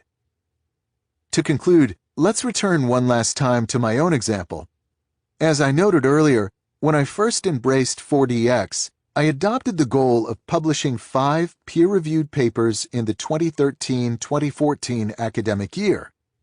This was an ambitious goal, given that I had published only 4 papers the previous year, a feat I was proud of. Throughout this 4DX experiment, the clarity of this goal, coupled with the simple but unavoidable feedback of my lead measure scorecard, pushed me to a level of depth I hadn't before achieved.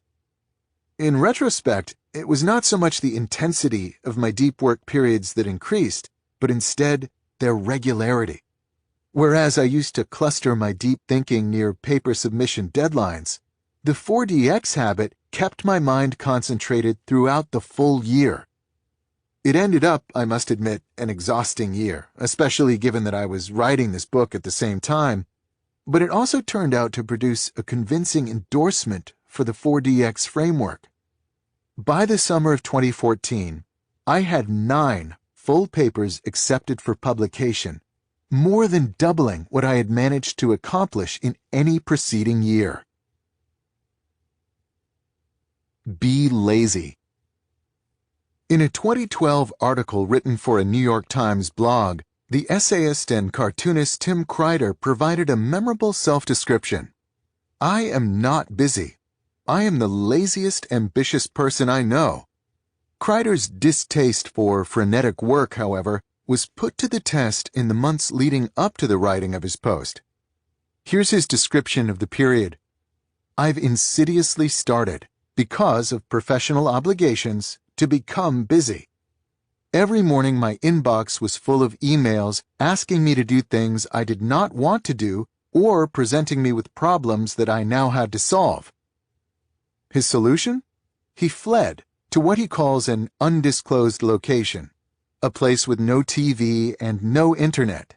Going online requires a bike ride to the local library, and where he could remain non-responsive to the pinprick onslaught of small obligations that seem harmless in isolation but aggregate to serious injury to his deep work habit. "I've remembered about buttercups, stink bugs, and the stars," Kreider says about his retreat from activity. "I read, and I'm finally getting some real writing done for the first time in months." It's important for our purposes to recognize that Kreider is no Thoreau. He didn't retreat from the world of busyness to underscore a complicated social critique. His move to an undisclosed location was instead motivated by a surprising but practical insight. It made him better at his job. Here's Kreider's explanation. "Idleness is not just a vacation, an indulgence, or a vice. It is as indispensable to the brain as vitamin D is to the body, and deprived of it, we suffer a mental affliction as disfiguring as rickets. It is, paradoxically, necessary to getting any work done." When Kreider talks of getting work done, of course, he's not referencing shallow tasks. For the most part, the more time you can spend immersed in shallow work, the more of it that gets accomplished. As a writer and artist, however, Kreider is instead concerned with deep work, the serious efforts that produce things the world values. These efforts, he's convinced, need the support of a mind regularly released to leisure. This strategy argues that you should follow Kreider's lead by injecting regular and substantial freedom from professional concerns into your day, providing you with the idleness paradoxically required to get deep work done. There are many ways to accomplish this goal. You could, for example, use Kreider's approach of retreating from the world of shallow tasks altogether by hiding out in an undisclosed location. But this isn't practical for most people. Instead, I want to suggest a more applicable but still quite powerful heuristic. At the end of the workday, shut down your consideration of work issues until the next morning. No after-dinner email check, no mental replays of conversations, and no scheming about how you'll handle an upcoming challenge. Shut down work thinking completely. If you need more time, then extend your workday. But once you shut down, your mind must be left free to encounter Kreider's buttercups, stink bugs, and stars. Before describing some tactics that support this strategy, I want to first explore why a shutdown will be profitable to your ability to produce valuable output. We have, of course, Tim Kreider's personal endorsement, but it's worth taking the time to also understand the science behind the value of downtime. A closer examination of this literature reveals the following 3 possible explanations for this value. Reason number 1. Downtime aids insights. Consider the following excerpt from a 2006 paper that appeared in the journal Science. The scientific literature has emphasized the benefits of conscious deliberation in decision-making for hundreds of years. The question addressed here is whether this view is justified. We hypothesize that it is not. Lurking in this bland statement is a bold claim. The authors of this study, led by the Dutch psychologist Ap Dijksterhuis, set out to prove that some decisions are better left to your unconscious mind to untangle. In other words, To actively try to work through these decisions will lead to a worse outcome than loading up the relevant information and then moving on to something else while letting the subconscious layers of your mind mull things over. Dexter House's team isolated this effect by giving subjects the information needed for a complex decision regarding a car purchase. Half the subjects were told to think through the information and then make the best decision. The other half were distracted by easy puzzles after they read the information and were then put on the spot to make a decision without having had time to consciously deliberate. The distracted group ended up performing better.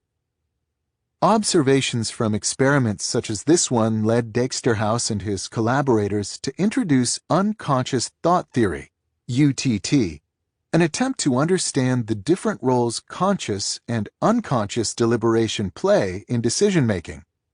At a high level, this theory proposes that for decisions that require the application of strict rules, the conscious mind must be involved. For example, if you need to do a math calculation, only your conscious mind is able to follow the precise arithmetic rules needed for correctness. On the other hand, for decisions that involve large amounts of information and multiple vague and perhaps even conflicting constraints, your unconscious mind is well suited to tackle the issue. UTT hypothesizes that this is due to the fact that these regions of your brain have more neuronal bandwidth available, allowing them to move around more information and sift through more potential solutions than your conscious centers of thinking. Your conscious mind, according to this theory, is like a home computer on which you can run carefully written programs that return correct answers to limited problems, whereas your unconscious mind is like Google's vast data centers, in which statistical algorithms sift through terabytes of unstructured information, teasing out surprising, useful solutions to difficult questions. The implication of this line of research is that providing your conscious brain time to rest enables your unconscious mind to take a shift sorting through your most challenging professional challenges. A shutdown habit, therefore, is not necessarily reducing the amount of time you're engaged in productive work, but is instead diversifying the type of work you deploy. Reason number 2. Downtime helps recharge the energy needed to work deeply. A frequently cited 2008 paper appearing in the journal Psychological Science describes a simple experiment. Subjects were split into 2 groups. One group was asked to take a walk on a wooded path in an arboretum near the Ann Arbor, Michigan campus where the study was conducted. The other group was sent on a walk through the bustling center of the city. Both groups were then given a concentration-sapping task called backward digit span. The core finding of the study is that the nature group performed up to 20% better on the task. The nature advantage still held the next week when the researchers brought back the same subjects and switched the locations. It wasn't the people who determined performance, but whether or not they got a chance to prepare by walking through the woods. This study, it turns out, is one of many that validate attention restoration theory, ART, which claims that spending time in nature can improve your ability to concentrate. This theory, which was first proposed in the 1980s by the University of Michigan psychologists Rachel Kaplan and Stephen Kaplan, the latter of which co-authored the 2008 study discussed here along with Mark Berman and John Ioannidis, is based on the concept of attention fatigue. To concentrate requires what ART calls directed attention. This resource is finite. If you exhaust it, you'll struggle to concentrate. For our purposes, we can think of this resource as the same thing as Baumeister's limited willpower reserves we discussed in the introduction to this rule. The 2008 study argues that walking on busy city streets requires you to use directed attention, as you must navigate complicated tasks like figuring out when to cross a street to not get run over or when to maneuver around the slow group of tourists blocking the sidewalk.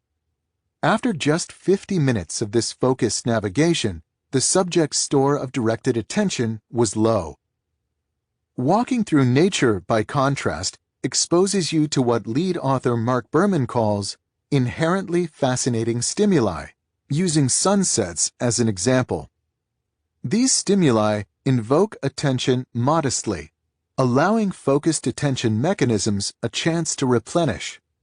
Put another way, when walking through nature, you're freed from having to direct your attention, as there are few challenges to navigate, like crowded street crossings, and experience enough interesting stimuli to keep your mind sufficiently occupied to avoid the need to actively aim your attention.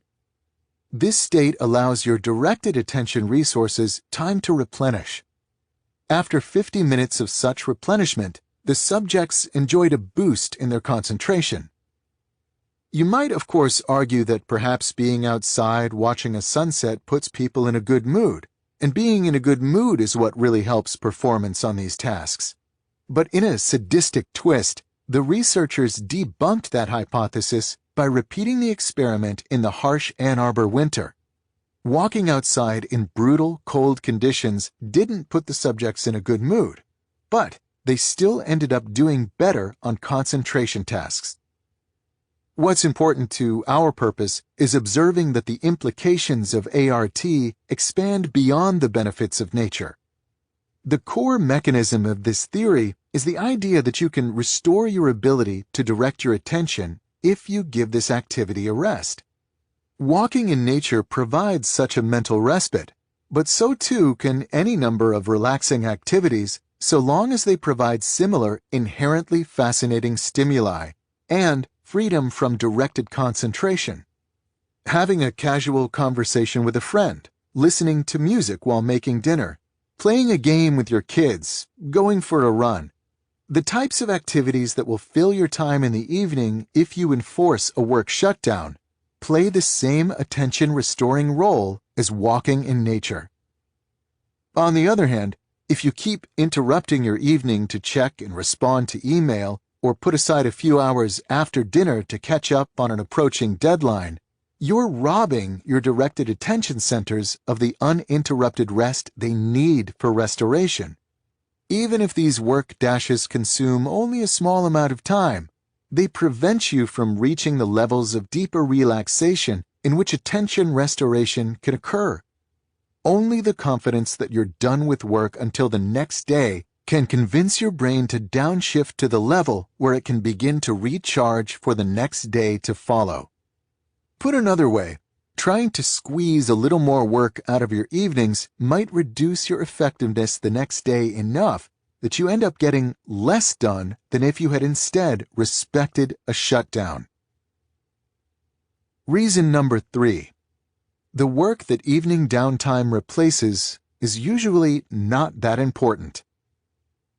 The final argument for maintaining a clear endpoint to your workday requires us to return briefly to Anders Ericsson, the inventor of deliberate practice theory. As you might recall from Part 1, deliberate practice is the systematic stretching of your ability for a given skill. It is the activity required to get better at something. Deep work and deliberate practice, as I've argued, overlap substantially. For our purposes here, we can use deliberate practice as a general-purpose stand-in for cognitively demanding efforts. In Ericsson's seminal 1993 paper on the topic, titled The Role of Deliberate Practice in the Acquisition of Expert Performance, he dedicates a section to reviewing what the research literature reveals about an individual's capacity for cognitively demanding work. Ericsson notes that for a novice, somewhere around an hour a day of intense concentration seems to be a limit, while for experts, this number can expand to as many as 4 hours, but rarely more. One of the studies cited, for example, catalogs the practice habits of a group of elite violin players training at Berlin's Universität der Kunst. This study found the elite players average around 3.5 hours per day in a state of deliberate practice, usually separated into 2 distinct periods. The less accomplished players spent less time in a state of depth. The implication of these results is that your capacity for deep work in a given day is limited. If you're careful about your schedule, using, for example, the type of productivity strategies described in rule number 4, you should hit your daily deep work capacity during your workday. It follows, therefore, that by evening, you're beyond the point where you can continue to effectively work deeply. Any work you do fit into the night, therefore, won't be the type of high-value activities that really advance your career. Your efforts will instead likely be confined to low-value, shallow tasks, executed at a slow, low-energy pace. By deferring evening work, in other words, you're not missing out on much of importance. The 3 reasons just described support the general strategy of maintaining a strict endpoint to your workday. Let's conclude by filling in some details concerning implementation. To succeed with this strategy, you must first accept the commitment that once your workday shuts down, you cannot allow even the smallest incursion of professional concerns into your field of attention. This includes, crucially, checking email, as well as browsing work-related websites. In both cases, even a brief intrusion of work can generate a self-reinforcing stream of distraction that impedes the shutdown advantages described earlier for a long time to follow. Most people are familiar, for example, with the experience of glancing at an alarming email on a Saturday morning, and then having its implications haunt your thoughts for the rest of the weekend. Another key commitment for succeeding with this strategy is to support your commitment by shutting down with a strict shutdown ritual that you use at the end of the workday to maximize the probability that you succeed. In more detail, this ritual should ensure that every incomplete task, goal, or project has been reviewed, and that for each you have confirmed that either 1. You have a plan you trust for its completion, or 2. It's captured in a place where it will be revisited when the time is right. The process should be an algorithm, a series of steps you always conduct one after another. When you're done, have a set phrase you say that indicates completion. To end my own ritual, I say, "Shut down complete." This final step sounds cheesy, but it provides a simple cue to your mind that it's safe to release work-related thoughts for the rest of the day. To make this suggestion more concrete, let me walk through the steps of my own shutdown ritual, which I first developed around the time I was writing my doctoral dissertation and have deployed in one form or another ever since. The first thing I do is take a final look at my email inbox to ensure that there's nothing requiring an urgent response before the day ends. The next thing I do is transfer any new tasks that are on my mind or were scribbled down earlier in the day into my official task lists. I use Google Docs for storing my task lists as I like the ability to access them from any computer, but the technology here isn't really relevant. Once I have these task lists open, I quickly skim every task in every list and then look at the next few days on my calendar. These 2 actions ensure that there's nothing urgent I'm forgetting or any important deadlines or appointments sneaking up on me. I have, at this point, reviewed everything that's on my professional plate. To end the ritual, I use this information to make a rough plan for the next day. Once the plan is created, I say, "Shut down complete," and my work thoughts are done for the day. The concept of a shutdown ritual might at first seem extreme, but there's a good reason for it. The Zeigarnik effect. This effect, which is named for the experimental work of the early 20th century psychologist Bluma Zeigarnik, describes the ability of incomplete tasks to dominate our attention.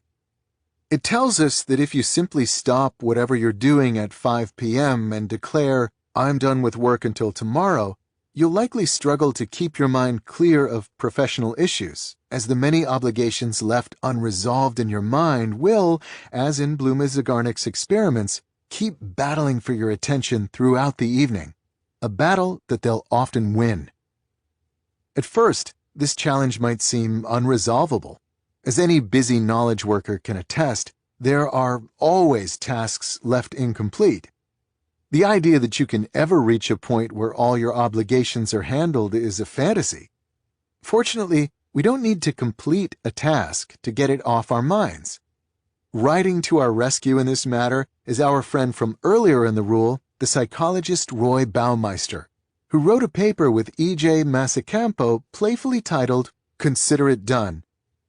In this study, the two researchers began by replicating the Zeigarnik effect in their subjects.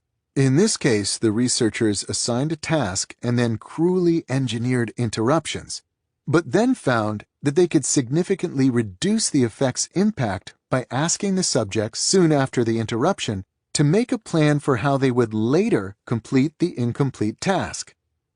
To quote the paper, "Committing to a specific plan for a goal may therefore not only facilitate attainment of the goal, but may also free cognitive resources for other pursuits."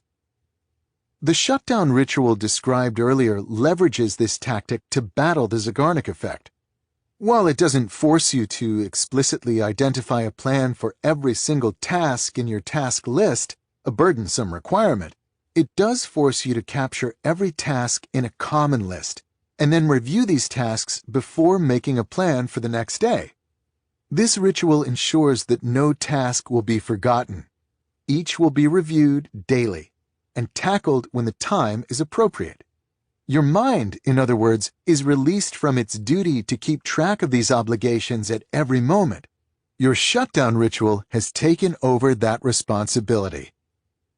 Shutdown rituals can become annoying, as they add an extra 10 to 15 minutes to the end of your workday, and sometimes even more, but they're necessary for reaping the rewards of systematic idleness summarized previously. From my experience, it should take a week or two before the shutdown habit sticks. That is, until your mind trusts your ritual enough to actually begin to release work-related thoughts in the evening. But once it does stick, the ritual will become a permanent fixture in your life, to the point that skipping the routine will fill you with a sense of unease. Decades of work from multiple different subfields within psychology all point toward the conclusion that regularly resting your brain improves the quality of your deep work. When you work, work hard. When you're done, be done. Your average email response time might suffer some, but you'll more than make up for this with the sheer volume of truly important work produced during the day by your refreshed ability to dive deeper than your exhausted peers. Rule number 2. Embrace boredom. To better understand how one masters the art of deep work, I suggest visiting the Knesset Yisroel Synagogue in Spring Valley, New York at 6 a.m. on a weekday morning.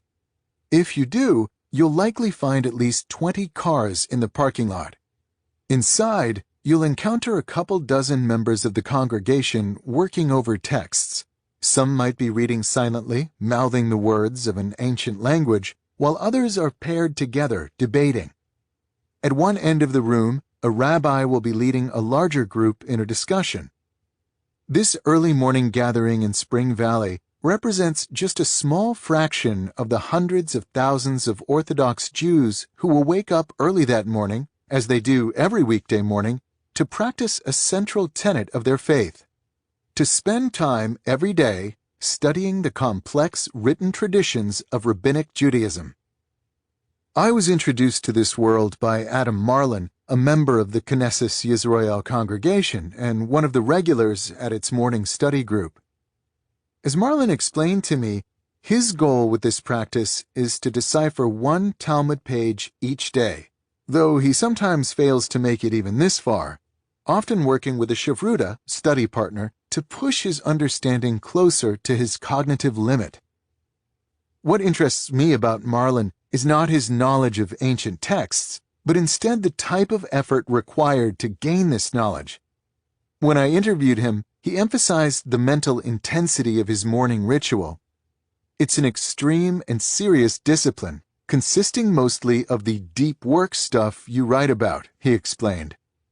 I run a growing business, but this is often the hardest brain strain I do. This strain is not unique to Marlon, but is instead ingrained in the practice. As his rabbi once explained to him, "You cannot consider yourself as fulfilling this daily obligation unless you have stretched to the reaches of your mental capacity." Unlike many Orthodox Jews, Marlon came late to his faith, not starting his rigorous Talmud training until his 20s. This bit of trivia proves useful to our purposes because it allows Marlon a clear before and after comparison concerning the impact of these mental calisthenics, and the results surprised him. Though Marlon was exceptionally well educated when he began the practice, he holds 3 different Ivy League degrees, he soon met fellow adherents who had only ever attended small religious schools but could still dance intellectual circles around him. "A number of these people are highly successful professionally," he explained to me, "but it wasn't some fancy school that pushed their intellect higher. It became clear it was instead their daily study that started as early as the 5th grade." After a while, Marlon began to notice positive changes in his own ability to think deeply. "I've recently been making more highly creative insights in my business life," he told me. "I'm convinced it's related to this daily mental practice. This consistent strain has built my mental muscle over years and years. This was not the goal when I started, but it is the effect."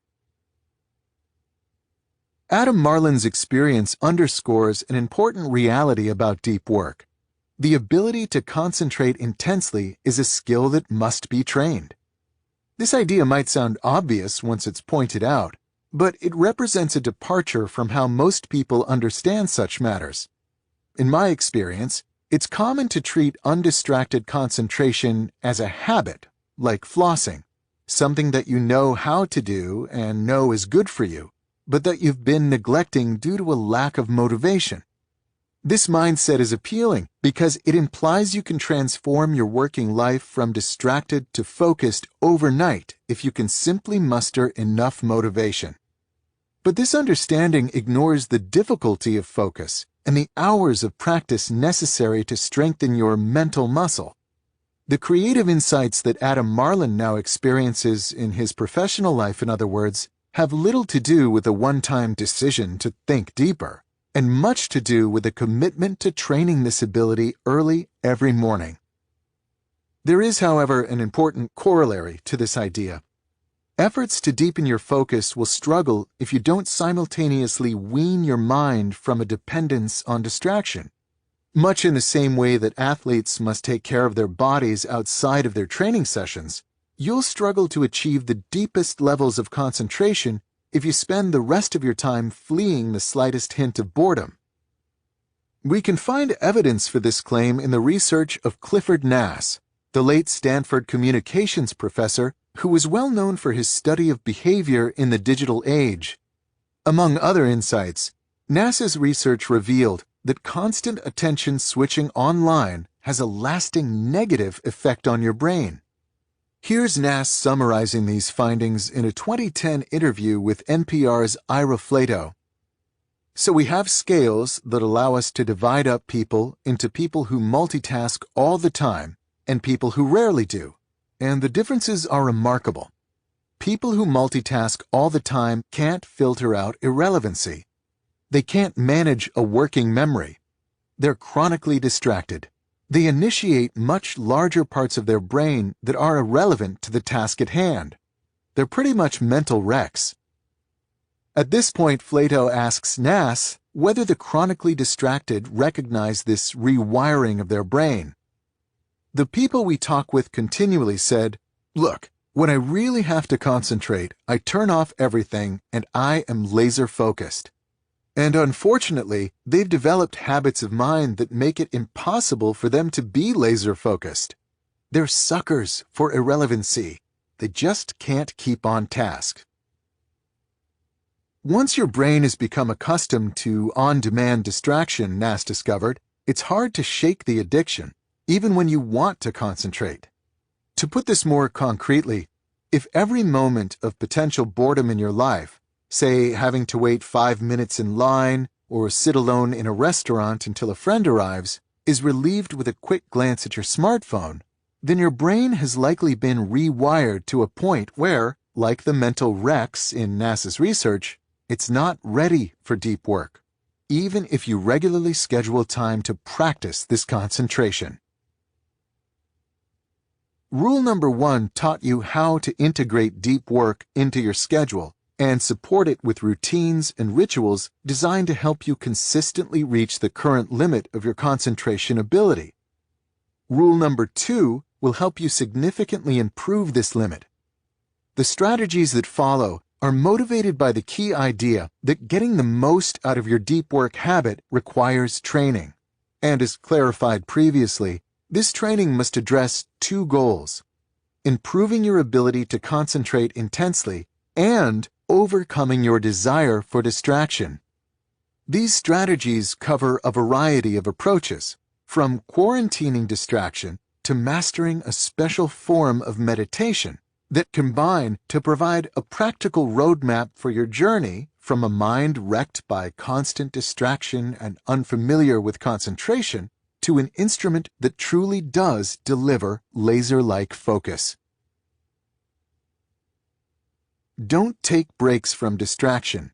Instead, take breaks from focus.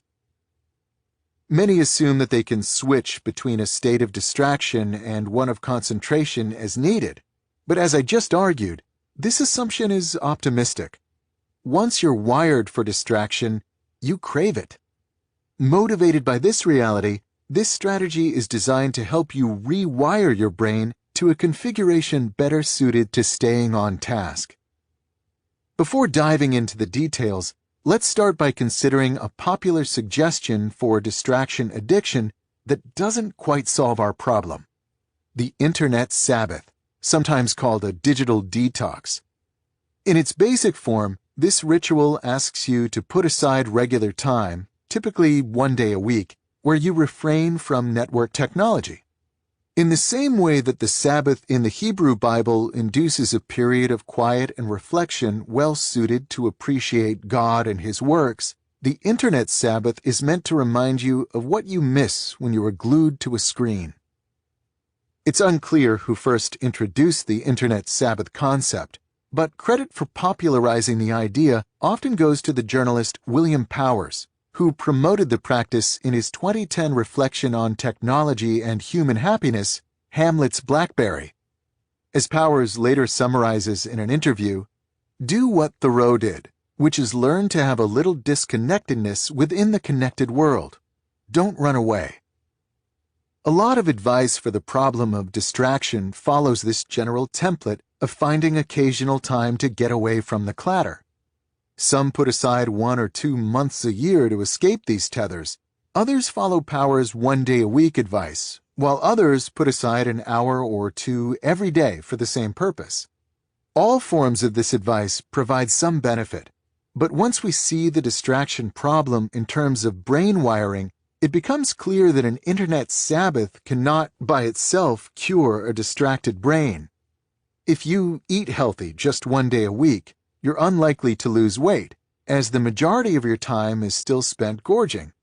Similarly, if you spend just 1 day a week resisting distraction, you're unlikely to diminish your brain's craving for these stimuli, as most of your time is still spent giving into it. I propose an alternative to the Internet Sabbath. Instead of scheduling the occasional break from distraction so you can focus, you should instead schedule the occasional break from focus to give in to distraction. To make this suggestion more concrete, let's make the simplifying assumption that Internet use is synonymous with seeking distracting stimuli. You can, of course, use the Internet in a way that's focused and deep, but for a distraction addict, this is a difficult task. Similarly, let's consider working in the absence of the Internet to be synonymous with more focused work. You can, of course, find ways to be distracted without a network connection, but these tend to be easier to resist. With these rough categorizations established, the strategy works as follows. Schedule in advance when you'll use the Internet, and then avoid it altogether outside these times. I suggest that you keep a notepad near your computer at work. On this pad, record the next time you're allowed to use the internet.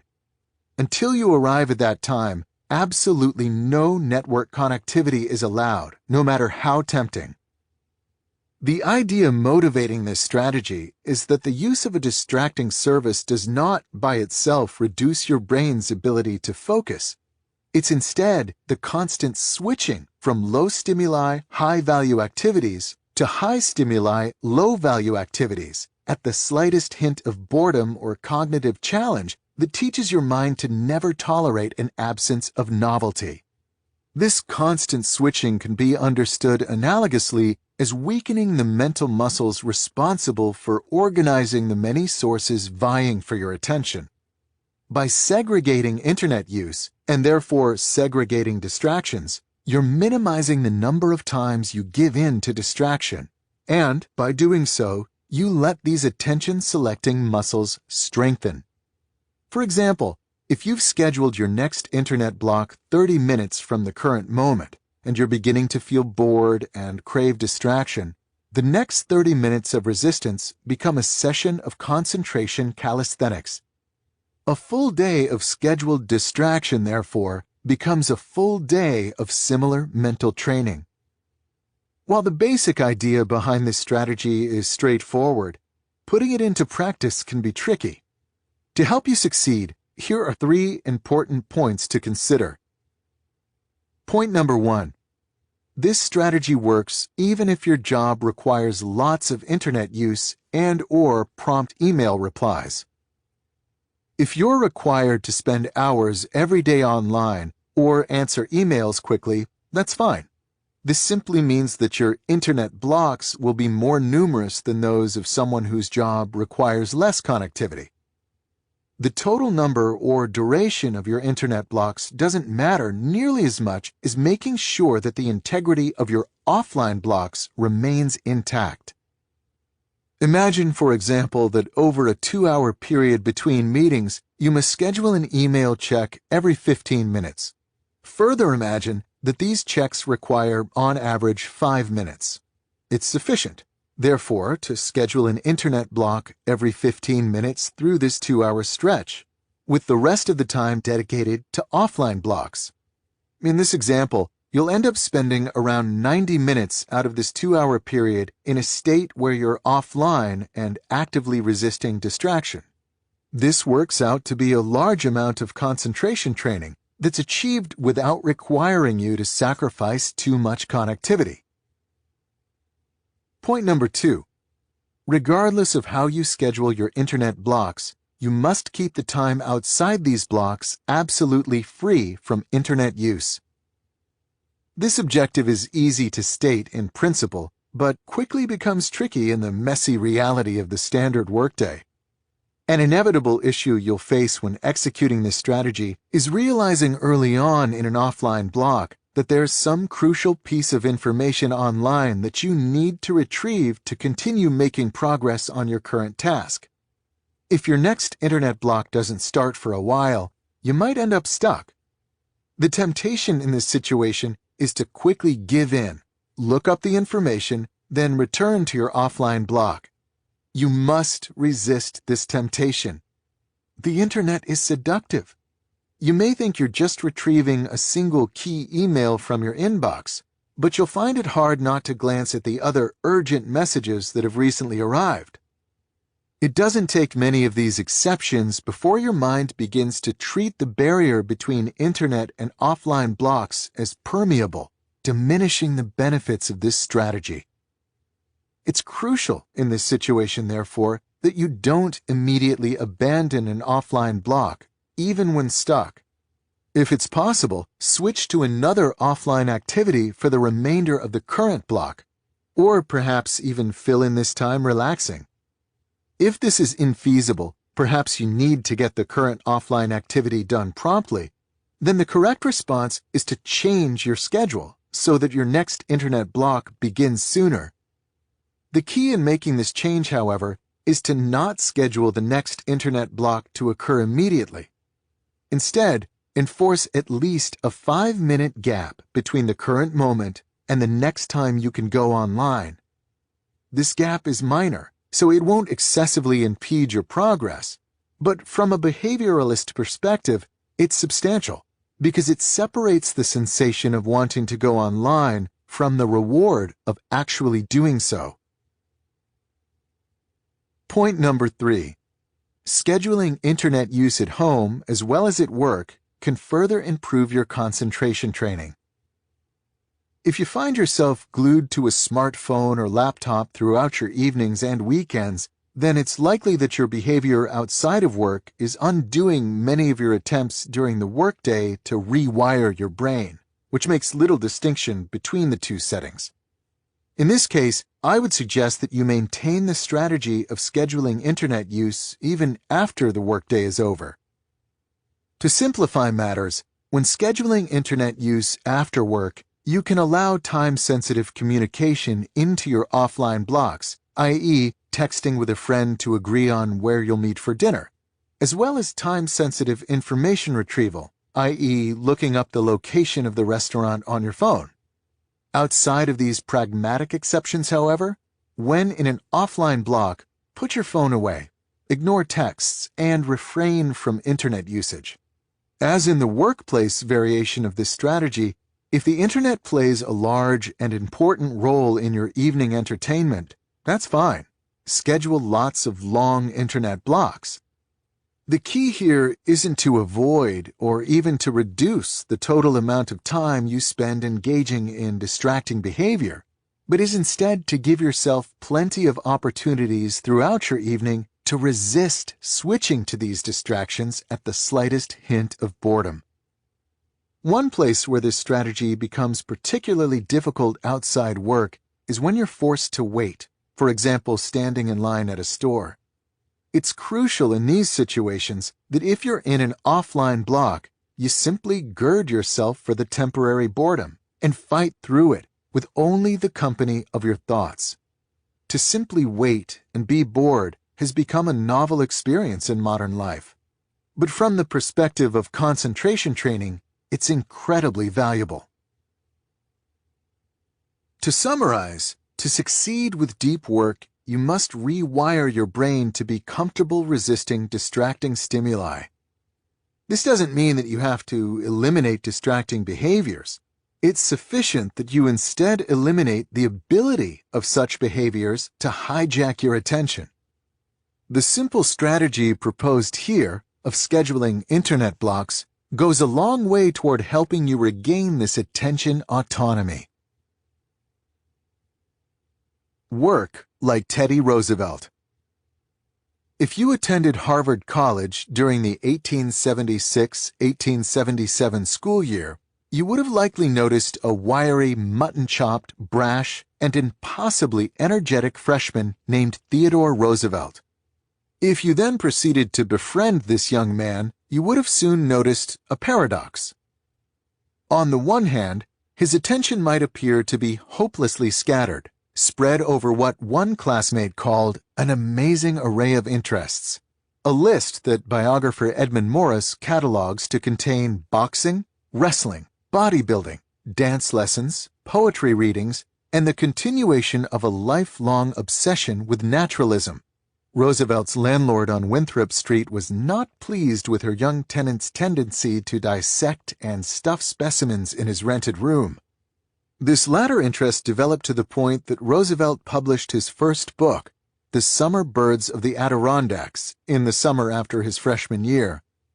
It was well received in the Bulletin of the Nuttall Ornithological Club, a publication, needless to say, which takes bird books quite seriously, and was good enough to lead Morris to assess Roosevelt at this young age to be one of the most knowledgeable young naturalists in the United States.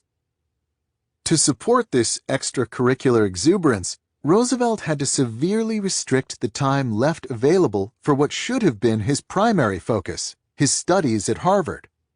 Morris used Roosevelt's diary and letters from this period to estimate that the future president was spending no more than a quarter of the typical day studying. One might expect, therefore, that Roosevelt's grades would crater, but they didn't. He wasn't the top student in his class, But he certainly didn't struggle either. In his freshman year, he earned honor grades in 5 out of his 7 courses. The explanation for this Roosevelt paradox turns out to be his unique approach to tackling this schoolwork. Roosevelt would begin his scheduling by considering the 8 hours from 8:30 a.m. to 4:30 p.m. He would then remove the time spent in recitation and classes, his athletic training, which was once a day, and lunch. The fragments that remained were then considered time dedicated exclusively to studying.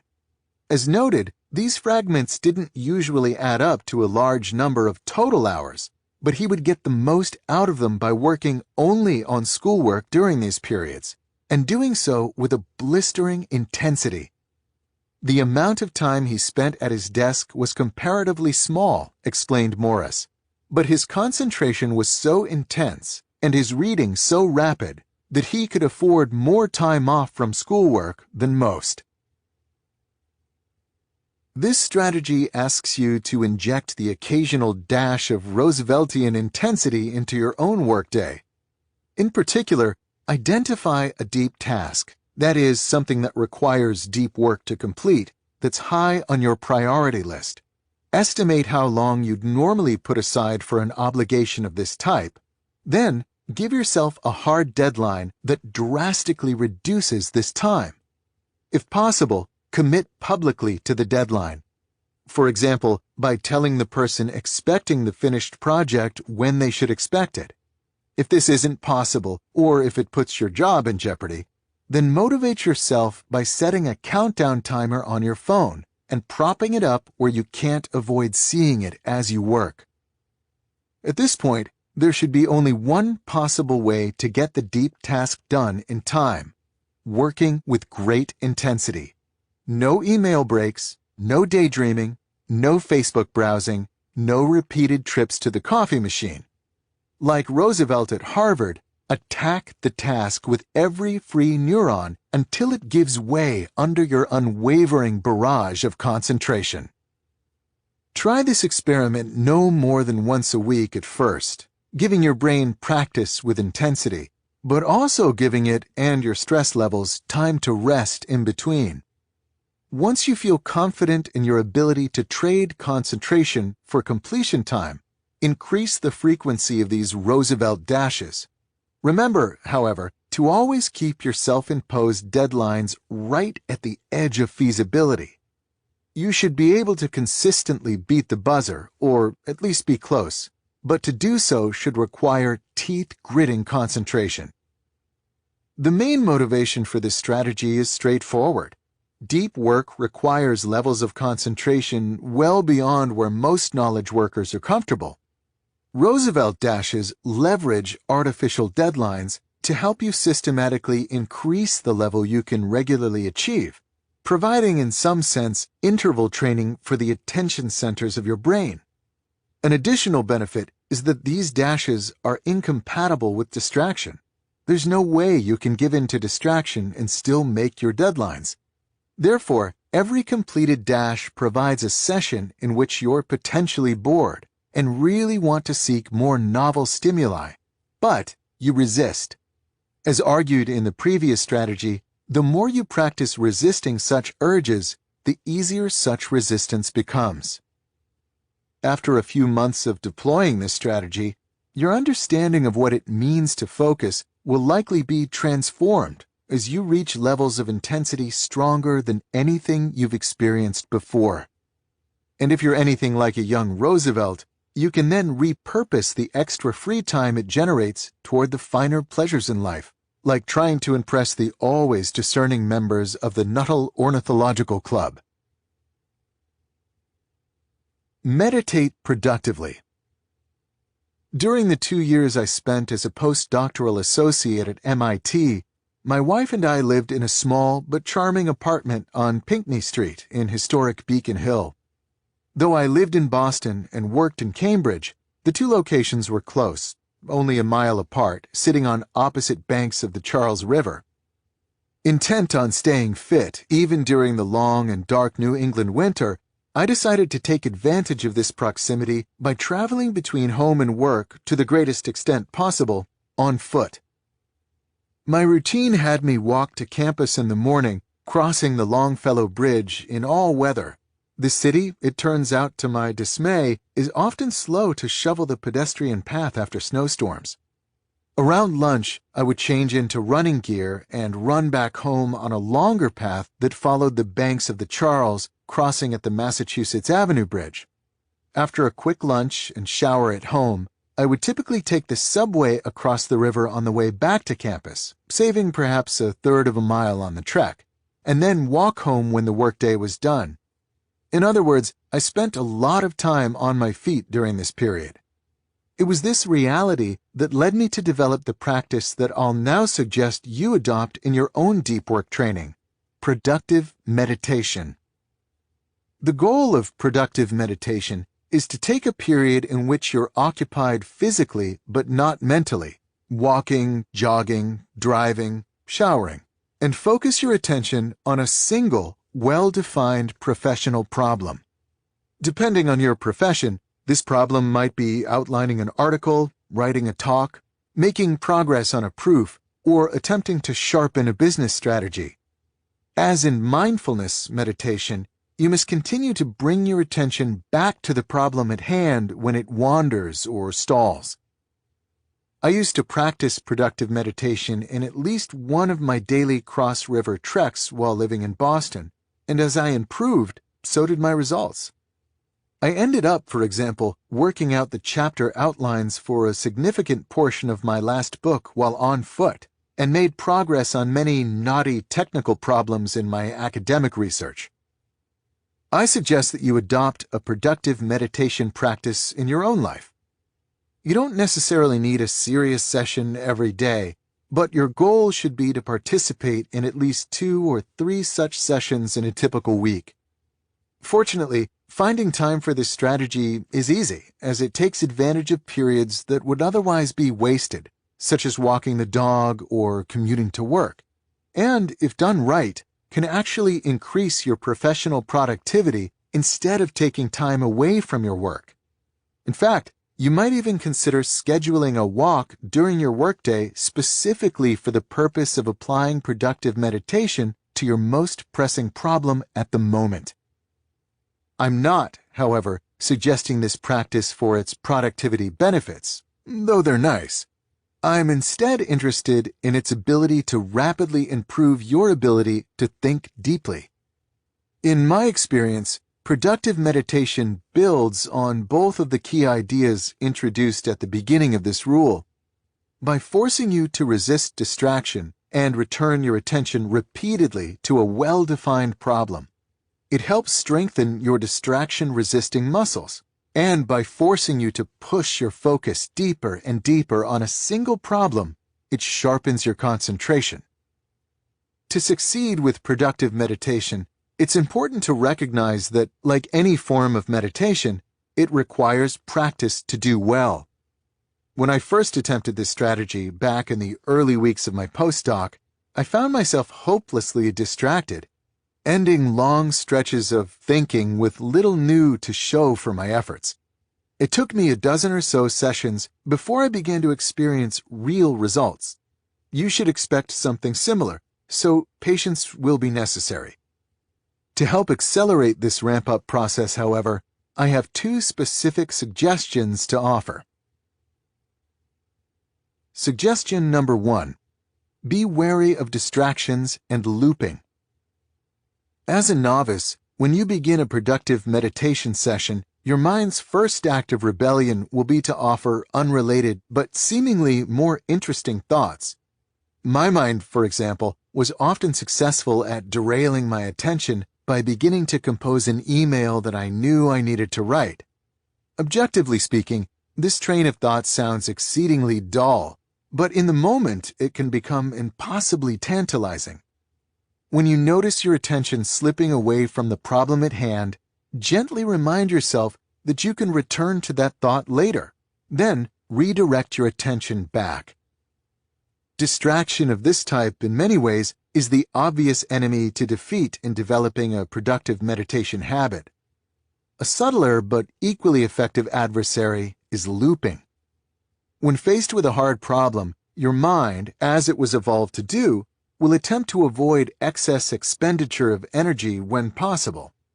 One way it might attempt to sidestep this expenditure is by avoiding diving deeper into the problem by instead looping over and over again on what you already know about it. For example, when working on a proof, my mind has a tendency to rehash simple preliminary results again and again to avoid the harder work of building on these results toward the needed solution. You must be on your guard for looping, as it can quickly subvert an entire productive meditation session. When you notice it, remark to yourself that you seem to be in a loop. Then, redirect your attention toward the next step. Suggestion number 2. Structure your deep thinking. Thinking deeply about a problem seems like a self-evident activity, but in reality, it's not. When faced with a distraction-free mental landscape, a hard problem, and time to think, the next steps can become surprisingly non-obvious. In my experience, it helps to have some structure for this deep thinking process. I suggest starting with a careful review of the relevant variables for solving the problem, and then storing these values in your working memory. For example, if you're working on the outline for a book chapter, the relevant variables might be the main points you want to make in the chapter. If you're instead trying to solve a mathematics proof, these variables might be actual variables, or assumptions, or lemmas. Once the relevant variables are identified, define the specific next step question you need to answer using these variables. In the book chapter example, this next step question might be, how am I going to effectively open this chapter? And for a proof, it might be, what can go wrong if I don't assume this property holds? With the relevant variables stored and the next step question identified, you now have a specific target for your attention. Assuming you're able to solve your next step question, the final step of this structured approach to deep thinking is to consolidate your gains by reviewing clearly the answer you identified. At this point, you can push yourself to the next level of depth by starting the process over. This cycle of reviewing and storing variables, identifying and tackling the next step question, then consolidating your gains, is like an intense workout routine for your concentration ability. It will help you get more out of your productive meditation sessions and accelerate the pace at which you improve your ability to go deep. Memorize a deck of cards. Given just 5 minutes, Daniel Kilov can memorize any of the following: a shuffled deck of cards, a string of 100 random digits, or 115 abstract shapes, this last feat establishing an Australian national record. It shouldn't be surprising, therefore, that Kilov recently won back-to-back silver medals in the Australian Memory Championships. What is perhaps surprising, given Kilov's history, is that he ended up a mental athlete at all. I wasn't born with an exceptional memory, Kilov told me. Indeed, during high school, he considered himself forgetful and disorganized. He also struggled academically and was eventually diagnosed with attention deficit disorder. It was after a chance encounter with Tansal Ali, one of the country's most successful and visible memory champions, that Kilov began to seriously train his memory. By the time he earned his college degree, he had won his first national competition medal. This transformation into a world-class mental athlete was rapid, but not unprecedented. In 2006, the American science writer Joshua Foer won the USA Memory Championship after only a year of intense training, a journey he chronicled in his 2011 bestseller, Moonwalking with Einstein. But what's important to us about Kilov's story is what happened to his academic performance during this period of intensive memory development. While training his brain, he went from a struggling student with attention deficit disorder to graduating from a demanding Australian university with first-class honors. He was soon accepted into the PhD program at one of the country's top universities, where he currently studies under a renowned philosopher. One explanation for this transformation comes from research led by Henry Roediger, who runs the Memory Lab at the University of Washington at St. Louis. In 2014, Roediger and his collaborators sent a team equipped with a battery of cognitive tests to the Extreme Memory Tournament held in San Diego. They wanted to understand what differentiated these elite memorizers from the population at large.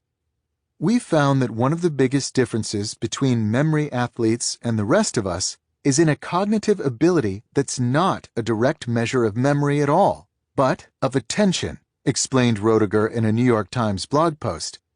The ability in question is called attentional control, and it measures the subject's ability to maintain their focus on essential information. A side effect of memory training, in other words, is an improvement in your general ability to concentrate. This ability can then be fruitfully applied to any task demanding deep work. Daniel Kilov, we can therefore conjecture, didn't become a star student because of his award-winning memory. It was instead his quest to improve this memory that, incidentally, gave him the deep work edge needed to thrive academically. The strategy described here asks you to replicate a key piece of Kilov's training, and therefore gain some of the same improvements to your concentration. In particular, it asks you to learn a standard but quite impressive skill in the repertoire of most mental athletes: the ability to memorize a shuffled deck of cards. The technique for card memorization I'll teach you comes from someone who knows quite a bit about this particular challenge: Ron White, a former USA memory champion and world record holder in card memorization. The first thing White emphasizes is that professional memory athletes never attempt rote memorization. That is, where you simply look at information again and again, repeating it in your head.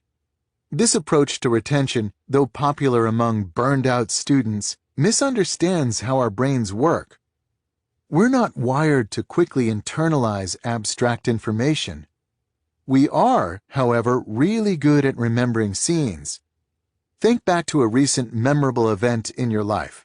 Perhaps attending the opening session of a conference or meeting a friend you haven't seen in a while for a drink. Try to picture the scene as clearly as possible. Most people in this scenario can conjure a surprisingly vivid recollection of the event, even though you made no special effort to remember it at the time. If you systematically counted the unique details in this memory, the total number of items would likely be surprisingly numerous. Your mind, in other words, can quickly retain lots of detailed information if it's stored in the right way. Ron White's card memorization technique builds on this insight. To prepare for this high-volume memorization task, White recommends that you begin by cementing in your mind the mental image of walking through 5 rooms in your home. Perhaps you come in the door, walk through your front hallway, then turn into the downstairs bathroom, walk out the door and enter the guest bedroom, walk into the kitchen, and then head down the stairs into your basement. In each room, conjure a clear image of what you see. Once you can easily recall this mental walkthrough of a well-known location, fix in your mind a collection of 10 items in each of these rooms. White recommends that these items be large and therefore more memorable, like a desk, not a pencil. Next, establish an order in which you look at each of these items in each room. For example, in the front hallway, you might look at the entry mat, then shoes on the floor by the mat, then the bench above the shoes, and so on. Combined, this is only 50 items, so add 2 more items, perhaps in your backyard, to get to the full 52 items you'll later need when connecting these images to all the cards in a standard deck. Practice this mental exercise of walking through the rooms and looking at items in each room in a set order. You should find that this type of memorization Because it's based on visual images of familiar places and things, will be much easier than the rote memorizing you might remember from your school days. The second step in preparing to memorize a deck of cards is to associate a memorable person or thing with each of the 52 possible cards. To make this process easier, try to maintain some logical association between the card and the corresponding image. White provides the example of associating Donald Trump with the King of Diamonds, as diamonds signify wealth. Practice these associations until you can pull a card randomly from the deck and immediately recall the associated image. As before, the use of memorable visual images and associations will simplify the task of forming these connections. The two steps mentioned previously are advanced steps, things you do just once and can then leverage again and again in memorizing specific decks. Once these steps are done, you're ready for the main event, memorizing as quickly as possible the order of 52 cards in a freshly shuffled deck. The method here is straightforward. Begin your mental walkthrough of your house. As you encounter each item, look at the next card from the shuffled deck and imagine the corresponding memorable person or thing doing something memorable near that item. For example, if the first item in location is the mat in your front entry and the first card is the King of Diamonds, you might picture Donald Trump wiping mud off of his expensive loafers on the entry mat in your front hallway. Proceed carefully through the rooms, associating the proper mental images with objects in the proper order. After you complete a room, you might want to walk through it a few times in a row to lock in the imagery. Once you're done, you're ready to hand the deck to a friend and amaze him by rattling off the cards in order without peeking.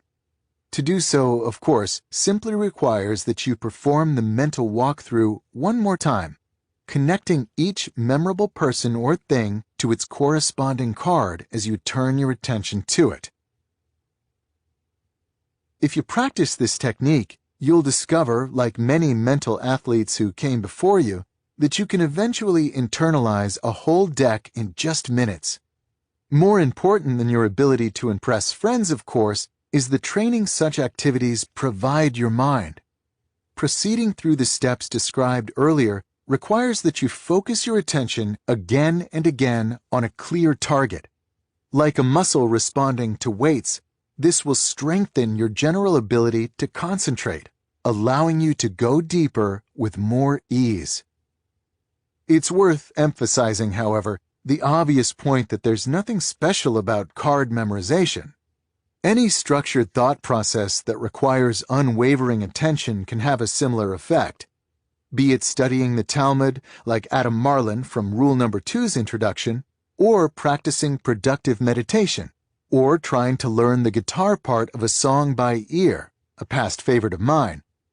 If card memorization seems weird to you, in other words, then choose a replacement that makes similar cognitive requirements. The key to this strategy is not the specifics, but instead the motivating idea that your ability to concentrate is only as strong as your commitment to train it. Rule number 3. Quit social media. In 2013, author and digital media consultant Baratunde Thurston launched an experiment. He decided to disconnect from his online life for 25 days. No Facebook, no Twitter, no Foursquare, a service that awarded him Mayor of the Year in 2011. Not even email. He needed the break. Thurston, who is described by friends as the most connected man in the world, had, by his own count, participated in more than 59,000 Gmail conversations and posted 1,500 times on his Facebook wall in the year leading up to his experiment. "I was burnt out, fried, done, toast," he explained.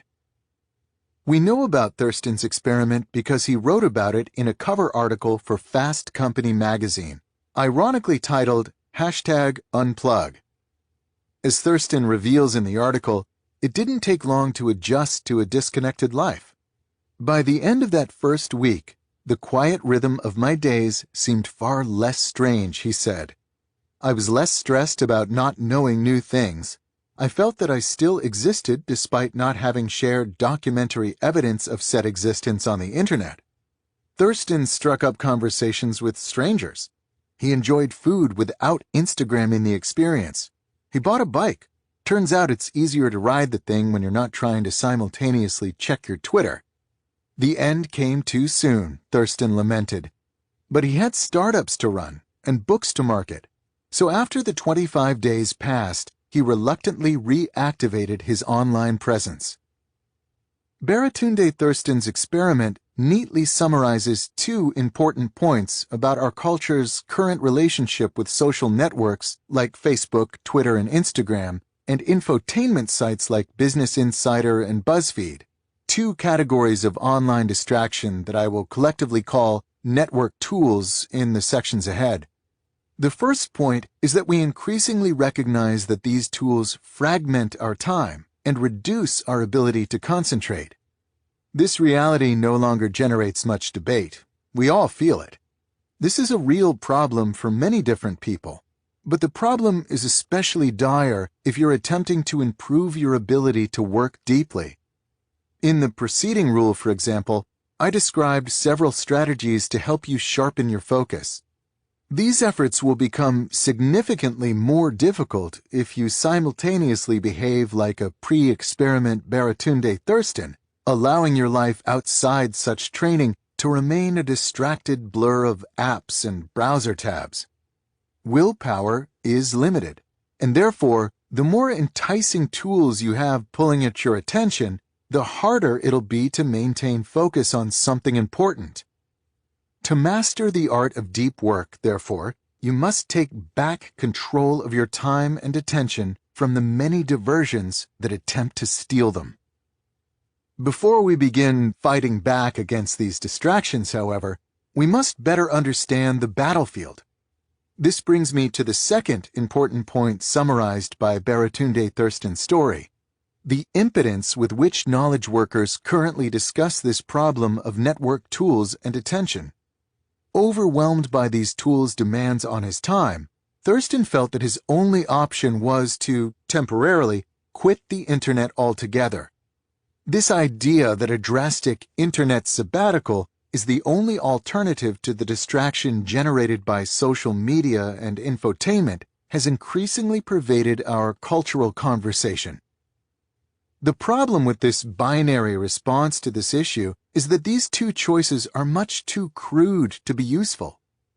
The notion that you would quit the internet is, of course, an overstuffed straw man, infeasible for most, unless you're a journalist writing a piece about distraction. No one is meant to actually follow Baratunde Thurston's lead, and this reality provides justification for remaining with the only offered alternative: accepting our current distracted state as inevitable. For all the insight and clarity that Thurston gained during his internet sabbatical, for example, it didn't take him long once the experiment ended to slide back into the fragmented state where he began. On the day when I first started writing this chapter, which fell only 6 months after Thurston's article originally appeared in Fast Company, the Reformed connector had already sent a dozen tweets in the few hours since he woke up. This rule attempts to break us out of this rut by proposing a third option: accepting that these tools are not inherently evil, and that some of them might be quite vital to your success and happiness. But, at the same time, also accepting that the threshold for allowing a site regular access to your time and attention, not to mention personal data, should be much more stringent, and that most people should therefore be using many fewer such tools. I won't ask you, in other words, to quit the internet altogether like Baratunde Thurston did for 25 days back in 2013.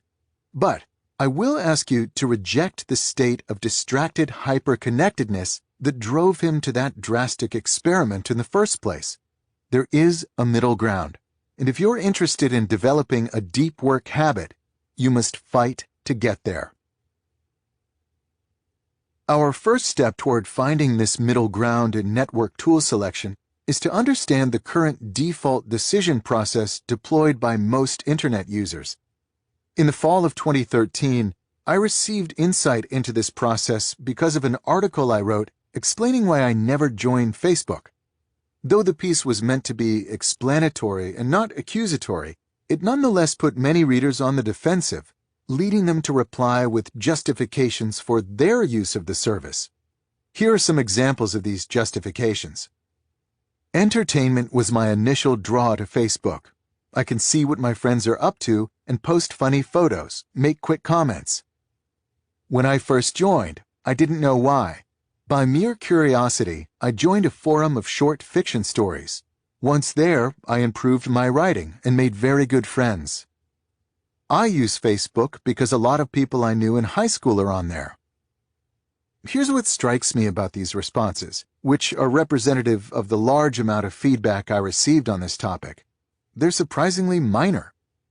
I don't doubt, for example, that the first commenter from this list finds some entertainment in using Facebook. But I would also assume that this person wasn't suffering some severe deficit of entertainment options before he or she signed up for the service. I would further wager that this user would succeed in staving off boredom even if the service were suddenly shut down. Facebook, at best, added one more, arguably quite mediocre, entertainment option to many that already existed. Another commenter cited making friends in a writing forum. I don't doubt the existence of these friends, but we can assume that these friendships are lightweight, given that they're based on sending short messages back and forth over a computer network. There's nothing wrong with such lightweight friendships, but they're unlikely to be at the center of this user's social life. Something similar can be said about the commenter who reconnected with high school friends. This is a nice diversion, but hardly something central to his or her sense of social connection or happiness. To be clear, I'm not trying to denigrate the benefits identified previously. There's nothing illusory or misguided about them. What I'm emphasizing, however, is that these benefits are minor and somewhat random. By contrast, if you'd instead asked someone to justify the use of, say, the World Wide Web more generally, or email, the arguments would become much more concrete and compelling.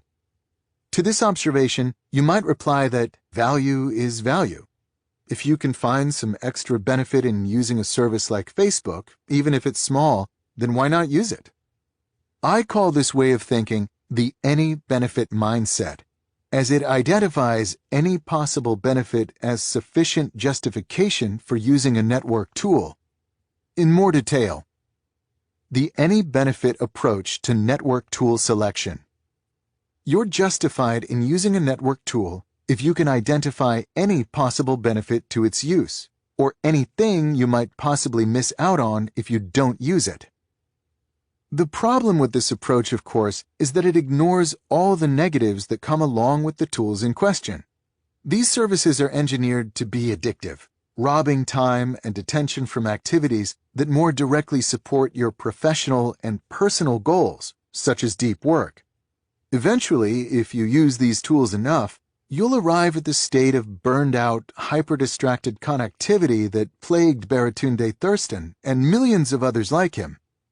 It's here that we encounter the true insidious nature of an any-benefit mindset. The use of network tools can be harmful. If you don't attempt to weigh pros against cons, but instead use any glimpse of some potential benefit as justification for unrestrained use of a tool, then you're unwittingly crippling your ability to succeed in the world of knowledge work. This conclusion, if considered objectively, shouldn't be surprising. In the context of network tools, we've become comfortable with the any-benefit mindset. But if we instead zoom out and consider this mindset in the broader context of skilled labor, it suddenly seems a bizarre and ahistorical approach to choosing tools. In other words, once you put aside the revolutionary rhetoric surrounding all things Internet, the sense summarized in Part 1 that you're either fully committed to the revolution or a Luddite curmudgeon, you'll soon realize that network tools are not exceptional. They're tools, no different from a blacksmith's hammer or an artist's brush, used by skilled laborers to do their jobs better and occasionally to enhance their leisure. Throughout history, skilled laborers have applied sophistication and skepticism to their encounters with new tools and their decisions about whether to adopt them. There's no reason why knowledge workers cannot do the same when it comes to the internet. The fact that the skilled labor here now involves digital bits doesn't change this reality. To help understand what this more careful tool curation might look like, it makes sense to start by talking to someone who makes a living working with non-digital tools and relies on a complex relationship with these tools to succeed. Fortunately, for our purposes, I found just such an individual in a lanky English major turned successful, sustainable farmer named, almost too aptly, Forrest Pritchard. Forrest Pritchard runs Smith Meadows, a family farm located an hour west of D.C., one of many farms clustered in the valleys of the Blue Ridge Mountains. Soon after taking control of the land from his parents, as I learned, Pritchard moved the operation away from traditional monoculture crops and toward the then novel concept of grass-finished meat. The farm bypasses wholesaling. You cannot find Smith Meadows steaks in Whole Foods to sell direct to consumers at the bustling farmers markets in the Washington, D.C. metro area. By all accounts, the farm is thriving in an industry that rarely rewards small operations. I first encountered Pritchard at our local farmers market in Tacoma Park, Maryland, where the Smith Meadows stand does good business. To see Pritchard, usually standing a foot taller than most of his suburbanite customers, wearing the obligatory faded flannel of the farmer, is to see a craftsman confident in his trade. I introduced myself to him because farming is a skill dependent on the careful management of tools, and I wanted to understand how a craftsman in a non-digital field approaches this crucial task. Haymaking is a good example, he told me not long into one of our conversations on the topic. It's a subject where I can give you the basic idea without having to gloss over the underlying economics. When Pritchard took over Smith Meadows, he explained, the farm made its own hay to use as animal feed during the winter months when grazing is impossible. Haymaking is done with a piece of equipment called a hay baler, a device you pull behind a tractor that compresses and binds dried grass into bales. If you raise animals on the East Coast, there's an obvious reason to own and operate a hay baler. Your animals need hay. Why spend money to buy in feed when you have perfectly good grass growing for free right in your own soil? If a farmer subscribed to the any benefit approach used by knowledge workers, therefore, he would definitely buy a hay baler. But, as Pritchard explained to me after preemptively apologizing for a moment of snark, if a farmer actually adopted such a simplistic mindset, I'd be counting the days until the forced sale goes up on the property. Pritchard, like most practitioners of his trade, instead deploys a more sophisticated thought process when assessing tools. And after applying this process to the hay baler, Pritchard was quick to sell it. Smith Meadows now purchases all the hay it uses. Here's why. Let's start by exploring the costs of making hay, Pritchard said. First, there's the actual cost of fuel and repairs and the shed to keep the baler. You also have to pay taxes on it. These directly measurable costs, however, were the easy part of his decision. It was instead the opportunity costs that required more attention. As he elaborated, if I make hay all summer, I can't be doing something else. For example, I now use that time instead to raise broilers, chickens meant for eating. These generate positive cash flow because I can sell them. But they also produce manure, which I can then use to enhance my soil. Then there's the equally subtle issue of assessing the secondary value of a purchased bale of hay. As Pritchard explained, when I'm buying in hay, I'm trading cash for animal protein as well as manure once it passes through the animal system, which means I'm also getting more nutrients from my land in exchange for my money. I'm also avoiding compacting soils by driving heavy machinery over my ground all summer long. When making his final decision on the baler, Pritchard moved past the direct monetary costs, which were essentially a wash, and instead shifted his attention to the more nuanced issue of the long-term health of his fields. For the reasons described previously, Pritchard concluded that buying in hay results in healthier fields, and, as he summarized, soil fertility is my baseline. By this calculation, the baler had to go. Notice the complexity of Pritchard's tool decision. This complexity underscores an important reality: the notion that identifying some benefit is sufficient to invest money, time, and attention in a tool is near laughable to people in his trade. Of course, a hay baler offers benefits. Every tool at the farm supply store has something useful to offer. At the same time, of course, it offers negatives as well. Pritchard expected this decision to be nuanced. He began with a clear baseline, in his case that soil health is of fundamental importance to his professional success, and then built off this foundation toward a final call on whether to use a particular tool. I propose that if you're a knowledge worker, especially one interested in cultivating a deep work habit, you should treat your tool selection with the same level of care as other skilled workers, such as farmers. Following is my attempt to generalize this assessment strategy. I call it the craftsman approach to tool selection, a name that emphasizes that tools are ultimately aids to the larger goals of one's craft. The craftsman approach to tool selection. Identify the core factors that determine success and happiness in your professional and personal life. Adopt a tool only if its positive impacts on these factors substantially outweigh its negative impacts. Notice that this craftsman approach to tool selection stands in opposition to the any-benefit approach.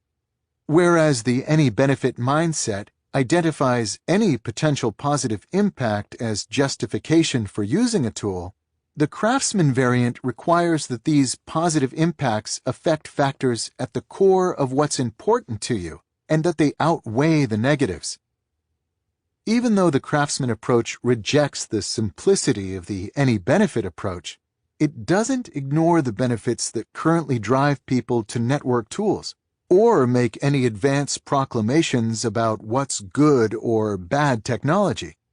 It simply asks that you give any particular network tool the same type of measured, nuanced accounting that tools in other trades have been subjected to throughout the history of skilled labor.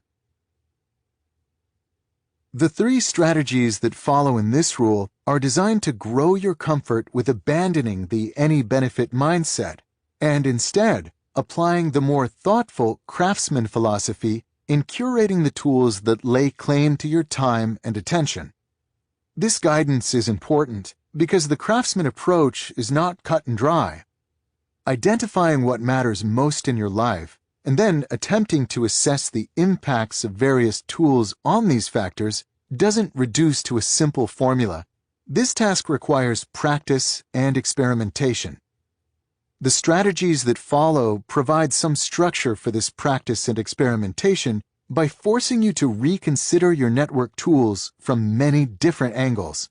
Combined, they should help you cultivate a more sophisticated relationship with your tools that will allow you to take back enough control over your time and attention to enable the rest of the ideas in Part 2 to succeed. Apply the law of the vital few to your internet habits. Malcolm Gladwell doesn't use Twitter. In a 2013 interview, he explained why. "Who says my fans want to hear from me on Twitter?" He then joked, "I know a lot of people would like to see less of me." Michael Lewis, another mega best-selling author, also doesn't use the service, explaining in The Wire, "I don't tweet. I don't Twitter. I couldn't even tell you how to read or where to find a Twitter message."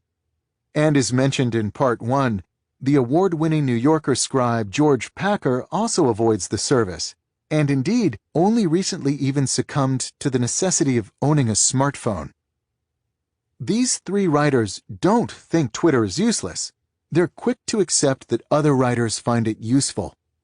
Packer's admission of non-Twitter use, in fact, was written as a response to an unabashedly pro-Twitter article by the New York Times media critic David Carr, a piece in which Carr effused, "And now, nearly a year later, has Twitter turned my brain to mush? No, I'm in narrative on more things in a given moment than I ever thought possible. And instead of spending a half-hour surfing in search of illumination, I get a sense of the day's news and how people are reacting to it in the time that it takes to wait for coffee at Starbucks." At the same time, however, Gladwell, Lewis, and Packer don't feel like the service offers them nearly enough advantages to offset its negatives in their particular circumstances. Lewis, for example, worries that adding more accessibility will sap his energy and reduce his ability to research and write great stories, noting, "It's amazing how overly accessible people are. There's a lot of communication in my life that's not enriching. It's impoverishing." While Packer, for his part, worries about distraction, saying, "Twitter is crack for media addicts." He goes so far as to describe Carr's rave about the service as the most frightening picture of the future that I've read thus far in the new decade. We don't have to argue about whether these authors are right in their personal decisions to avoid Twitter and similar tools, because their sales numbers and awards speak for themselves. We can, instead, use these decisions as a courageous illustration of the craftsman approach to tool selection in action. In a time when so many knowledge workers, and especially those in creative fields, are still trapped in the any benefit mindset, it's refreshing to see a more mature approach to sorting through such services. But the very rareness of these examples reminds us that mature and confident assessments of this type aren't easy to make. Recall the complexity of the thought process highlighted earlier that Forrest Pritchard had to slog through to make a decision on his hay baler. For many knowledge workers and many of the tools in their lives, these decisions will be equally complex. The goal of this strategy, therefore, is to offer some structure to this thought process, a way to reduce some of the complexity of deciding which tools really matter to you. The first step of this strategy is to identify the main high-level goals in both your professional and your personal life. If you have a family, for example, then your personal goals might involve parenting well and running an organized household. In the professional sphere, the details of these goals depend on what you do for a living. In my own work as a professor, for example, I pursue two important goals. One centered on being an effective teacher in the classroom and effective mentor to my graduate students, and another centered on being an effective researcher. While your goals will likely differ, the key is to keep the list limited to what's most important, and to keep the description suitably high level. If your goal includes a specific target, to reach $1 million in sales, or to publish a half-dozen papers in a single year, then it's too specific for our purposes here. When you're done, you should have a small number of goals for both the personal and professional areas of your life. Once you've identified these goals, list for each the 2 or 3 most important activities that help you satisfy the goal. These activities should be specific enough to allow you to clearly picture doing them. On the other hand, they should be general enough that they're not tied to a one-time outcome. For example, do better research is too general. What does it look like to be doing better research? While finish paper on broadcast lower bounds in time for upcoming conference submission is too specific. It's a one-time outcome. A good activity in this context would be something like, regularly read and understand the cutting-edge results in my field. The next step in this strategy is to consider the network tools you currently use. For each such tool, go through the key activities you identified and ask whether the use of the tool has a substantially positive impact, a substantially negative impact, or little impact on your regular and successful participation in the activity. Now comes the important decision. Keep using this tool only if you concluded that it has substantial positive impacts and that these outweigh the negative impacts. To help illustrate this strategy in action, let's consider a case study. For the purposes of this example, assume that Michael Lewis, if asked, would have produced the following goal and corresponding important activities for his writing career. Professional goal: to craft well-written, narrative-driven stories that change the way people understand the world. Key activities supporting this goal: research patiently and deeply. Write carefully and with purpose. Now imagine that Lewis was using this goal to determine whether or not to use Twitter. Our strategy requires him to investigate Twitter's impact on the key activities he listed that support his goal. There's no convincing way to argue that Twitter would make Lewis substantially better at either of these activities. Deep research for Lewis, I assume, requires him to spend weeks and months getting to know a small number of sources. He's a master of the long-form journalism skill of drawing out a source's story over many sessions, and careful writing, of course, requires freedom from distraction. In both cases, Twitter, at best, has no real impact, and at worst could be substantially negative, depending on Lewis's susceptibility to the service's addictive attributes. The conclusion would therefore be that Lewis shouldn't use Twitter. You might argue at this point that confining our example to this single goal is artificial, as it ignores the areas where a service like Twitter has its best chance of contributing. For writers, in particular, Twitter is often presented as a tool to establish connections with your audience that ultimately lead to more sales. For a writer like Michael Lewis, however, marketing doesn't likely merit its own goal when he assesses what's important in his professional life.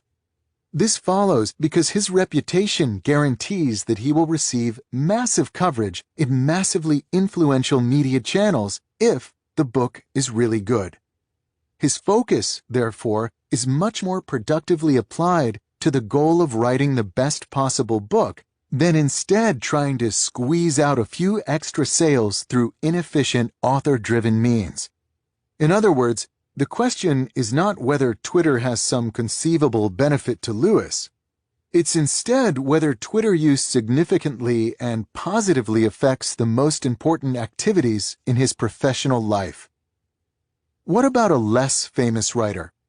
In this case, book marketing might play a more primary role in his or her goals. But when forced to identify the 2 or 3 most important activities supporting this goal, it's unlikely that the type of lightweight, one-on-one contact enabled by Twitter would make the list.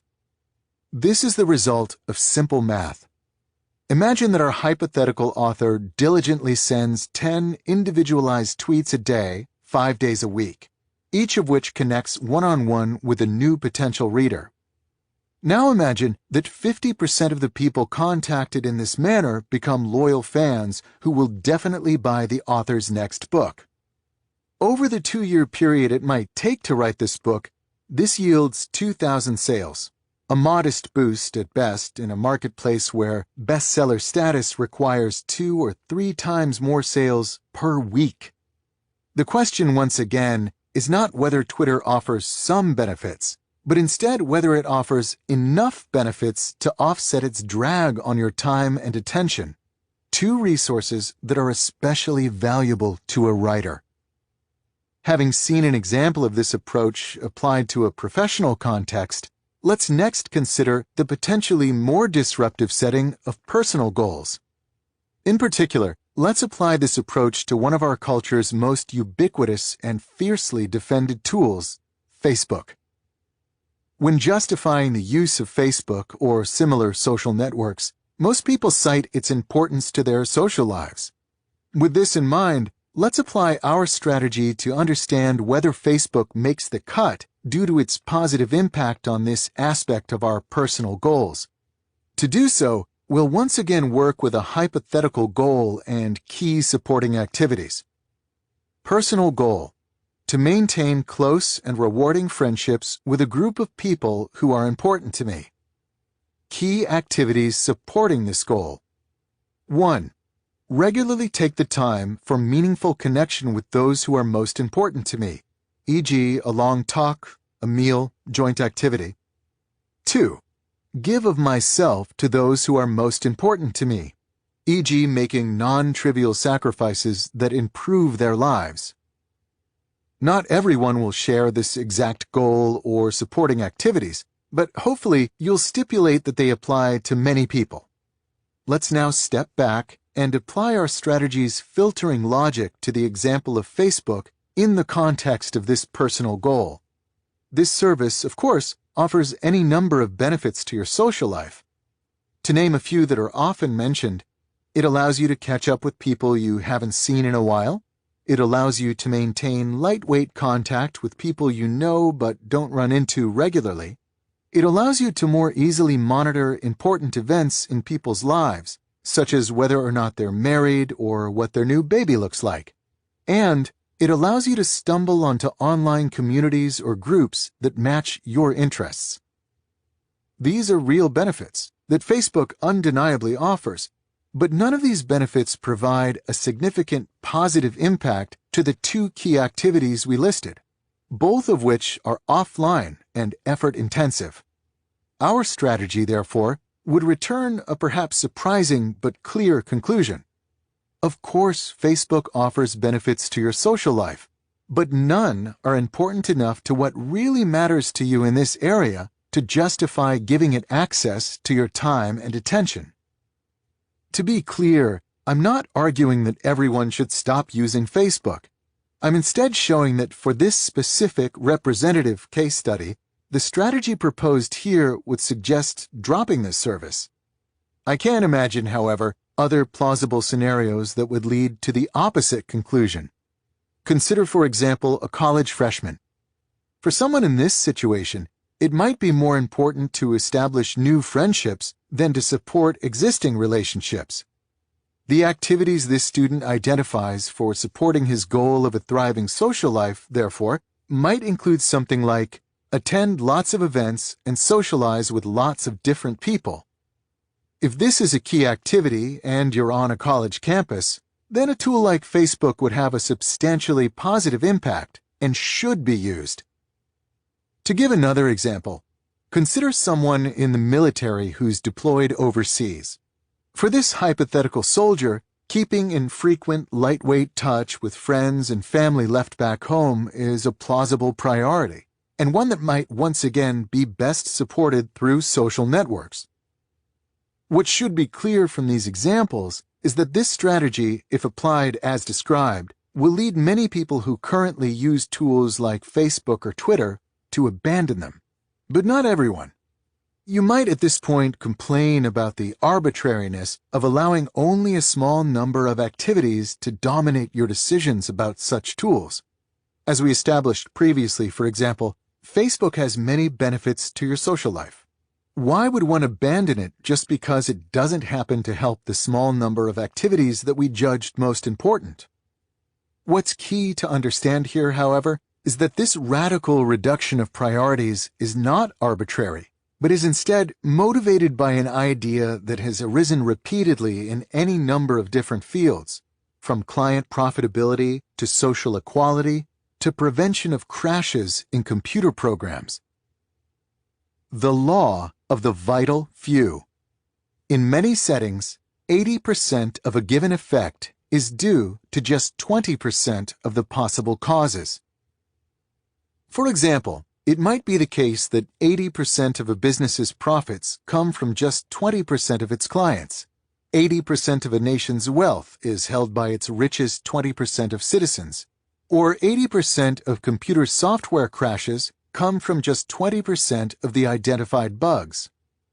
There's a formal mathematical underpinning to this phenomenon, an 80-20 split, is roughly what you would expect when describing a power law distribution over impact, a type of distribution that shows up often when measuring quantities in the real world.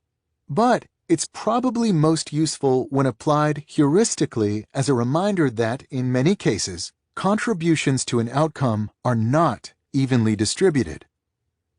Moving forward, let's assume that this law holds for the important goals in your life. As we noted, many different activities can contribute to your achieving these goals. The law of the vital few, however, reminds us that the most important 20% or so of these activities provide the bulk of the benefit. Assuming that you could probably list somewhere between 10 and 15 distinct and potentially beneficial activities for each of your life goals, this law says that it's the top 2 or 3 such activities, the number that this strategy asks you to focus on, that make most of the difference in whether or not you succeed with the goal. Even if you accept this result, however, you still might argue that you shouldn't ignore the other 80% of possible beneficial activities.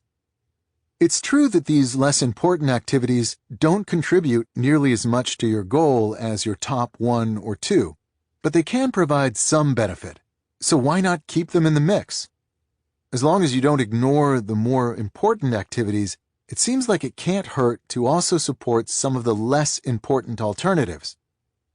This argument, however, misses the key point that all activities, regardless of their importance, consume your same limited store of time and attention. If you service low-impact activities, therefore, you're taking away time you could be spending on higher-impact activities. It's a zero-sum game. And because your time returns substantially more rewards when invested in high-impact activities than when invested in low-impact activities, the more of it you shift to the latter, the lower your overall benefit. The business world understands this math. This is why it's not uncommon to see a company fire unproductive clients. If 80% of their profits come from 20% of their clients, then they make more money by redirecting the energy from low-revenue clients to better service the small number of lucrative contracts. Each hour spent on the latter returns more revenue than each hour spent on the former. The same holds true for your professional and personal goals.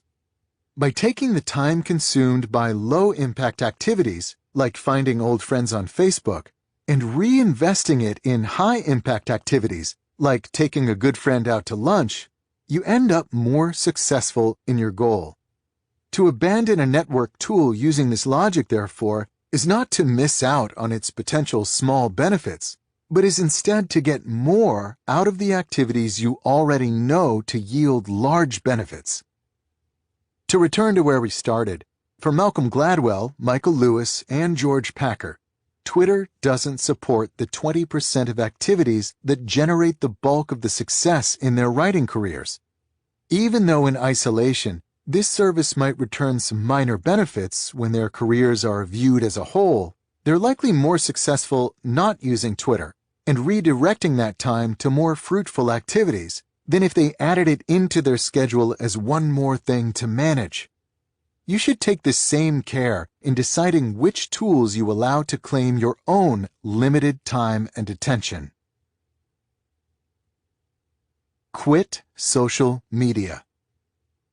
When Ryan Nicodemus decided to simplify his life, one of his first targets was his possessions.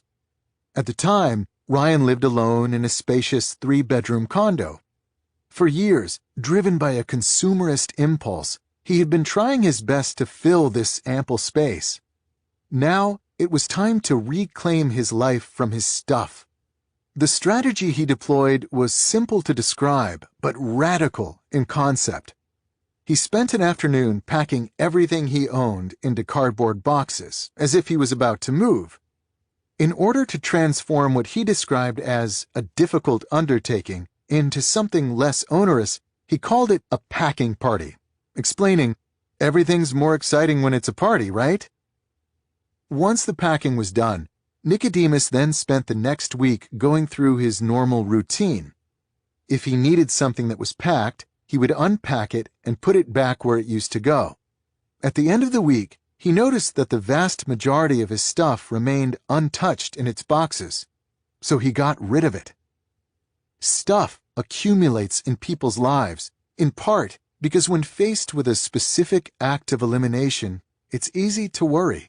What if I need this one day? And then use this worry as an excuse to keep the item in question sitting around. Nicodemus's packing party provided him with definitive evidence that most of his stuff was not something he needed, and it therefore supported his quest to simplify. The last strategy provided a systematic method to help you begin sorting through the network tools that currently lay claim to your time and attention. This strategy offers you a different but complementary approach to these same issues, and it's inspired by Ryan Nicodemus's approach to getting rid of his useless stuff. In more detail, this strategy asks that you perform the equivalent of a packing party on the social media services that you currently use. Instead of packing, however, you'll instead ban yourself from using them for 30 days. All of them.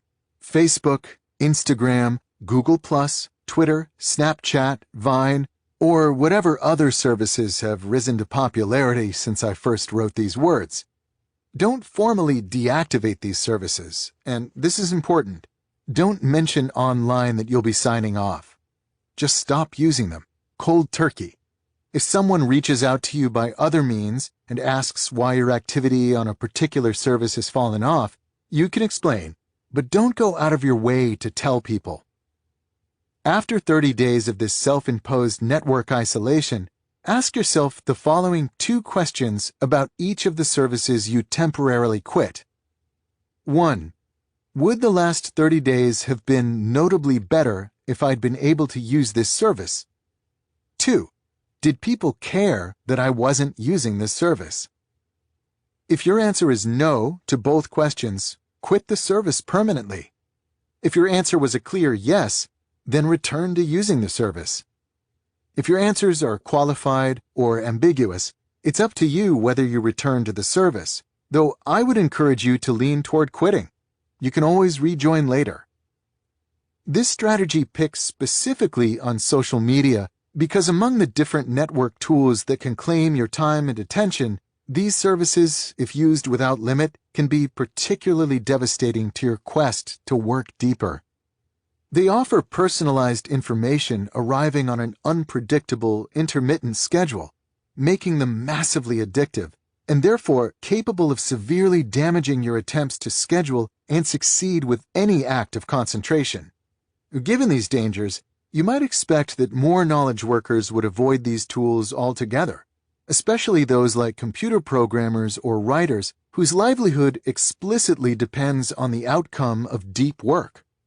But part of what makes social media insidious is that the companies that profit from your attention have succeeded with a masterful marketing coup, convincing our culture that if you don't use their products, you might miss out. This fear that you might miss out has obvious parallels to Nicodemus's fear that the voluminous stuff in his closets might one day prove useful, which is why I'm suggesting a corrective strategy that parallels his packing party. By spending a month without these services, you can replace your fear that you might miss out on events, on conversations, on shared cultural experience with a dose of reality.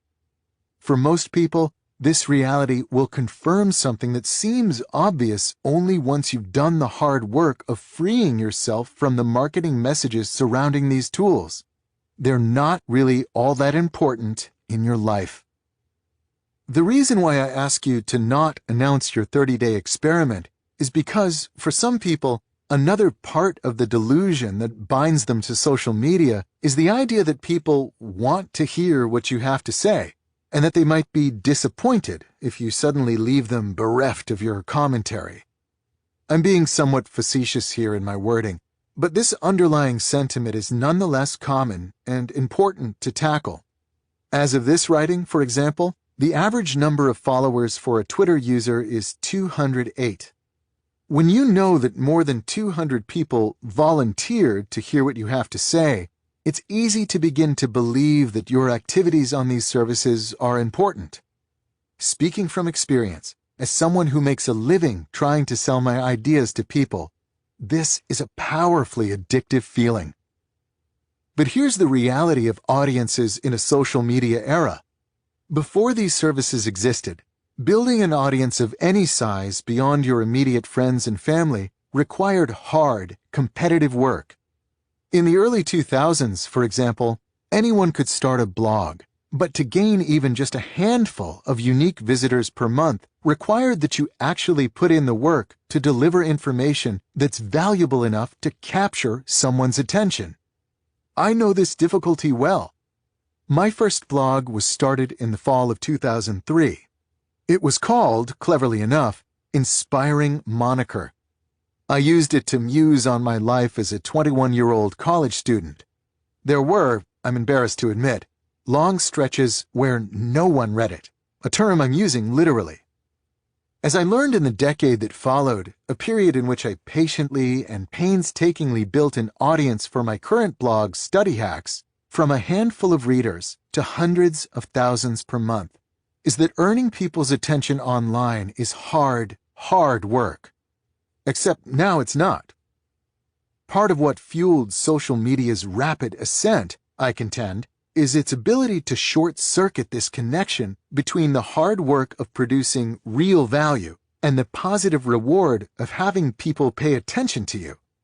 It has instead replaced this timeless capitalist exchange with a shallow collectivist alternative. I'll pay attention to what you say if you pay attention to what I say, regardless of its value. A blog or magazine or television program that contain the content that typically populates a Facebook wall or Twitter feed, for example, would attract, on average, no audience. But when captured within the social conventions of these services, that same content will attract attention in the form of likes and comments. The implicit agreement motivating this behavior is that in return for receiving, for the most part, undeserved attention from your friends and followers, you'll return the favor by lavishing, similarly undeserved, attention on them. You like my status update, and I'll like yours. This agreement gives everyone a simulacrum of importance without requiring much effort in return. By dropping off these services without notice, you can test the reality of your status as a content producer. For most people and most services, the news might be sobering. No one outside your closest friends and family will likely even notice you've signed off. I recognize that I come across as curmudgeonly when talking about this issue. Is there any other way to tackle it? But it's important to discuss, because this quest for self-importance plays an important role in convincing people to continue to thoughtlessly fragment their time and attention. For some people, of course, this 30-day experiment will be difficult and generate lots of issues. If you're a college student or online personality, for example, the abstention will complicate your life and will be noted. But for most, I suspect, the net result of this experiment, if not a massive overhaul in your internet habits, will be a more grounded view of the role social media plays in your daily existence. These services aren't necessarily, as advertised, the lifeblood of our modern connected world. They're just products developed by private companies, funded lavishly, marketed carefully, and designed ultimately to capture, then sell your personal information and attention to advertisers.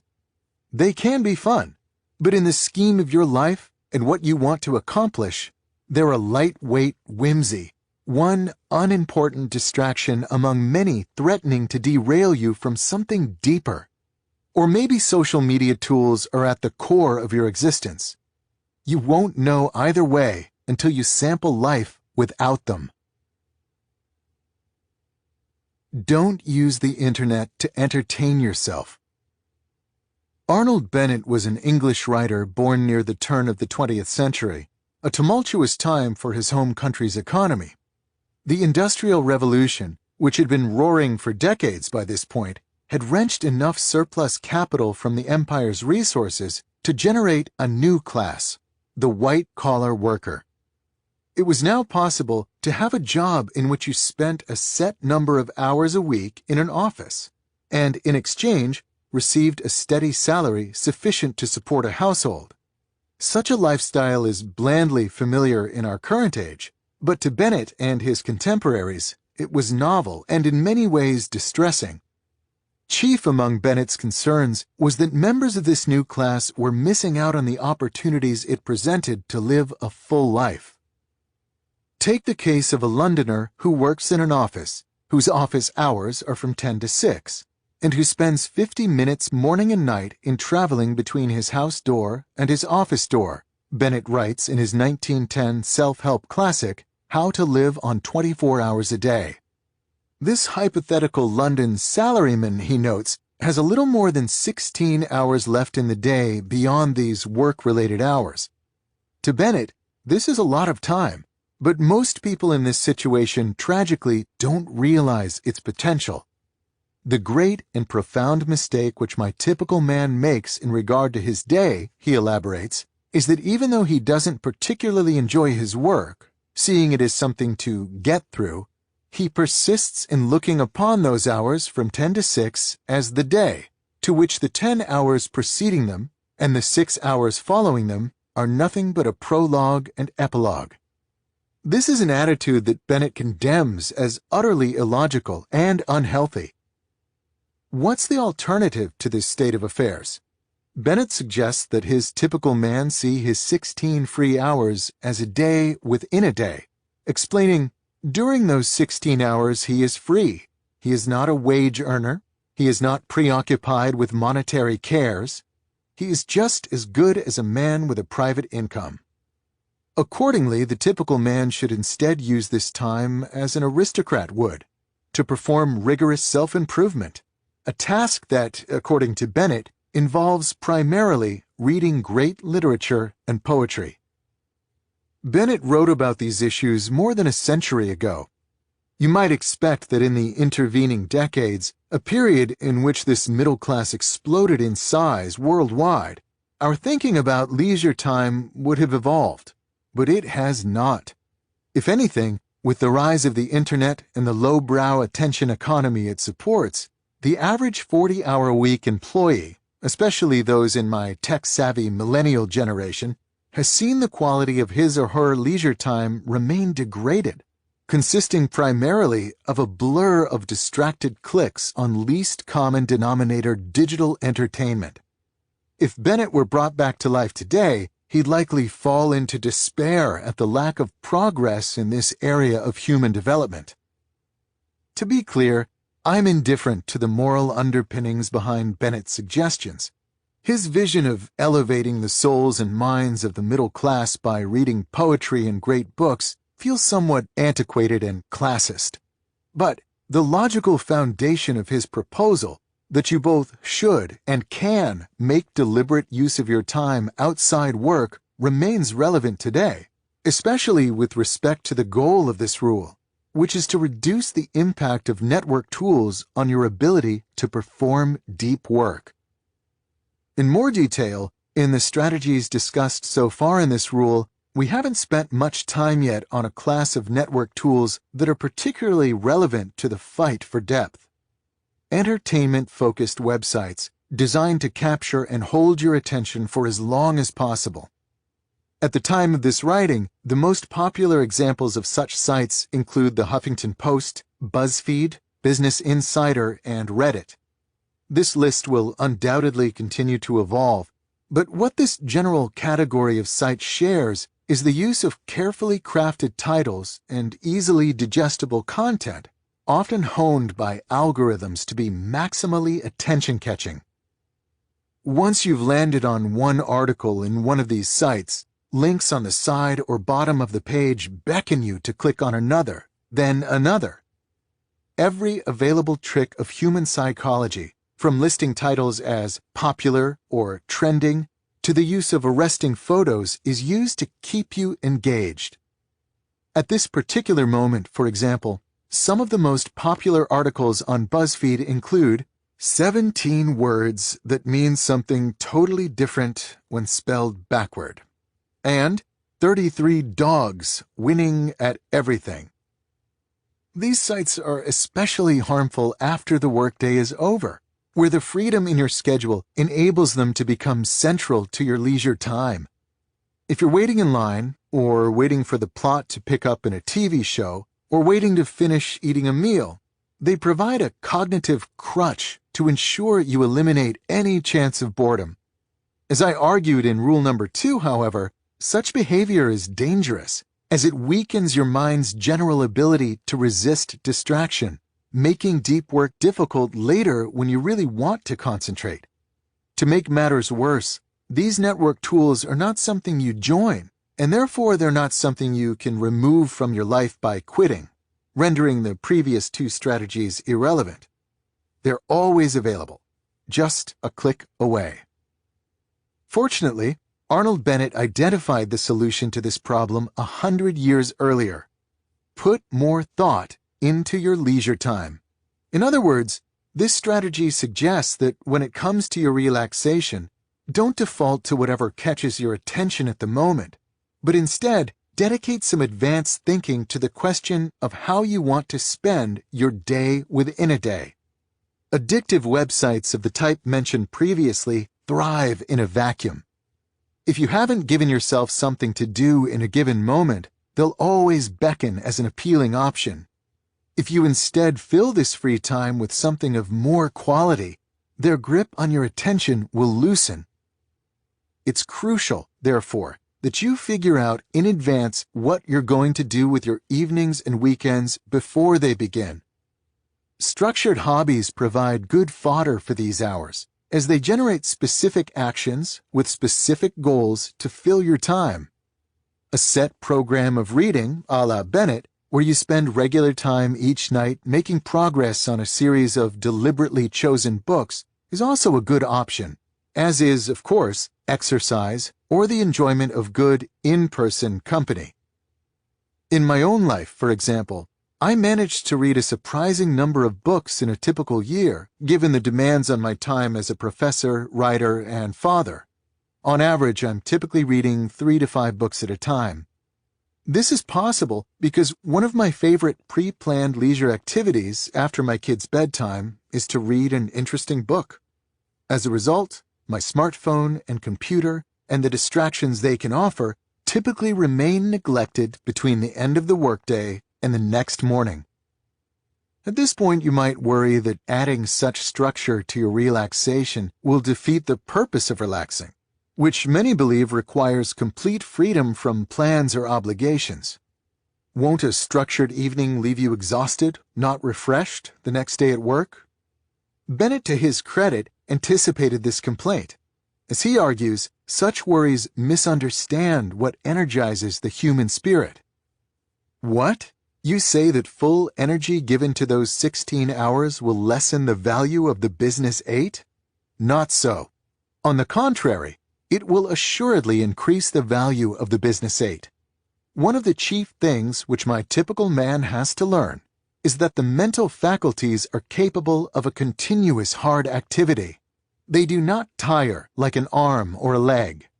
All they want is change, not rest, except in sleep. In my experience, this analysis is spot on. If you give your mind to something meaningful to do throughout all your waking hours, you'll end the day more fulfilled and begin the next one more relaxed than if you instead allow your mind to bathe for hours in semi-conscious and unstructured web surfing. To summarize, if you want to eliminate the addictive pull of entertainment sites on your time and attention, give your brain a quality alternative. Not only will this preserve your ability to resist distraction and concentrate, but you might even fulfill Arnold Bennett's ambitious goal of experiencing, perhaps for the first time, what it means to live and not just exist. Rule number 4. Drain the shallows.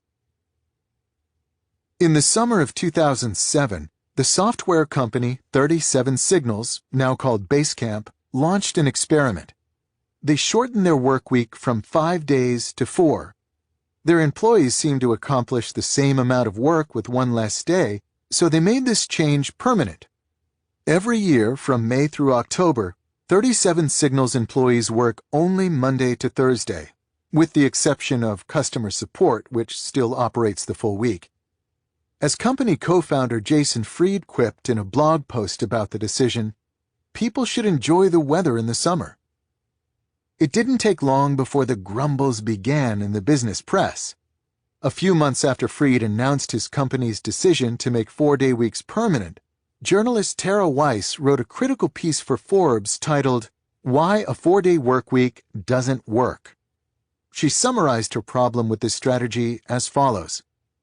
Packing 40 hours into 4 days isn't necessarily an efficient way to work. Many people find that 8 hours are tough enough. Requiring them to stay for an extra 2 could cause morale and productivity to decrease. Fried was quick to respond.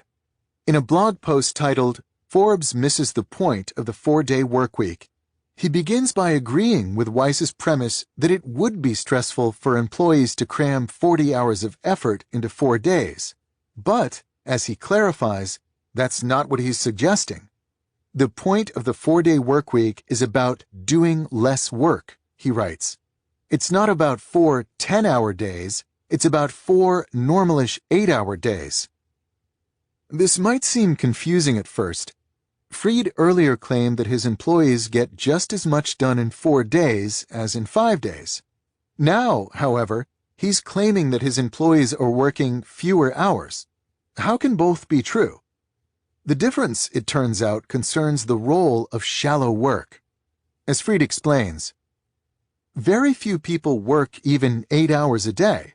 You're lucky if you get a few good hours in between all the meetings, interruptions, web surfing, office politics, and personal business that permeate the typical workday.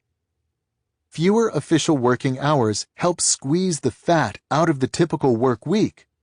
Once everyone has less time to get their stuff done, they respect that time even more. People become stingy with their time, and that's a good thing. They don't waste it on things that just don't matter. When you have fewer hours, you usually spend them more wisely. In other words, the reduction in the 37 Signals workweek disproportionately eliminated shallow as compared to deep work. And because the latter was left largely untouched, the important stuff continued to get done. The shallow stuff that can seem so urgent in the moment turned out to be unexpectedly dispensable. A natural reaction to this experiment is to wonder what would happen if 37 Signals had gone one step further. If eliminating hours of shallow work had little impact on the results produced, what would happen if they not only eliminated shallow work, but then replaced this newly recovered time with more deep work? Fortunately for our curiosity, the company soon put this bolder idea to the test as well.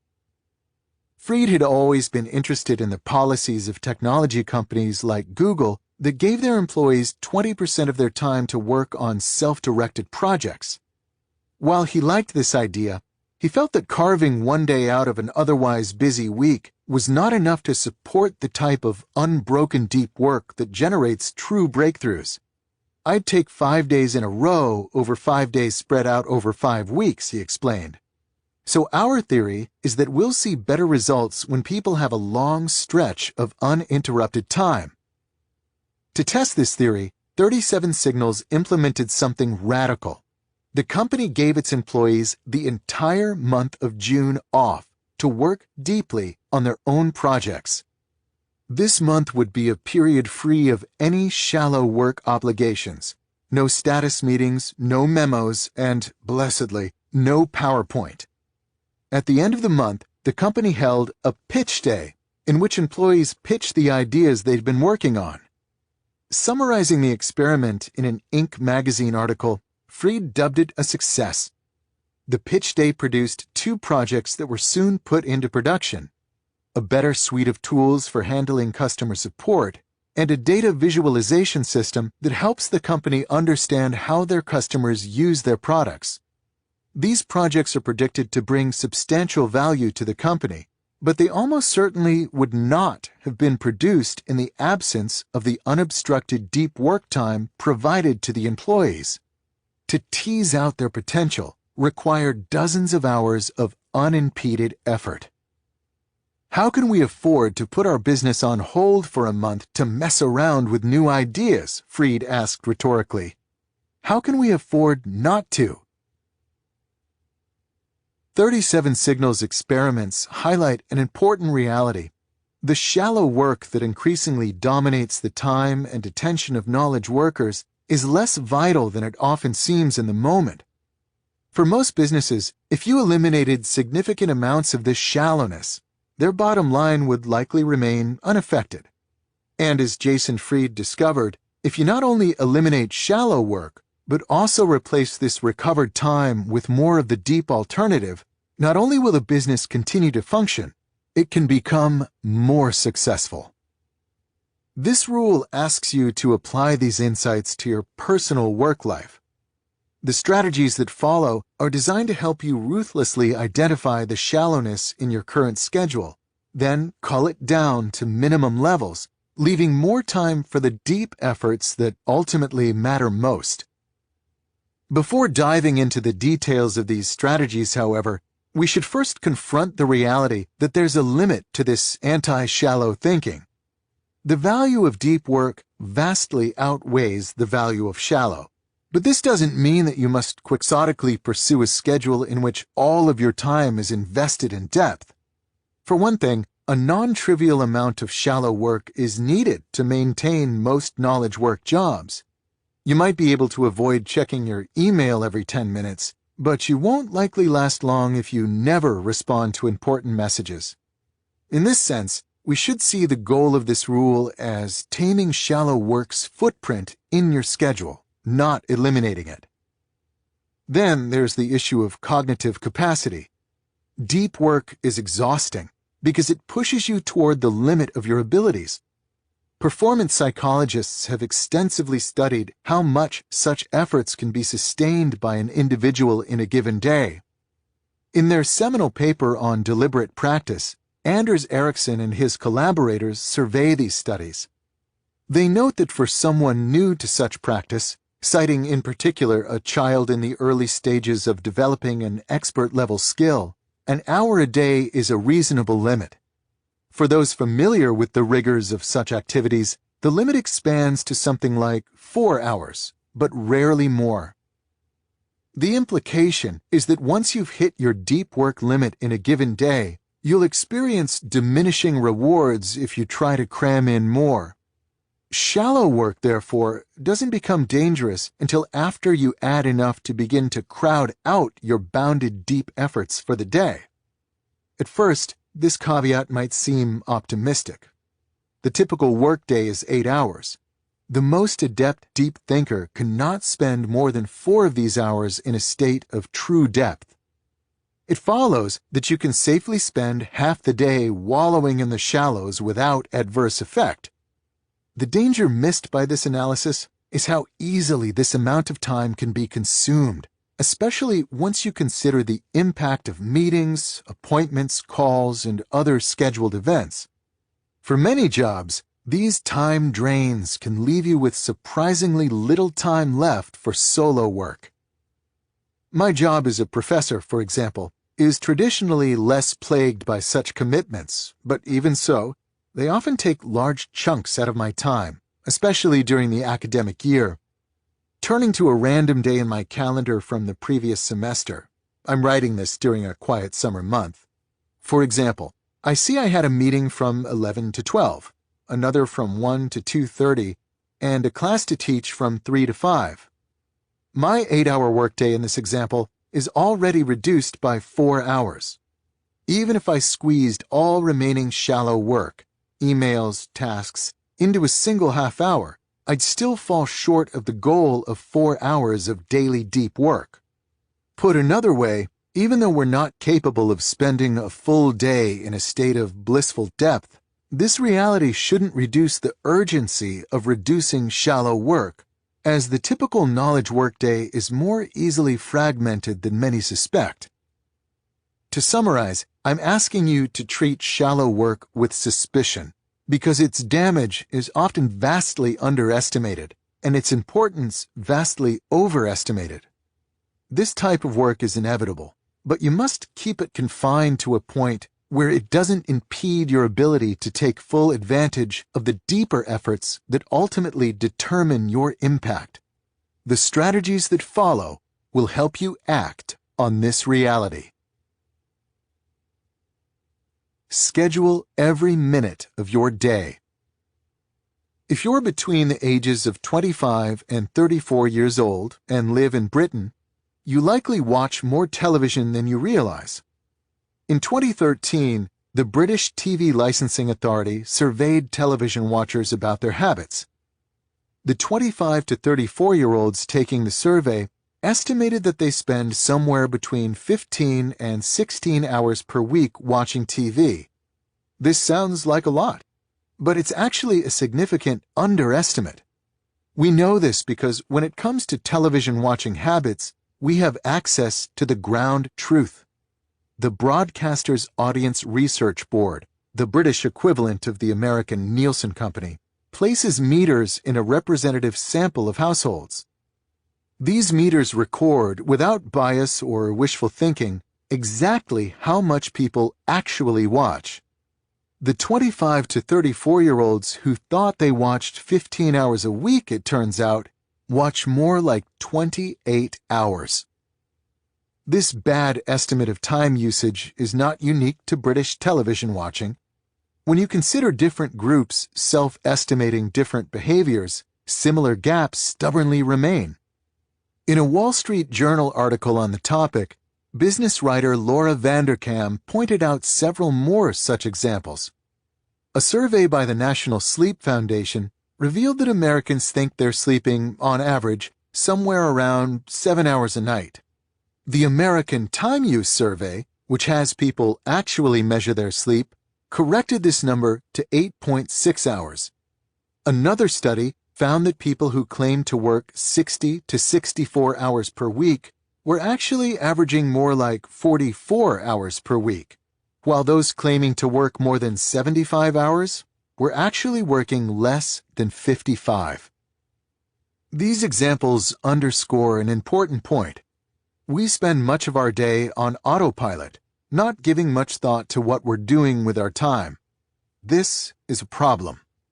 It's difficult to prevent the trivial from creeping into every corner of your schedule if you don't face, without flinching, your current balance between deep and shallow work, and then adopt the habit of pausing before action and asking, what makes the most sense right now? The strategy described in the following paragraphs is designed to force you into these behaviors. It's an idea that might seem extreme at first, but will soon prove indispensable in your quest to take full advantage of the value of deep work. Schedule every minute of your day. Here's my suggestion.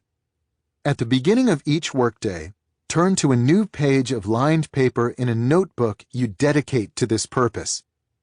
Down the left-hand side of the page, mark every other line with an hour of the day, covering the full set of hours you typically work. Now comes the important part. Divide the hours of your workday into blocks and assign activities to the blocks. For example, you might block off 9 a.m. to 11 a.m. for writing a client's press release. To do so, actually draw a box that covers the lines corresponding to these hours. Then, write press release inside the box. Not every block need be dedicated to a work task.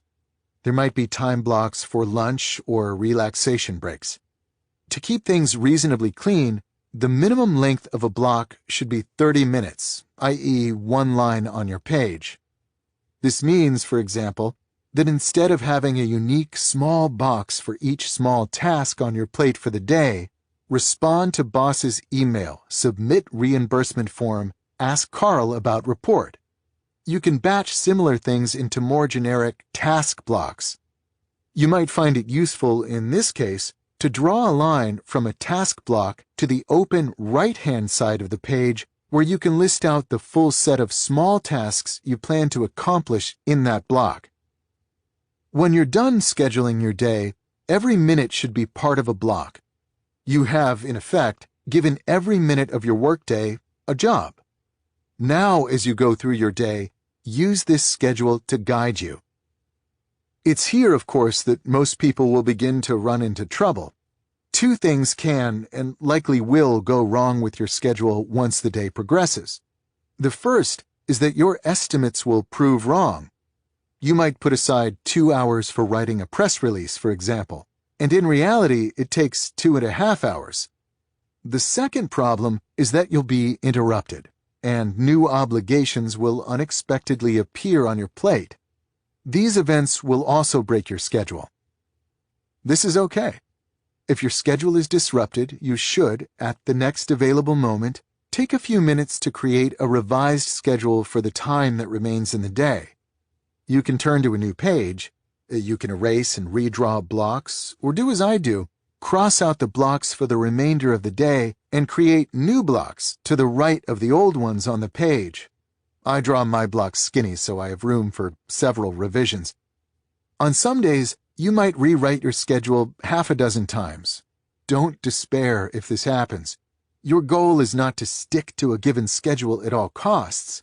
It's instead to maintain at all times a thoughtful say in what you're doing with your time going forward, even if these decisions are reworked again and again as the day unfolds.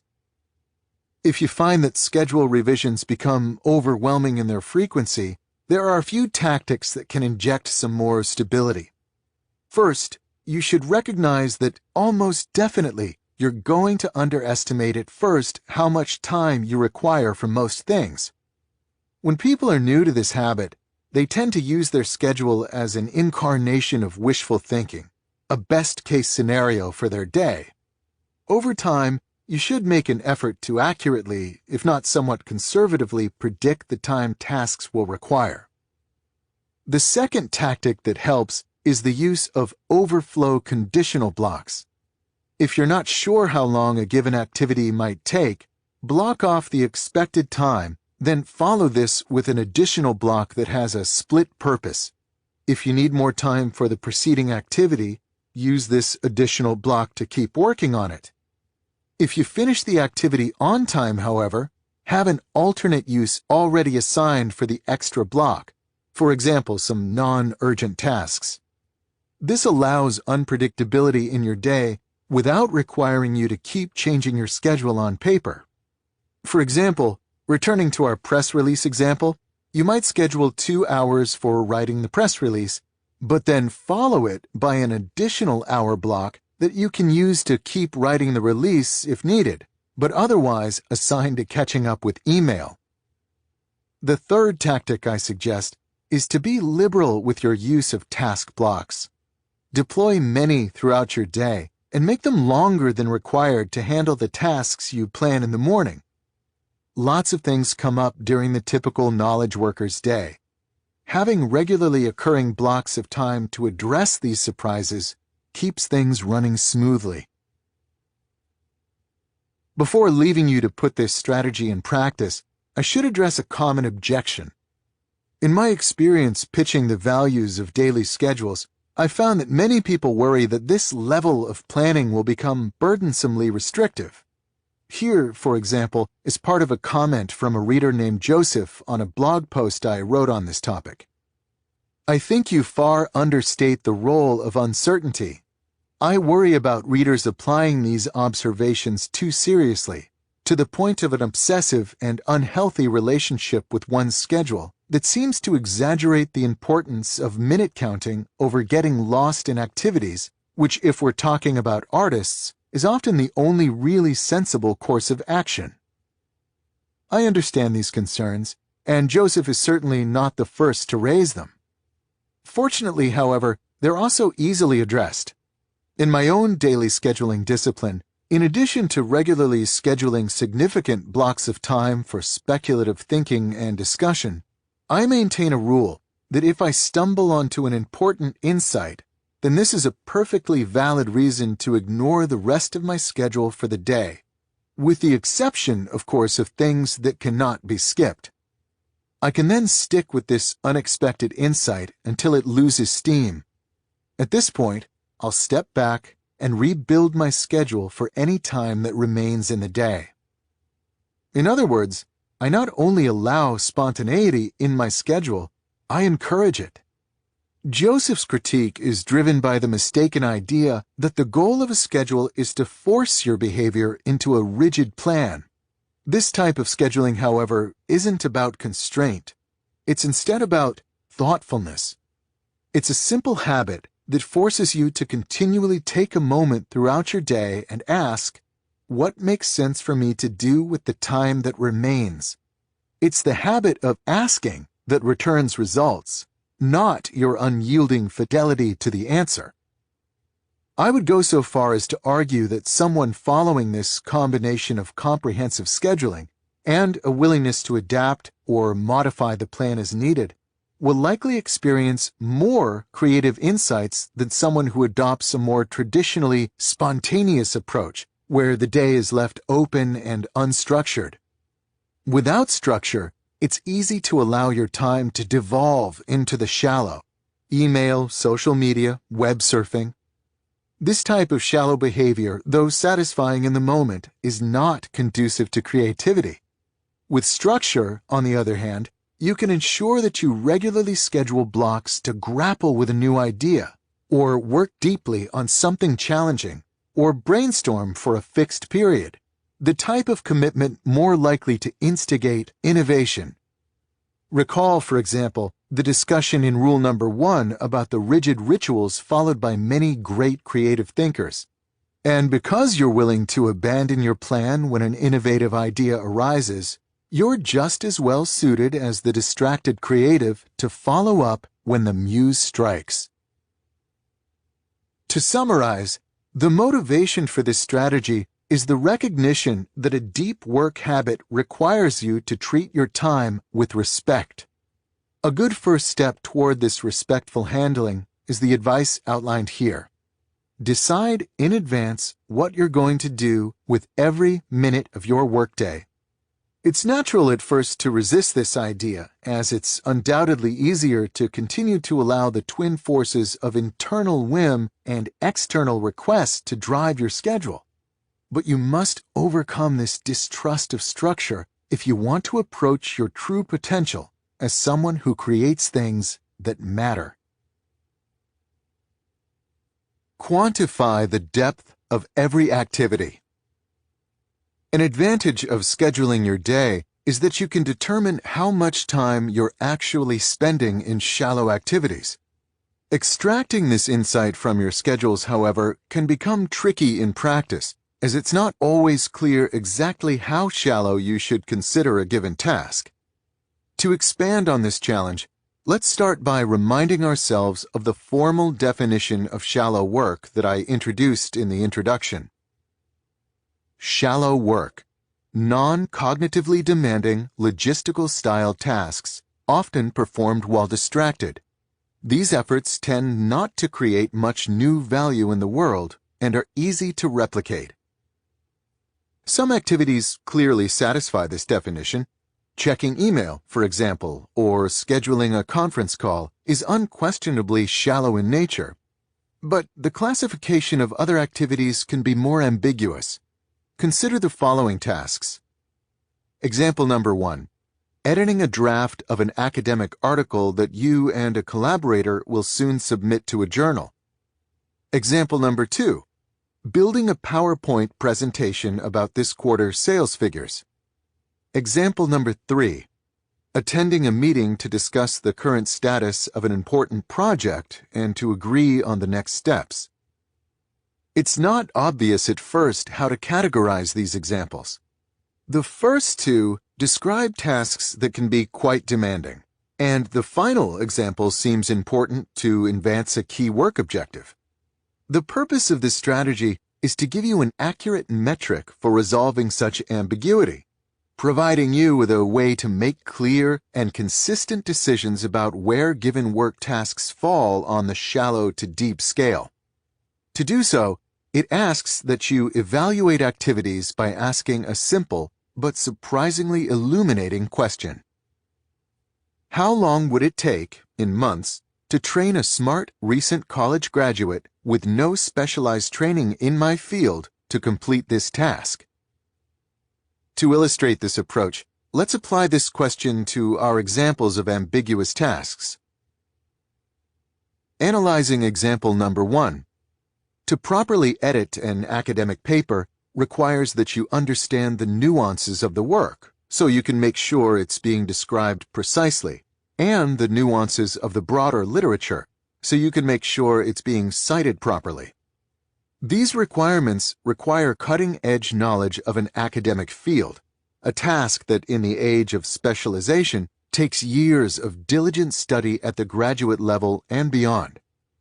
When it comes to this example, the answer to our question would therefore be quite large, perhaps on the scale of 50 to 75 months.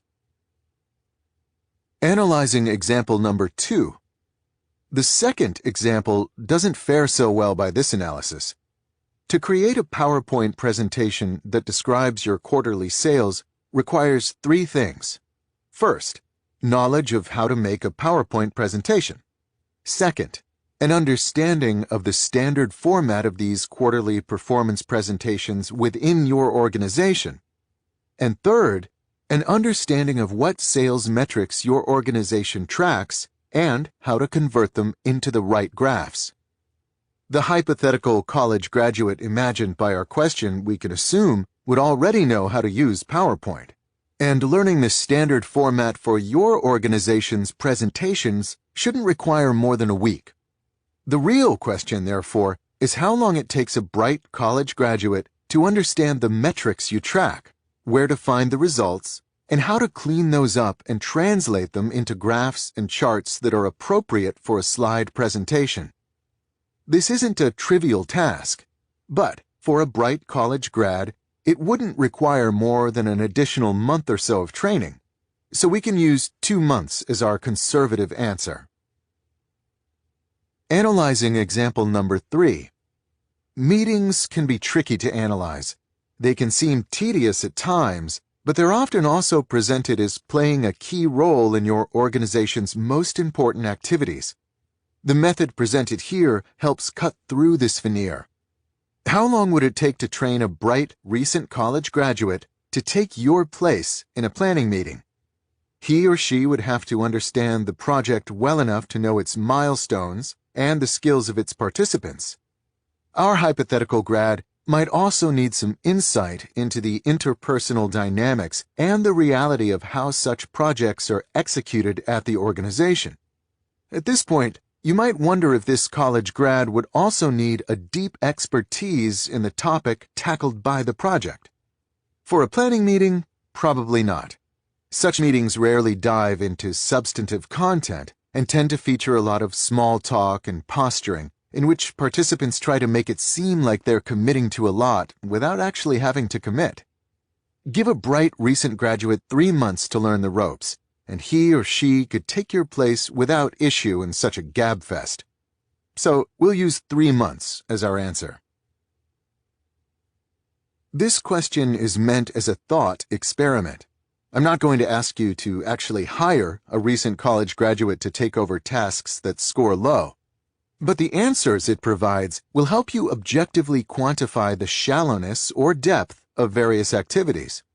If our hypothetical college graduate requires many months of training to replicate a task, then this indicates that the task leverages hard-won expertise.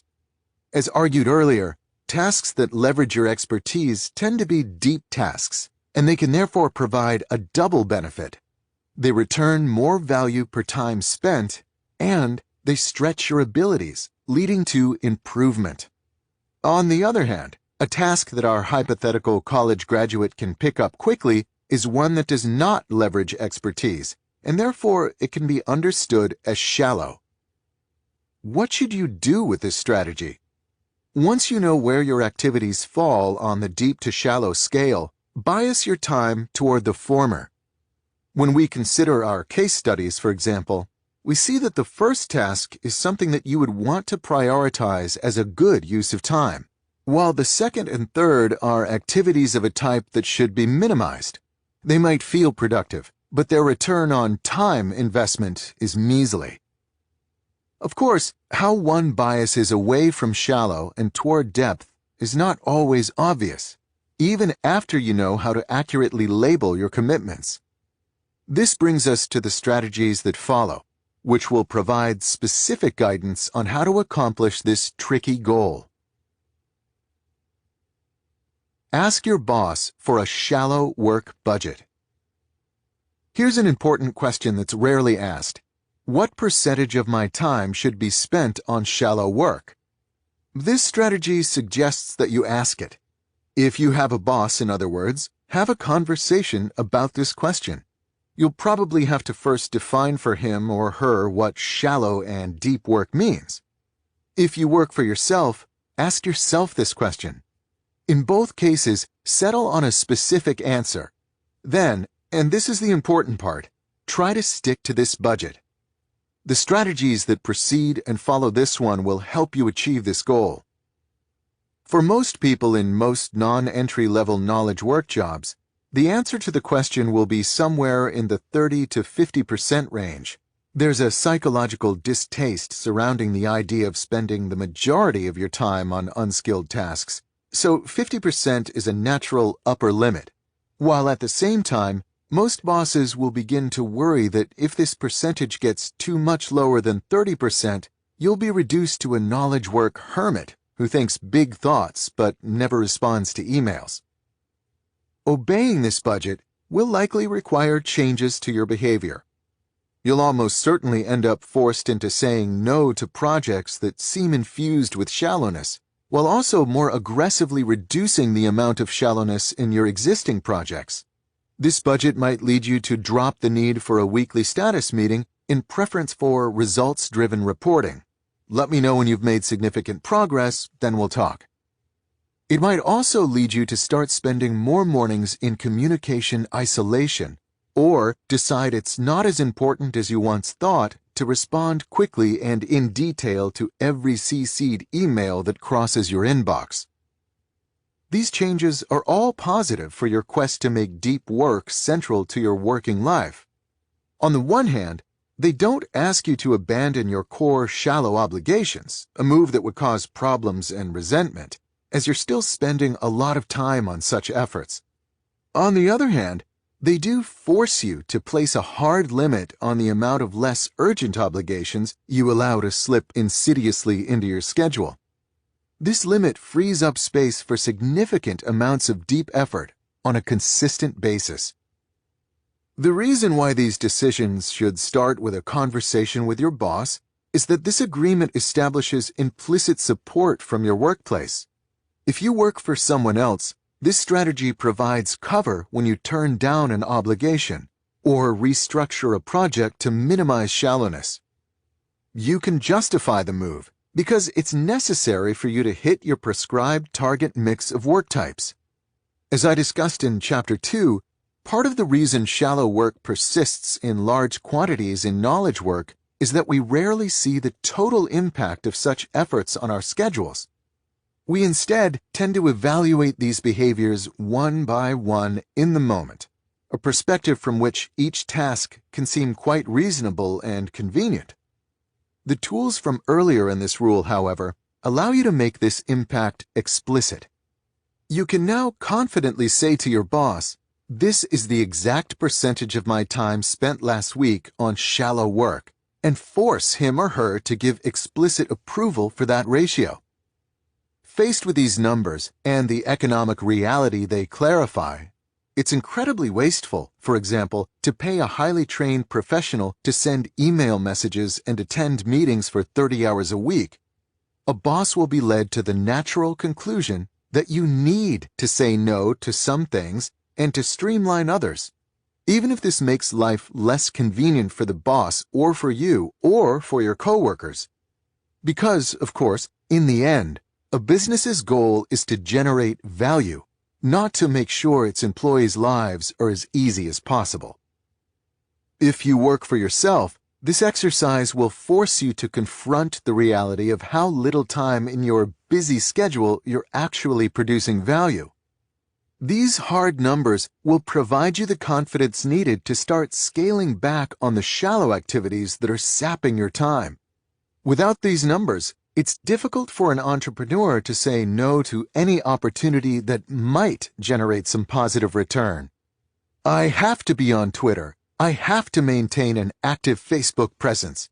I have to tweak the widgets on my blog, you tell yourself, because when considered in isolation, to say no to any one of these activities seems like you're being lazy. By instead picking and sticking with a shallow to deep ratio, you can replace this guilt-driven unconditional acceptance with the more healthy habit of trying to get the most out of the time you put aside for shallow work, therefore still exposing yourself to many opportunities, but keeping these efforts constrained to a small enough fraction of your time and attention to enable the deep work that ultimately drives your business forward. Of course, there's always the possibility that when you ask this question, the answer is stark. No boss will explicitly answer, 100% of your time should be shallow, unless you're entry level, at which point you need to delay this exercise until you've built enough skills to add deep efforts to your official work responsibilities. But a boss might reply in so many words, as much shallow work is needed for you to promptly do whatever we need from you at the moment.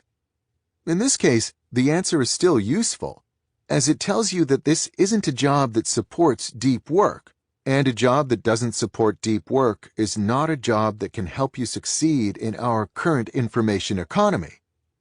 You should, in this case, thank the boss for the feedback, and then promptly start planning how you can transition into a new position that values depth. Finish your work by 5:30. In the 7 days preceding my first writing these words, I participated in 65 different email conversations. Among these 65 conversations, I sent exactly 5 emails after 5:30 p.m. The immediate story told by these statistics is that, with few exceptions, I don't send emails after 5:30. But given how intertwined email has become with work in general, there's a more surprising reality hinted by this behavior. I don't work after 5:30 p.m. I call this commitment fixed schedule productivity, as I fix the firm goal of not working past a certain time, then work backward to find productivity strategies that allow me to satisfy this declaration. I've practiced fixed schedule productivity happily for more than half a decade now, and it's been crucial to my efforts to build a productive professional life centered on deep work. In the sections ahead, I will try to convince you to adopt this strategy as well. Let me start my pitch for fixed schedule productivity by first noting that according to conventional wisdom, in the academic world I inhabit, this tactic should fail. Professors, especially junior professors, are notorious for adopting grueling schedules that extend into the night and through weekends. Consider, for example, a blog post published by a young computer science professor whom I'll call Tom. In this post, which Tom wrote in the winter of 2014, he replicates his schedule for a recent day in which he spent 12 hours at his office. This schedule includes 5 different meetings and 3 hours of administrative tasks, which he describes as tending to bushels of emails, filling out bureaucratic forms, organizing meeting notes, planning future meetings. By his estimation, he spent only 1.5 out of 12 total hours sitting in his office tackling real work, which he defines as efforts that make progress toward a research deliverable. It's no wonder that Tom feels coerced into working well beyond the standard workday. I've already accepted the reality that I'll be working on weekends, he concludes in another post. Very few junior faculty can avoid such a fate. And yet, I have. Even though I don't work at night and rarely work on weekends, between arriving at Georgetown in the fall of 2011 and beginning work on this chapter in the fall of 2014, I've published somewhere around 20 peer-reviewed articles. I also won 2 competitive grants, published 1 non-academic book, and have almost finished writing another, which you're listening to at the moment, all while avoiding the grueling schedules deemed necessary by the Toms of the world. What explains this paradox? We can find a compelling answer in a widely disseminated article published in 2013 by an academic further along in her career and far more accomplished than I, Radhika Nagpal, the Fred Kavli Professor of Computer Science at Harvard University. Nagpal opens the article by claiming that much of the stress suffered by tenure-track professors is self-imposed. Scary myths and scary data abound about life as a tenure-track faculty at an R1 research-focused university, she begins, before continuing to explain how she finally decided to disregard the conventional wisdom and instead deliberately do specific things to preserve my happiness. This deliberate effort led Nagpal to enjoy her pre-tenure time tremendously. Nagpal goes on to detail several examples of these efforts, but there's one tactic in particular that should sound familiar. As Nagpal admits, early in her academic career, she found herself trying to cram work into every free hour between 7 a.m. and midnight. Because she has kids, this time, especially in the evening, was often severely fractured. It didn't take long before she decided this strategy was unsustainable. So, she set a limit of 50 hours a week and worked backward to determine what rules and habits were needed to satisfy this constraint. Nagpal, in other words, deployed fixed schedule productivity. We know this strategy didn't hurt her academic career, as she ended up earning tenure on schedule and then jumping to the full professor level after only 3 additional years, an impressive ascent. How did she pull this off? According to her article, one of the main techniques for respecting her hour limit was to set drastic quotas on the major sources of shallow endeavors in her academic life. For example, she decided she would travel only 5 times per year for any purpose, as trips can generate a surprisingly large load of urgent, shallow obligations, from making lodging arrangements to writing talks. 5 trips a year may still sound like a lot, but for an academic, it's light. To emphasize this point, note that Matt Welsh, a former colleague of Nagpal in the Harvard Computer Science Department, he now works for Google, once wrote a blog post in which he claimed it was typical for junior faculty to travel 12 to 24 times a year. Imagine the shallow efforts Nagpal avoided in sidestepping an extra 10 to 15 trips. The travel quota is just one of several tactics that Nagpal used to control her workday. She also, for example, placed limits on the number of papers she would review per year. But what all her tactics shared was a commitment to ruthlessly capping the shallow while protecting the deep efforts, that is, original research, that ultimately determined her professional fate. Returning to my own example, it's a similar commitment that enables me to succeed with fixed scheduling. I, too, am incredibly cautious about my use of the most dangerous word in one's productivity vocabulary: yes.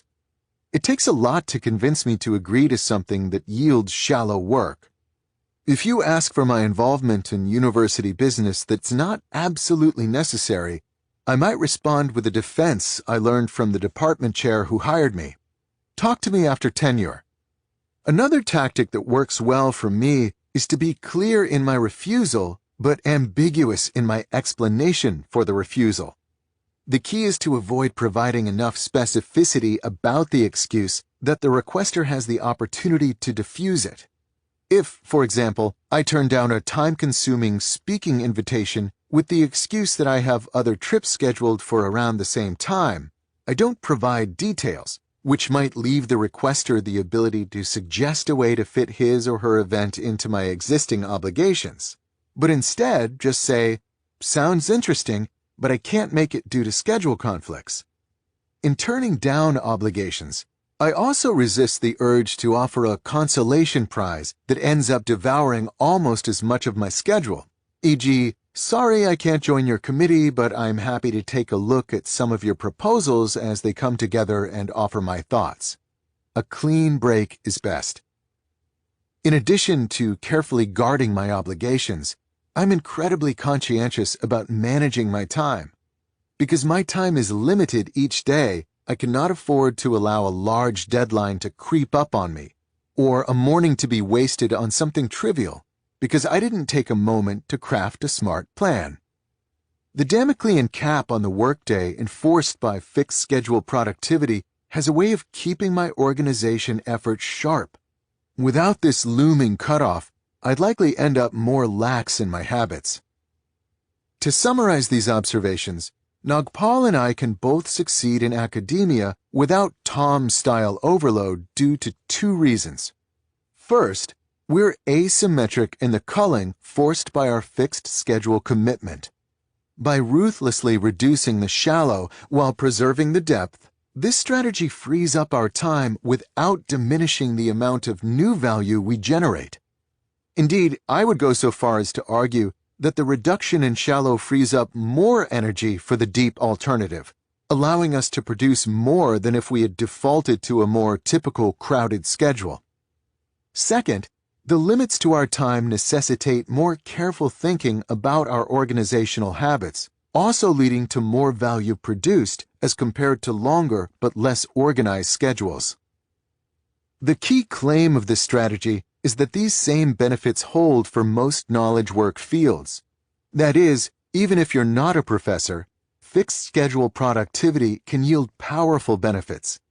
In most knowledge work jobs, it can be difficult in the moment to turn down a shallow commitment that seems harmless in isolation, be it accepting an invitation to get coffee or agreeing to jump on a call.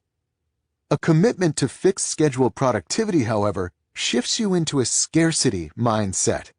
Suddenly, an obligation beyond your deepest efforts is suspect and seen as potentially disruptive. Your default answer becomes no. The bar for gaining access to your time and attention rises precipitously, and you begin to organize the efforts that pass these obstacles with a ruthless efficiency. It might also lead you to test assumptions about your company's work culture that you thought were ironclad but turn out to be malleable. It's common, for example, to receive emails from your boss after hours. Fixed schedule productivity would have you ignore these messages until the next morning. Many suspect that this would cause problems, as such responses are expected. But in many cases, the fact that your boss happens to be clearing her inbox at night doesn't mean that she expects an immediate response. A lesson this strategy would soon help you discover. Fixed schedule productivity, in other words, is a meta-habit that's simple to adopt but broad in its impact. If you have to choose just one behavior that reorients your focus toward the deep, this one should be high on your list of possibilities.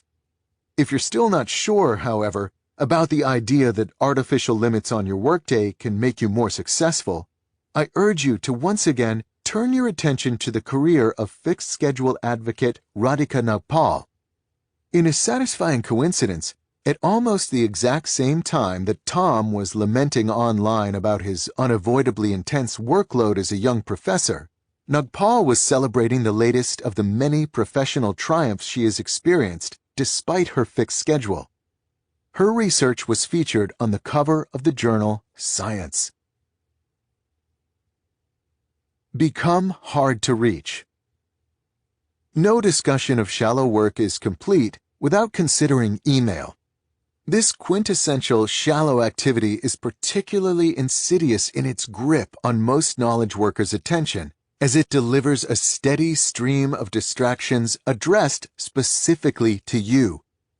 Ubiquitous email access has become so ingrained in our professional habits that we're beginning to lose the sense that we have any say in its role in our life. As John Freeman warns in his 2009 book, The Tyranny of Email, with the rise of this technology, We are slowly eroding our ability to explain, in a careful, complex way, why it is so wrong for us to complain, resist, or redesign our workdays so that they are manageable. Email seems a fait accompli. Resistance is futile. This strategy pushes back at this fatalism. Just because you cannot avoid this tool altogether doesn't mean you have to cede all authority over its role in your mental landscape. In the following sections, I describe 3 tips that will help you regain authority over how this technology accesses your time and attention, and arrest the erosion of autonomy identified by Freeman. Resistance is not futile. You have more control over your electronic communication than you might at first assume. Tip number 1. Make people who send you email do more work. Most nonfiction authors are easy to reach. They include an email address on their author websites, along with an open invitation to send them any request or suggestion that comes to mind. Many even encourage this feedback as a necessary commitment to the elusive but much touted importance of community building among their readers. But here's the thing, I don't buy it. If you visit the contact page on my author website, there's no general-purpose email address. Instead, I list different individuals you can contact for specific purposes. My literary agent for rights requests, for example, or my speaking agent for speaking requests. If you want to reach me, I offer only a special-purpose email address that comes with conditions and a lowered expectation that I'll respond. If you have an offer, opportunity, or introduction that might make my life more interesting, email me at interesting@calnewport.com. For the reasons stated above, I'll only respond to those proposals that are a good match for my schedule and interests. I call this approach a sender filter, as I'm asking my correspondents to filter themselves before attempting to contact me. This filter has significantly reduced the time I spend in my inbox. Before I began using a sender filter, I had a standard general-purpose email address listed on my website.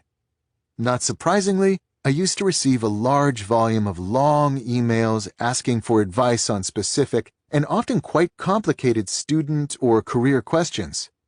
I like to help individuals, but these requests became overwhelming.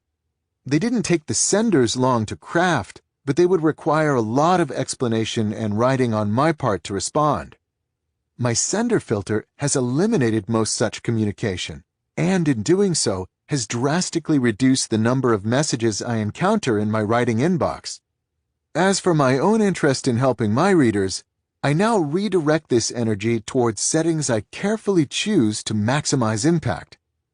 Instead of allowing any student in the world to send me a question, for example, I now work closely with a small number of student groups where I'm quite accessible and can offer more substantial and effective mentoring. Another benefit of a sender filter is that it resets expectations.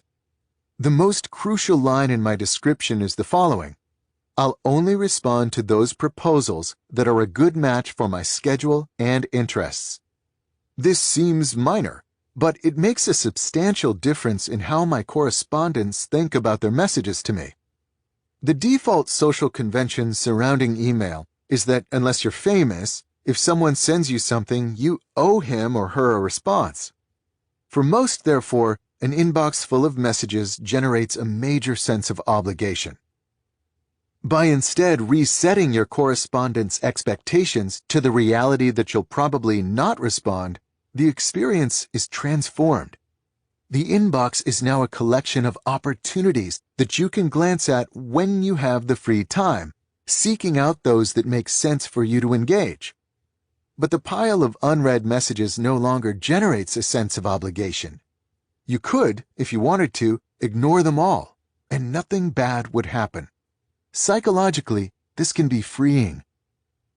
I worried when I first began using a sender filter that it would seem pretentious, as if my time was more valuable than that of my readers, and that it would upset people. But this fear wasn't realized. Most people easily accept the idea that you have a right to control your own incoming communication, as they would like to enjoy this same right. More important, people appreciate clarity. Most are okay to not receive a response if they don't expect one. In general, those with a minor public presence, such as authors, overestimate how much people really care about your replies to their messages. In some cases, this expectation reset might even earn you more credit when you do respond. For example, an editor of an online publication once sent me a guest post opportunity with the assumption, set by my filter, that I would likely not respond. When I did, it proved a happy surprise. Here's her summary of the interaction. So when I emailed Cal to ask if he wanted to contribute to the publication, my expectations were set. He didn't have anything on his sender filter about wanting to guest blog, so there wouldn't have been any hard feelings if I'd never heard a peep. Then when he did respond, I was thrilled. My particular sender filter is just one example of this general strategy. Consider consultant Clay Herbert, who is an expert in running crowdfunding campaigns for technology startups, a specialty that attracts a lot of correspondents hoping to glean some helpful advice. As a Forbes.com article on sender filters reports, at some point, the number of people reaching out exceeded Herbert's capacity, so he created filters that put the onus on the person asking for help. Though he started from a similar motivation as me, Herbert's filters ended up taking a different form. To contact him, you must first consult an FAQ to make sure your question has not already been answered, which was the case for a lot of the messages Herbert was processing before his filters were in place. If you make it through this FAQ sieve, he then asks you to fill out a survey that allows him to further screen for connections that seem particularly relevant to his expertise. For those who make it past this step, Herbert enforces a small fee you must pay before communicating with him. This fee is not about making extra money, but is instead about selecting individuals who are serious about receiving and acting on advice. Herbert's filters still enable him to help people and encounter interesting opportunities, but at the same time, they have reduced his incoming communication to a level he can easily handle. To give another example, consider Antonio Centeno, who runs the popular Real Man Style blog. Centeno's sender filter lays out a two-step process. If you have a question, he diverts you to a public location to post it. Centeno thinks it's wasteful to answer the same questions again and again in private one-on-one conversations. If you make it past this step, he then makes you commit to, by clicking checkboxes, the following 3 promises.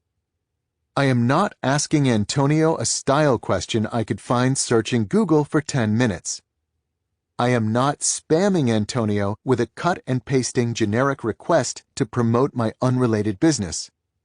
I will do a good deed for some random stranger if Antonio responds within 23 hours. The message box in which you can type your message doesn't appear on the contact page until after you've clicked the box by all 3 promises.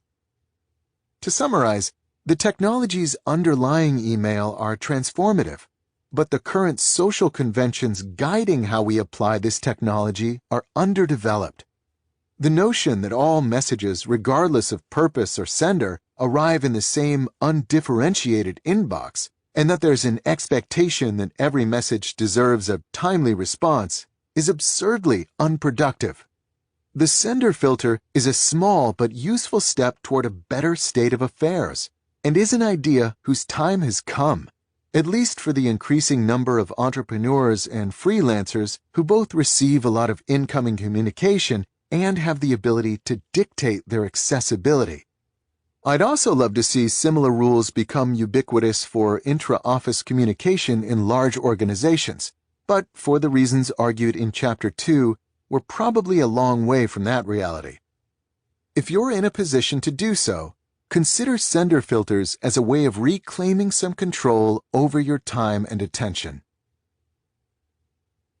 Tip number 2. Do more work when you send or reply to emails. Consider the following standard emails. Email number 1, "It was great to meet you last week. I'd love to follow up on some of those issues we discussed. Do you want to grab coffee?" Email number 2, "We should get back to the research problem we discussed during my last visit. Remind me where we are with that?" Email number 3, "I took a stab at that article we discussed. It's attached. Thoughts?" These 3 examples should be familiar to most knowledge workers, as they're representative of many of the messages that fill their inboxes. They're also potential productivity landmines. How you respond to them will have a significant impact on how much time and attention the resulting conversation ultimately consumes. In particular, interrogative emails like these generate an initial instinct to dash off the quickest possible response that will clear the message, temporarily, out of your inbox. A quick response will, in the short term, provide you with some minor relief because you're bouncing the responsibility implied by the message off your court and back onto the sender's. This relief, however, is short-lived, as this responsibility will continue to bounce back again and again, continually sapping your time and attention. I suggest, therefore, that the right strategy when faced with a question of this type is to pause a moment before replying and take the time to answer the following key prompt. What is the project represented by this message, and what is the most efficient in terms of messages generated process for bringing this project to a successful conclusion? Once you've answered this question for yourself, replace a quick response with one that takes the time to describe the process you identified, points out the current step, and emphasizes the step that comes next. I call this the process-centric approach to email, and it's designed to minimize both the number of emails you receive and the amount of mental clutter they generate. To better explain this process and why it works, consider the following process-centric responses to the sample emails from earlier. Process-centric response to email number 1. I'd love to grab coffee. Let's meet at the Starbucks on campus. Below, I listed 2 days next week when I'm free. For each day, I listed 3 times. If any of those day and time combinations work for you, let me know. I'll consider your reply confirmation for the meeting. If none of those date and time combinations work, give me a call at the number below and we'll hash out a time that works. Looking forward to it. Process-centric response to email number 2. I agree that we should return to this problem. Here's what I suggest. Sometime in the next week, email me everything you remember about our discussion on the problem. Once I receive that message, I'll start a shared directory for the project and add it to a document that summarizes what you sent me, combined with my own memory of our past discussion. In the document, I'll highlight the 2 or 3 most promising next steps. We can then take a crack at those next steps for a few weeks and check back in. I suggest we schedule a phone call for a month from now for this purpose. Below, I listed some dates and times when I'm available for a call.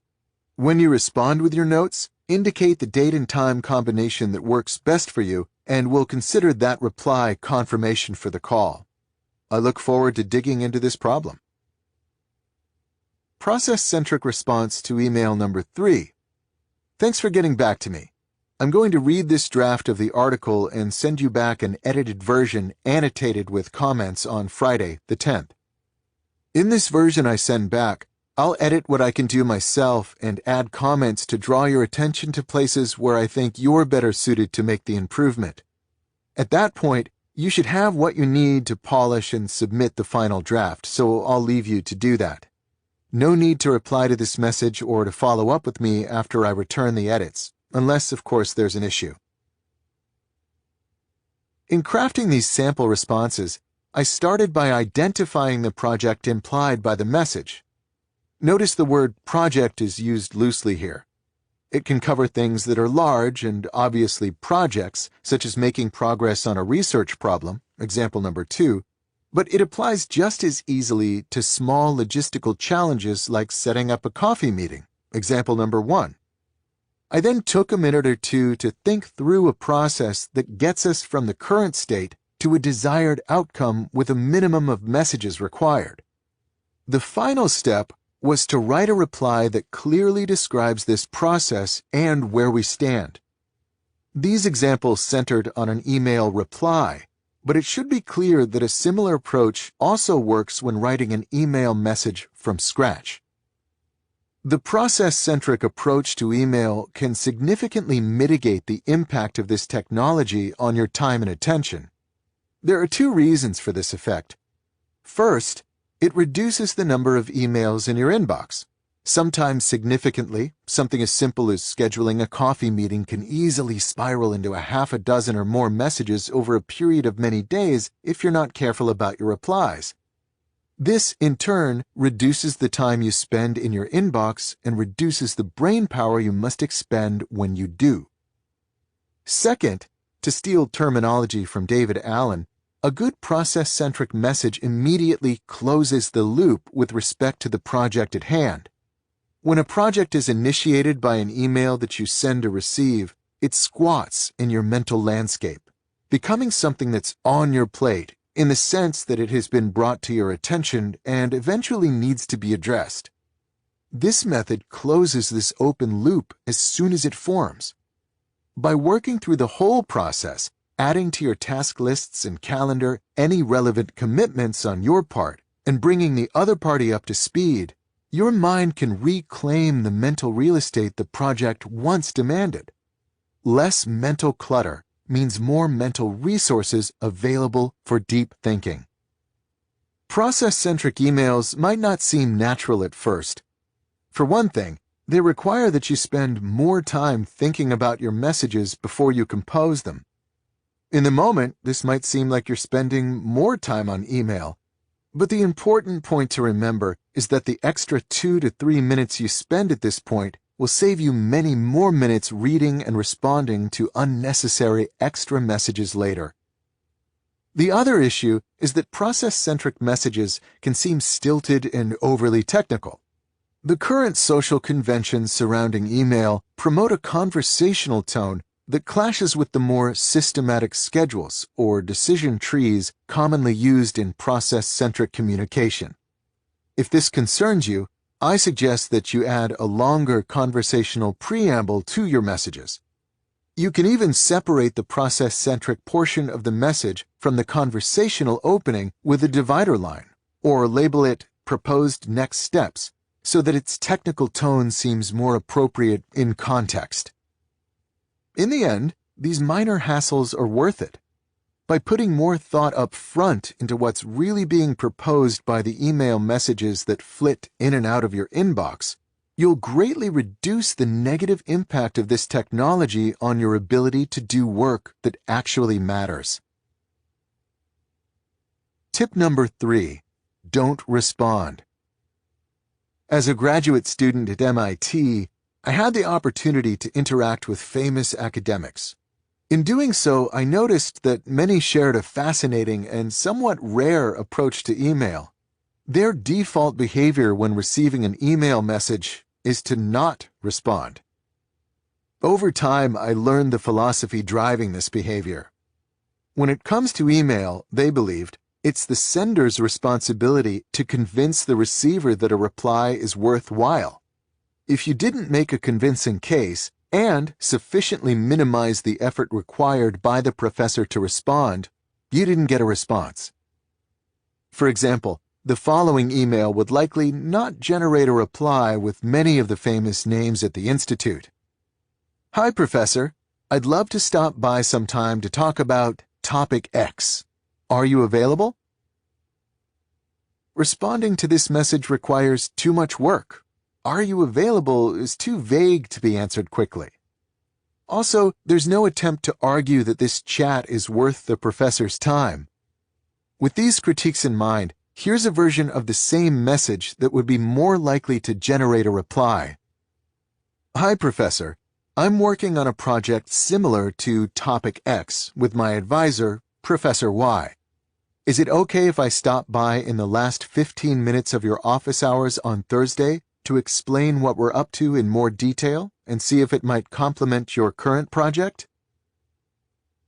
Unlike the first message, this one makes a clear case for why this meeting makes sense and minimizes the effort needed from the receiver to respond. This tip asks that you replicate, to the extent feasible in your professional context, this professional ambivalence to email. To help you in this effort, try applying the following 3 rules to sort through which messages require a response and which do not. Professorial email sorting.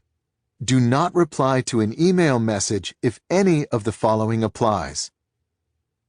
It's ambiguous or otherwise makes it hard for you to generate a reasonable response. It's not a question or proposal that interests you. Nothing really good would happen if you did respond, and nothing really bad would happen if you didn't. In all cases, there are many obvious exceptions. If an ambiguous message about a project you don't care about comes from your company's CEO, for example, you'll respond. But looking beyond these exceptions, this professorial approach asks you to become way more ruthless when deciding whether or not to click reply. This tip can be uncomfortable at first because it will cause you to break a key convention currently surrounding email. Replies are assumed, regardless of the relevance or appropriateness of the message. There's also no way to avoid that some bad things will happen if you take this approach. At the minimum, some people might get confused or upset, especially if they've never seen standard email conventions questioned or ignored. Here's the thing. This is okay. As the author Tim Ferriss once wrote, "Develop the habit of letting small bad things happen. If you don't, you'll never find time for the life-changing big things." It should comfort you to realize that, as the professors at MIT discovered, people are quick to adjust their expectations to the specifics of your communication habits.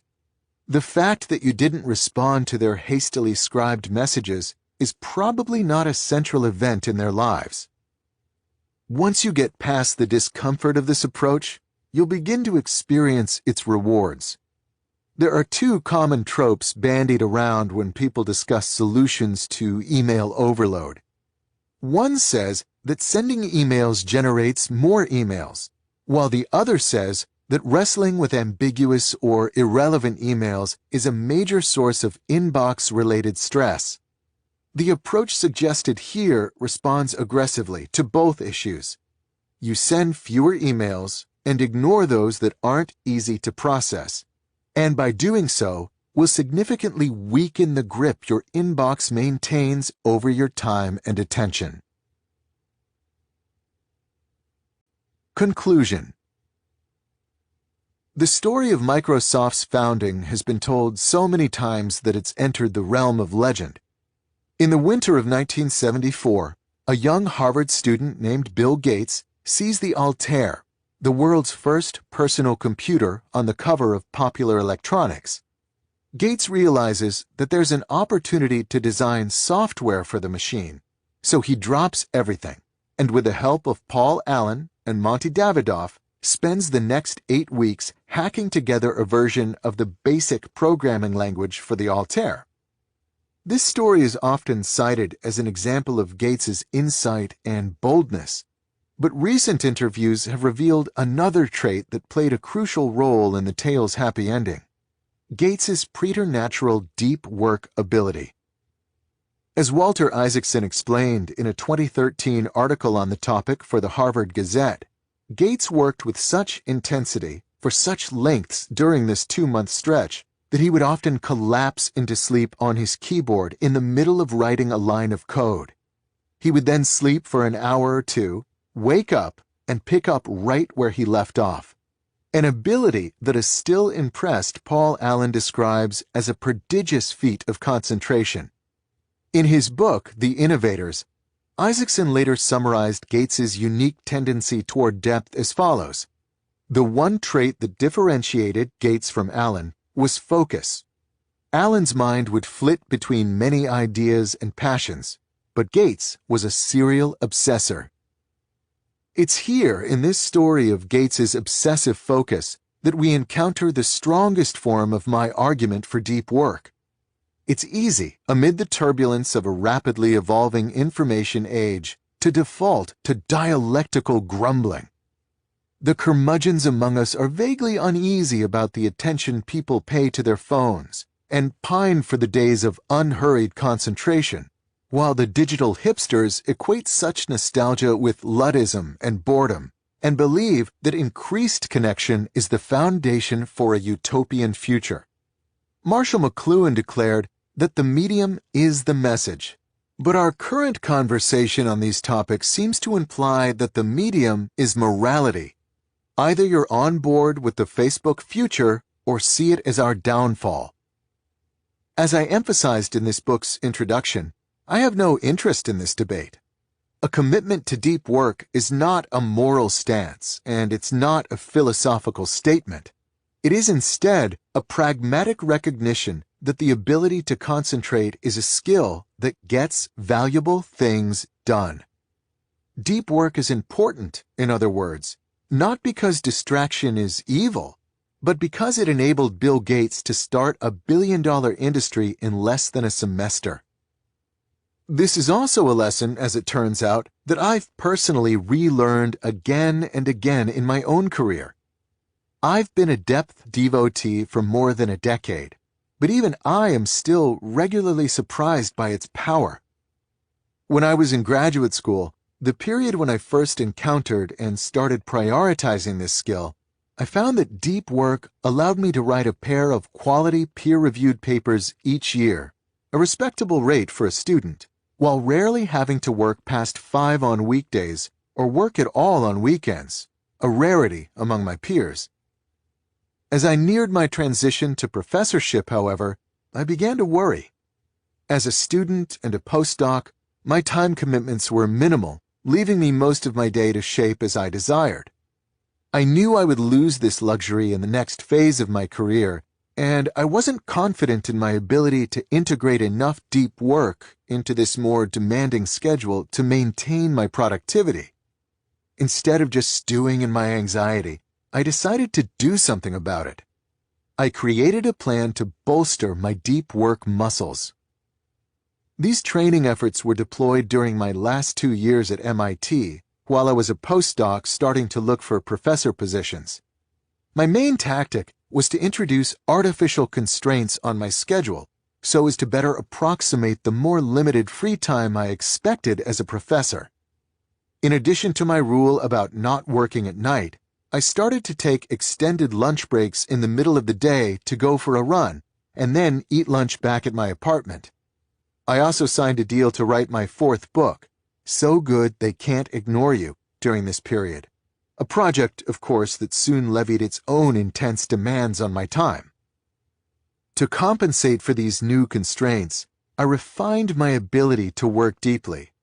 Among other methods, I began to more carefully block out deep work hours and preserve them against incursion. I also developed an ability to carefully work through thoughts during the many hours I spent on foot each week, a boon to my productivity, and became obsessive about finding disconnected locations conducive to focus. During the summer, for example, I would often work under the dome in Barker Engineering Library, a pleasingly cavernous location that becomes too crowded when class is in session, and during the winter I sought more obscure locations for some silence, eventually developing a preference for the small but well-appointed Lewis Music Library. At some point, I even bought a $50 high-end grid-lined lab notebook to work on mathematical proofs, believing that its expense would induce more care in my thinking. I ended up surprised by how well this recommitment to depth ended up working. After I'd taken a job as a computer science professor at Georgetown University in the fall of 2011, my obligations did, in fact, drastically increase. But I had been training for this moment. Not only did I preserve my research productivity, it actually improved. My previous rate of 2 good papers a year, which I maintained as an unencumbered graduate student, leapt to 4 good papers a year on average once I became a much more encumbered professor. Impressive as this was to me, however, I was soon to learn that I had not yet reached the limits of what deep work could produce. This lesson would come during my 3rd year as a professor. During my 3rd year at Georgetown, which spanned the fall of 2013 through the summer of 2014, I turned my attention back to my deep work habits, searching for more opportunities to improve. A big reason for this recommitment to depth is the book you're currently listening to, most of which was written during this period.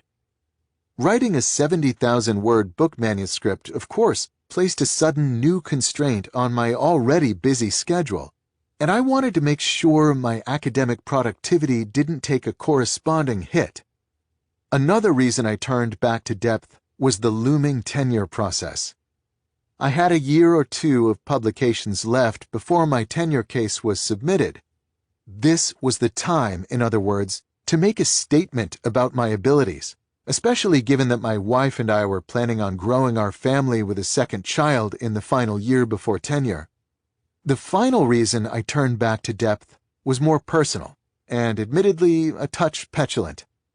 I had applied and been rejected for a well-respected grant that many of my colleagues were receiving. I was upset and embarrassed, so I decided that instead of just complaining or wallowing in self-doubt, I would compensate for losing the grant by increasing the rate and impressiveness of my publications, allowing them to declare on my behalf that I actually did know what I was doing, even if this one particular grant application didn't go my way. I was already an adept deep worker, but these 3 forces drove me to push this habit to an extreme. I became ruthless in turning down time-consuming commitments and began to work more in isolated locations outside my office. I placed a tally of my deep work hours in a prominent position near my desk and got upset when it failed to grow at a fast enough rate.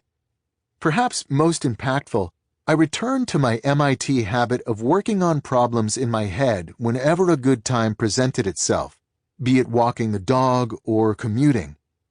Whereas earlier, I tended to increase my deep work only as a deadline approached, this year I was relentless. Most every day of most every week, I was pushing my mind to grapple with results of consequence, regardless of whether or not a specific deadline was near. I solved proofs on subway rides and while shoveling snow. When my son napped on the weekend, I would pace the yard thinking, and when stuck in traffic, I would methodically work through problems that were stymieing me. As this year progressed, I became a deep work machine, and the result of this transformation caught me off guard. During the same year that I wrote a book and my oldest son entered the terrible 2s, I managed to more than double my average academic productivity, publishing 9 peer-reviewed papers, all the while maintaining my prohibition on work in the evenings. I'm the first to admit that my year of extreme depth was, perhaps, a bit too extreme. It proved cognitively exhausting, and going forward, I'll likely moderate this intensity. But this experience reinforces the point that opened this conclusion. Deep work is way more powerful than most people understand. It's a commitment to this skill that allowed Bill Gates to make the most of an unexpected opportunity to create a new industry, and that allowed me to double my academic productivity the same year I decided to concurrently write a book.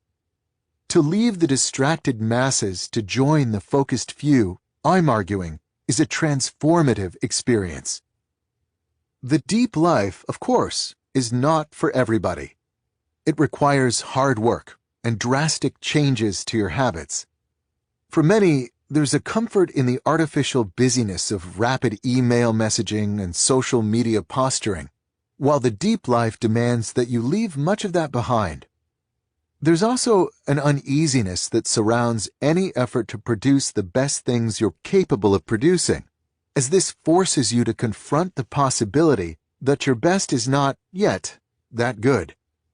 It's safer to comment on our culture than to step into the Rooseveltian ring and attempt to wrestle it into something better. But if you're willing to sidestep these comforts and fears and instead struggle to deploy your mind to its fullest capacity to create things that matter, then you'll discover, as others have before you, that depth generates a life rich with productivity and meaning. In Part 1, I quoted writer Winifred Gallagher saying, "I'll live the focused life because it's the best kind there is." I agree. So does Bill Gates. And hopefully, now that you've finished this book, you agree too.